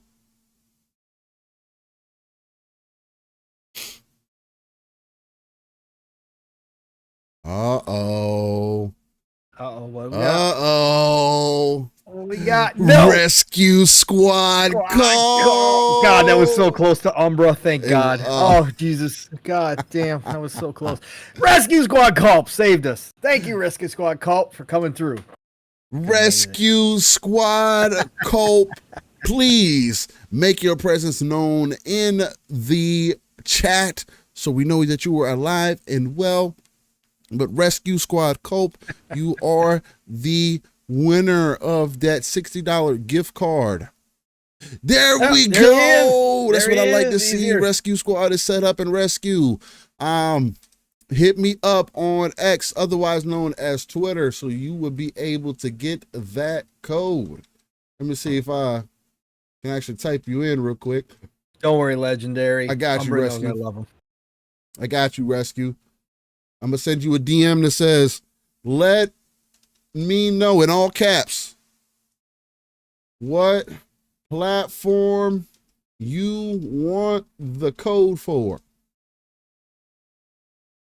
I just sent that message to you, Rescue Squad wants to know if he can give it to somebody else. Oh, Rescue, you want to give it to somebody else? Let's do it. We can re-roll it. Ask him if he means re-roll it or if we care that he hands it to somebody. You talking about Rescue? Do you mean re-rolling it, or can you give it to, like, if I give it to you, you give it to somebody else? Because once I give it to you, I don't care. You're the winner. You can do whatever you want to with the code. Yeah, we ain't like that. Yeah, I don't. But let us know if you just want us to re-roll. Then let us know so we can do that right now. Yeah. I will go ahead and re-roll Dip Down Anime because I have not seen him in chat, unfortunately, and I know there's other shows going on. Might be one of those weeks. He might be on vacation too. He does take his. I know. Okay, I saw him in here. Rescue Squad wants to re-roll. All right, Rescue. Hey, Rescue Squad. Hey, greatly appreciate you. That's much love, chat. Give some RTS views in the chat for Rescue Squad if you got them. We're going to re-roll for Rescue, and then we're going to also re-roll for Dip Down. Again, Dip Down, if we do not hear from you by the end of this roll, I'm going to re-roll. All right. And we got Emperor Sofa King. God, Emperor. Jeez, look at that. Shout out to the God Emperor. Shout out to the Sofa King. Let's see. Congratulations. I got God Emperor on Twitter. Oh, yes, I do. Oh, yes, you do. God Emperor, I'm going to send you a message that says, let me know what platform you want the code for. There you go. Yeah, Nixie almost got it. He was literally a sliver away from being able to get it. That's crazy. Almost had it, Nixie. Much love. All right. You'll just had his foot on the pedal at the right time to slow that sucker down. Oh, God. Oh, God Emperor says he wants a code for Steam. All right, bet. Hey, let's go. Let me see what I can do. Yeah. You should be able to. On Steam, they have a weird setup on fucking Steam, man. Can't you do a wallet code though and gift it? Yeah, they got a wallet top up, but it's not. I guess I could do it from Steam, maybe. I wonder if I could do it that way. I mean, there's some CD keys as well, but they don't have the amount that I'm looking for, so I'd probably end up a little extra, but we'll see. It'll all work out. It'll all work out. All right. Here we go. Since I have not seen Dip Down Anime in here, Fahim, that was Steel. Santa Steel wants to access people. I don't want to access anybody. I said that was inappropriate. Steel was trying to access people. Hey, not a problem, God Emperor. And that's what I'm doing, AJH, is I'm using CD keys. But they don't have the amount that I'm looking for, so we'll see. I'll make it work. All right. Here we go. Didn't see Dip Down, so we're re-rolling. What we got this time? Thank you for correcting. Decado! Oh, no way! Decado! Look at that. Decado, do you want the funds to resupply yourself for those first descendant skins? Do you want to spend those sweet points on those skins, Decado? Let us know in chat. Reroll. All right. We got you, Decado. Appreciate you're you. the best, man. Can we recover a little bit of that earlier gift you did, brother? You could. Yeah, we appreciate you. Much love, Decado. Absolutely. All right, well, here we go. Decado says re-roll it. So where are we doing? Uh-oh. Psychonauts. What? Is he still in here, though? Is Psycho He's here? Working. Brother Psycho, if you are working at GameStop, we got to give him a minute, bro. Psycho. I hope you can respond, brother. I hope you can respond. He was in here earlier. I hope you're still lurking. I hope you have us on the big screen at GameStop showing us off. God Emperor Sofa King, I don't know if you have me added on Steam. Go ahead and add me on Steam. Yeah, as Lamone. well. Lamone, you were close, brother. Lamone, you were right there. You were right there. You were right there. But God Emperor, go ahead and add me on Steam as well. So I got you locked in. Mishi Miyagi is already booted up Gundam Breaker 4. That's what I like to see, Mishi. Surprisingly, it's also really? Yeah, he's playing it right now. I'm looking at my friends list here. Jesus. The game's only like 10 gigs. 10 gigs only? Yeah. Shit's small as hell. Really? Mm-hmm. Crazy. There's a lot of fucking content in it. It's not big at all. That's what's crazy about it. Yeah, let me see. It is 10 gigs, 9.94. All right. Well, I'm not seeing a Psycho in here. Psychonauts, let me know. God Emperor Sofa King, it's I, Steel Rain I, that season 7 everywhere. I'll type it in for you. I'll type it in the chat right here. That's exactly what it is on Steam. Go ahead and add me up, and I'll see if I can just do it that way. Because you should be able to give people funds and stuff too. Yeah, add it to your Steam wallet. Well, Psycho. I know you've bought all the skins already, bro. You always have them. Like, again, I couldn't believe you had the Haley alternates. Oh yeah, he was on deck. I was like, God damn, Dakota. Haley with the parade. Oh. Yeah, no, shit. They doing their thing. They're doing their thing. I don't know what they're doing, man. All right, Psycho. I didn't see you in chat. Oh, are you out there? I didn't see you in chat. I just need a quick moment. Yeah, I know he's working, but there's nothing we can do. He's selling a Series X to PS5 trade-in. Yeah, that's right. I got you on Steam, lady. Yeah, lady. I accepted your edition as well, my dear. No problem. All right, Psycho. We had to take you off of there. Here we go. We're rolling again. Psycho. Okay. I'll give you another quick moment. So pissed. Psycho. Yeah, add me on Steam, man. Like I keep telling y'all, man, it's I Still Rain I at season 7 everywhere. Add me everywhere. My name is the same everywhere for a reason. Y'all want to link up? Y'all want to get some games in? Whatever the case may be. If I end up on, because I do tend to mind my motherfucking business when I jump on to play these games, man. So yeah, add me up, man. Add me up. That's exactly why I set it up that way. All right, and give Psycho 5, 4, 3, 2, 1. There we go. All right.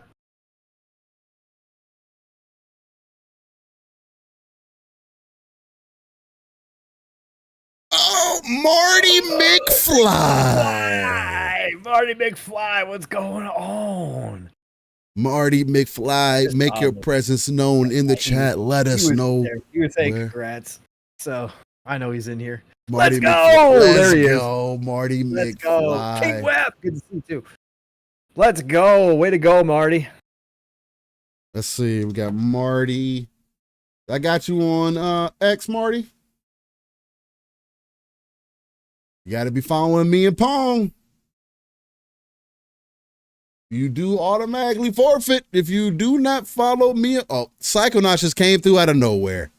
Jesus fucking Christ, Psycho. Psycho. Probably was busy. King Webb, welcome to the Splitters. Appreciate you, King Webb.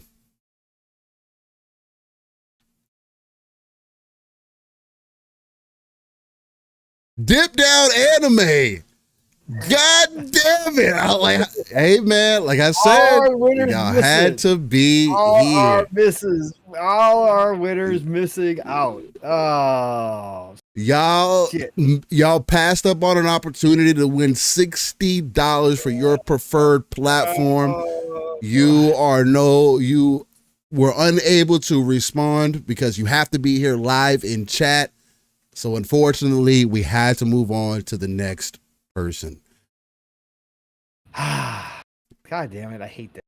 And it happens. It happens. It does happen. Like I said, I wanted to be live. I wanted to make sure it was for all the people who were tuning in the moment. Stay high. There we go. I got you.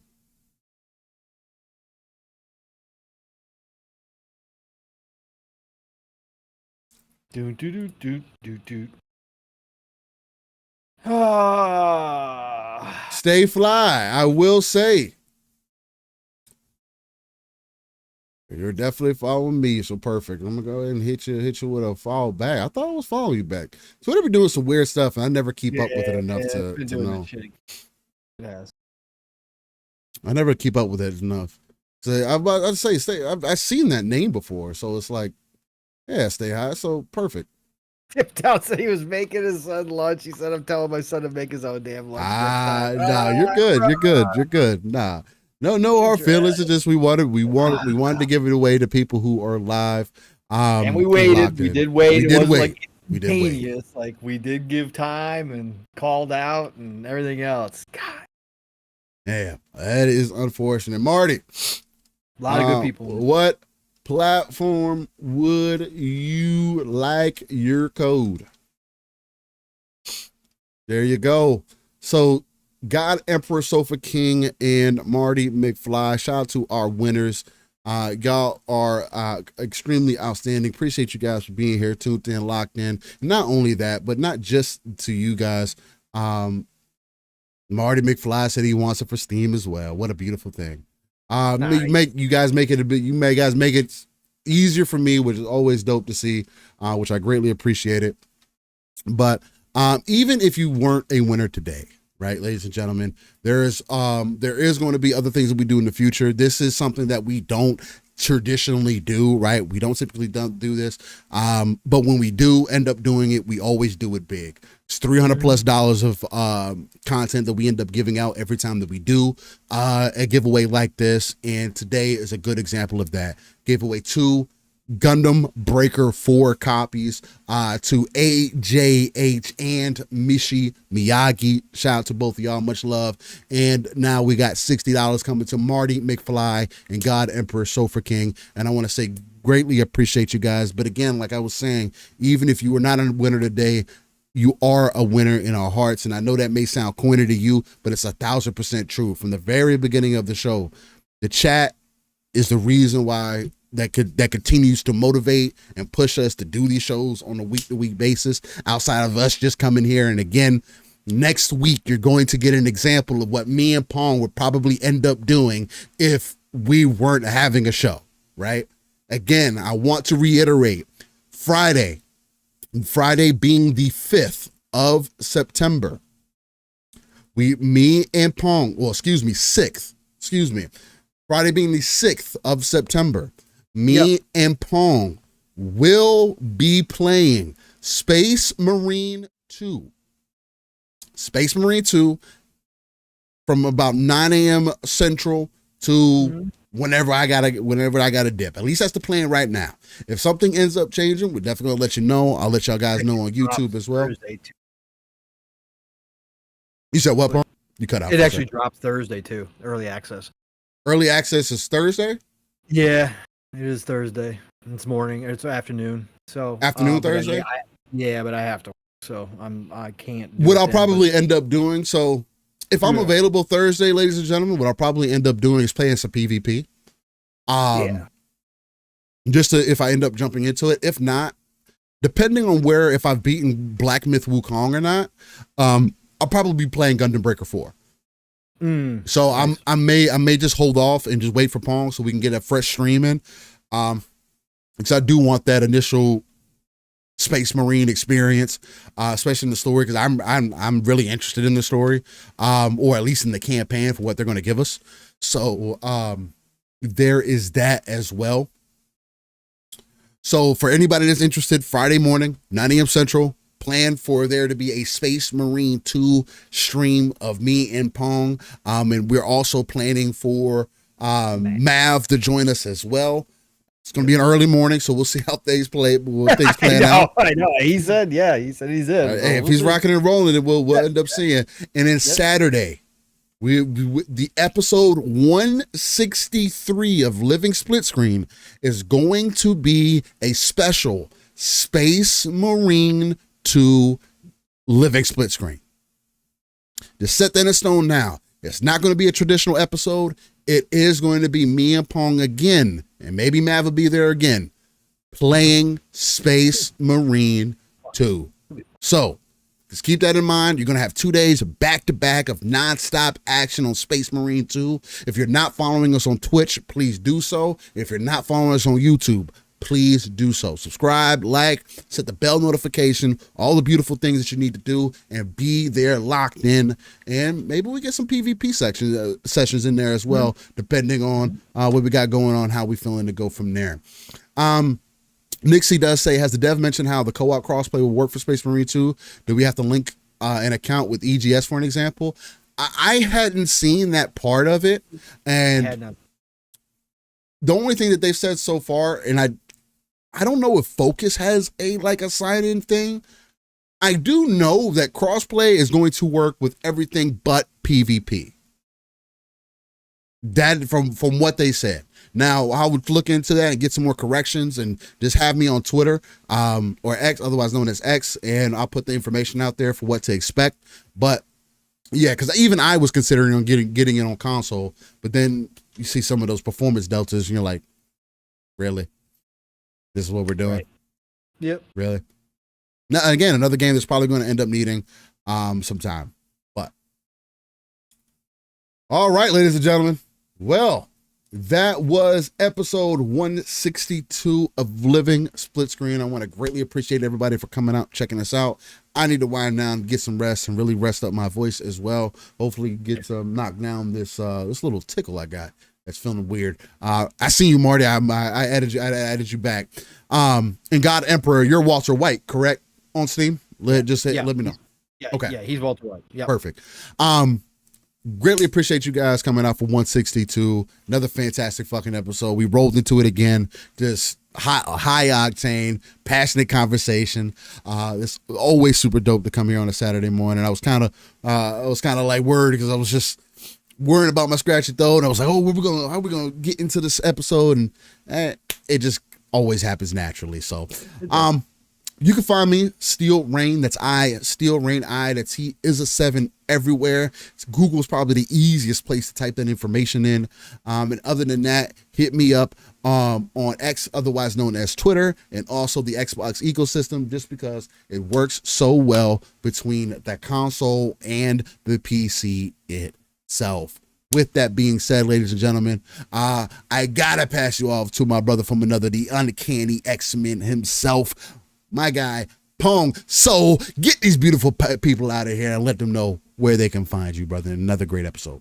It's a fantastic episode. Choo-choo, motherfuckers. You guys are all absolutely amazing for showing up and showing out again on another Saturday to listen to me and Steel just go off the rails from the beginning to the end, man. That's what we do here. No preparation needed because we just start talking about what we want to start talking about, man. Sometimes it flows more naturally, but sometimes we just do what we want to do. And that's what we did today. And it was awesome. We started the show that way.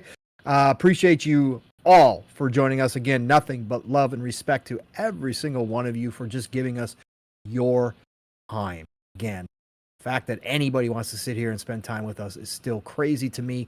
The fact that we have such a regular crew that comes out every Saturday is even more amazing to me. So love you all. Thank you for being here. Congratulations to all the winners again.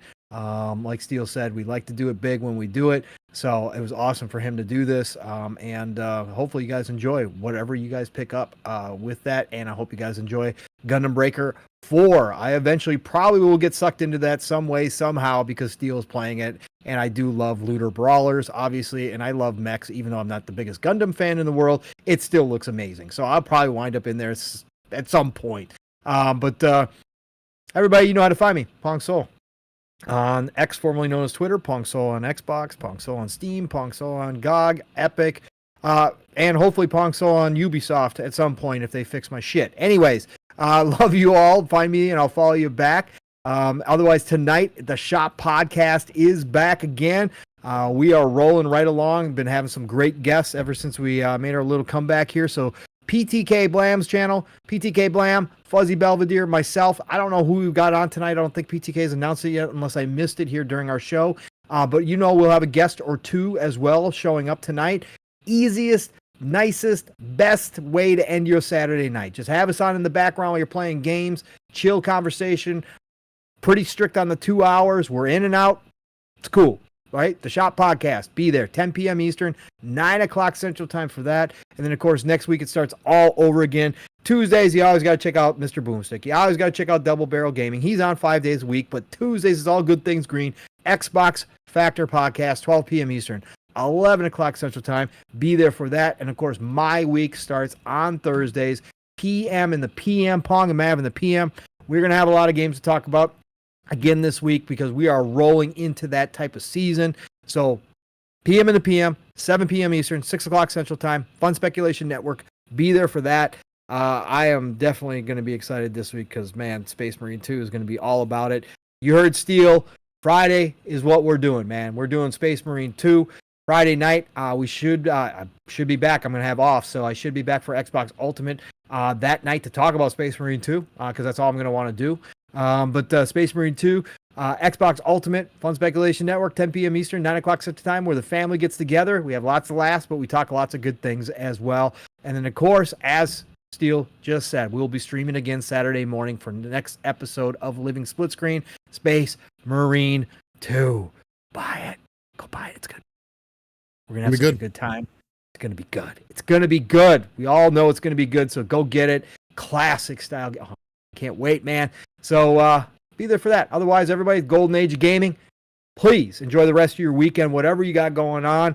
Play what you love what you play, and I'll talk to you all real soon. Steel, get us out of here, brother. Ladies and gentlemen, beautiful people, I want to say thank you again for coming to check us out right here on Living Split Screen, a non-console-centric platform talking about everything going on that's in the gaming industry, the home of the RTS view, where we pull ourselves out of the world, look at the darker crevices of that map, pull our resources together so not only we can build up our own foundation, but also the foundation for those potential 3 billion gamers that are out there. Not only that, but we're also the home of that ECP, that educated consumer perspective, because we are not in the gaming industry. We're just two passionate gamers who have plenty of professional experience behind us in our real lives and who are willing to bring that to the conversation that we're having today. So with that, much love. Catching the next one. The next one is going to be live with Space Marine. So that's going to be an exciting time. Y'all stay safe. Much love. Peace. Yeah, happy Labor Day, everybody. Be safe. Oh, Peace. yeah. Y'all stay safe. Hey, save me a plate. Yeah. Just one question. What if you miss?